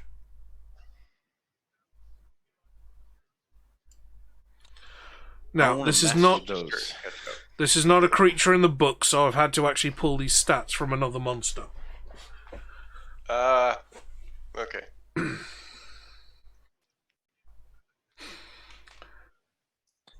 Yeah, I don't want to mess with that guard. Right. At this point, okay, because we're coming up to 3:30 a.m. my time. Yeah. We're about halfway from finishing anyway. This is not an encounter I want to start now. No. Because this is going to take some time. I actually wrote down 6 of these things, but given that it's only the 2 of you playing, I'm not going to throw all 6 at you. Appreciate that. The stats on these are high. So if you thought the Karens were trouble, these are equivalent to a low-level lich. And they are not undead. Mm-hmm. So, I am going to suggest that we stop here. Unless you guys want to carry on. No, No. I'm going to suggest that we stop here because we're down Dustin, we're down Sam. The party's pretty much at half strength. I'm not going to attempt to play the other characters because that's normally what I would do if it was just one person missing. But you have turned the Karens. Mm-hmm. No, sorry. You have filed the complaint of the Karens. They are currently turned and they're kind of regrouping and muttering away in the corner, talking about Tupperware. The escalation has shown up. Yes. The matter has been escalated and the guards were summoned, and now the guards are here. So there are 4 guards kind of floating down from the ceiling, almost like feathers falling down. And when they do touch the ground, if you were to look really closely, Brian, you might see that they're not even touching the ground. They are glowing green. There is a significant aura of magic around them. And they're scanning the room. Don't see invisibility. Don't see invisibility. So, Notice the I think button. this is going to be a good time to stop the game today. We didn't quite make as much progress as I wanted, but we did start a bit late. Because Eric's work patterns has changed a little bit for this. And indeed, Diamond, I really do want the rest of the party here for this one. Yeah. Because they are going to need the rest of the party, because that turn undead is only going to last so long. Right. And as soon as Brian's concentration is broken, you guys are going to be in trouble. Because not only have you got 6 of the Karens left, you've also got 4 of the guard. Now, I'm not saying the guard are actually going to be on the side of the Karens. Yeah, I was gonna say, what do I have to roll to convince the guard that we're the ones that called them? You may not have to roll. The guards just may do what any guard would do, is just fucking arrest everybody and ask questions later. Just fuck everybody up, Right. and anybody still alive at the end of the battle is obviously innocent. So, Yeah, that makes sense. we're going to stop it here, because, frankly, if I even throw one of these at you, this is going to wipe you out. And it's not fair me doing this to you without the rest of the party here. Yeah. I did adjust the challenge rating of the 7 Karens, but there had to be 7 of them. It's the Tomb of the 7 Karens. So I did bring their HP down to make it just a little bit fairer, but still, they hit you really hard. Yeah. Hey, to be fair, he said you don't want to go up there. He did say that. He did say Yeah, almost as if he's met them. that. Right, yeah. Yeah, he knows. Now, I've made a point of this in the past of the game, that whether I'm rolling dice on cam or not, as a DM, you're rolling dice behind a screen, because part of the DM's job is to fudge dice rolls for the sake of the story. Now, I was talking to Marie about this earlier, and it's that I will fudge dice rolls because sometimes the story has to be epic. But this time, this combat encounter, I have been rolling directly to stats. Yeah. Which means, you're going to get hit hard. So, we're going to stop it here. I'm going to pick this up on our next episode, which is going to be the 17th of December, unless shit happens between now and then, because, schedule's coming up to Christmas and all that. We can't guarantee anything, but we're looking to be the 17th, unless further notice. We are inside the Great Pyramid, or the Great Ziggurat. You are questing for the great power that the Golems told you were in here. You have encountered a complaint of Karen's. You have filed that complaint. But the guard have been summoned. And we really want the rest of the team here for this one. Actually, schedule-wise, I work on, like, the 20th and the 21st, the Monday and Tuesday. And then I don't go back to work until the 29th and 30th. So the I have, 17th... like, that whole week off. The 17th would be our next game, and then the next one after that would be Yep. New Year's Eve. So I don't think that's going to happen. Right. No. I don't think anybody wants to be The one playing opposite D&D. would be Boxing Day, so I don't Yeah. know if you'd want to do a game on Boxing Day or not.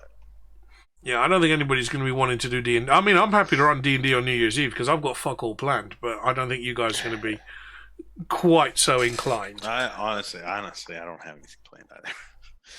We never do anything for New Year's. Well, it'll already be 2022 by the time we start your game, Eric. Yeah. Well, I probably won't be working that day, the 31st.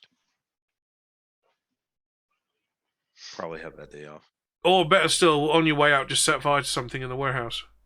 Yeah, right. Yeah. I mean, it's alcohol, so we do actually have, like, there's a container in the back that's like 600 liters of bourbon, like flammable bourbon.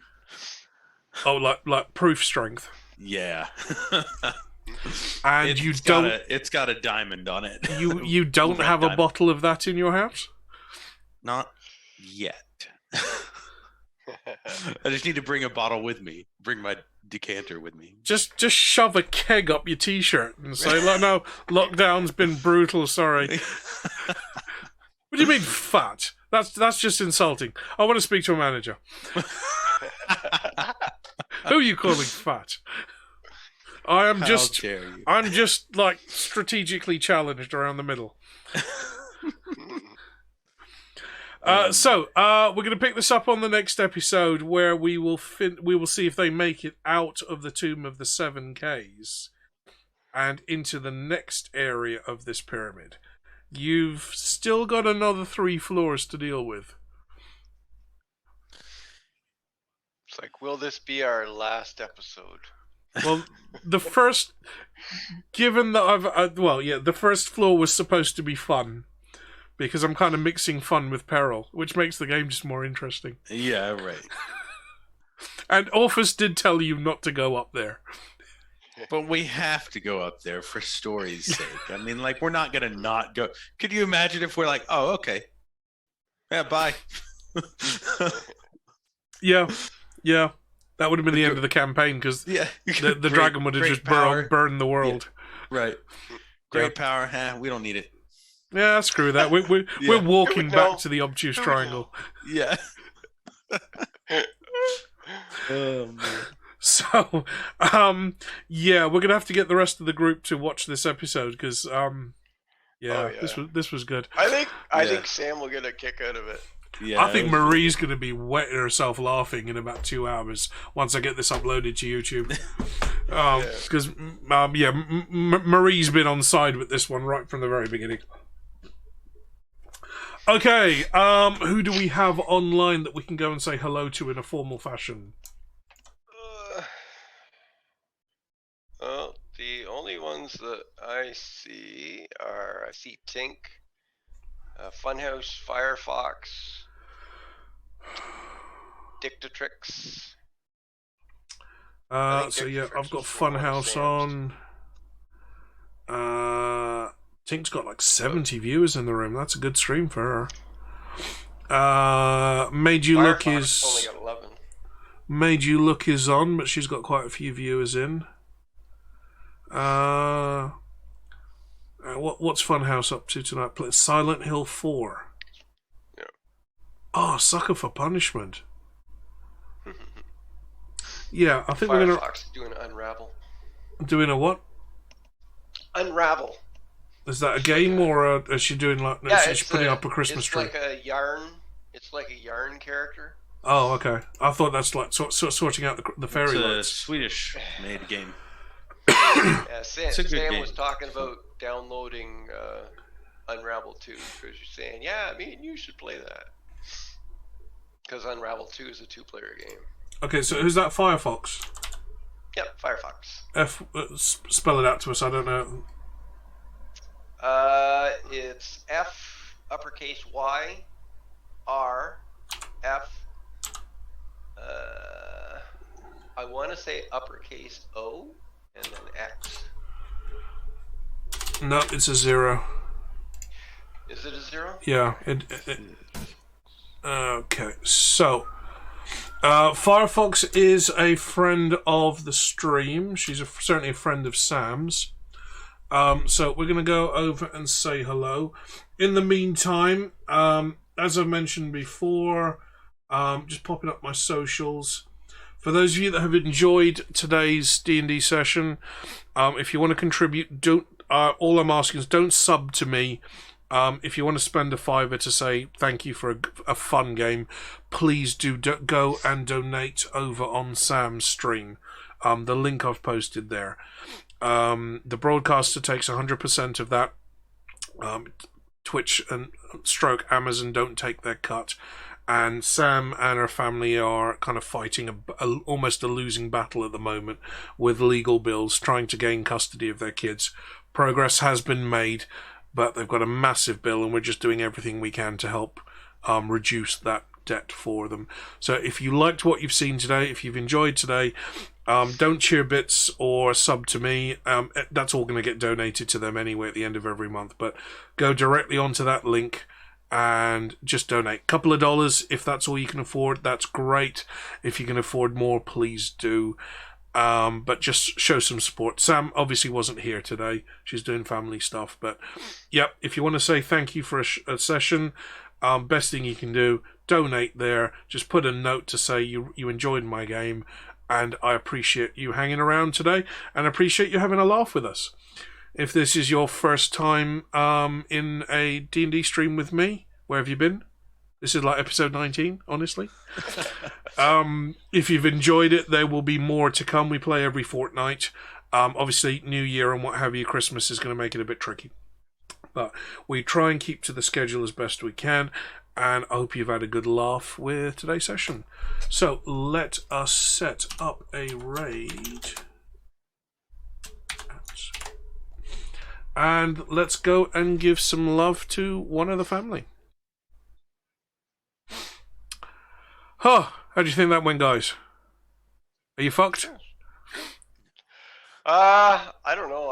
I'm just crossing my fingers that they can't see invisibility. Okie doke. So, everybody, thank you very much for joining. Hope you've enjoyed. Let's go raid Firefox, and please do donate if you can with that link that I posted.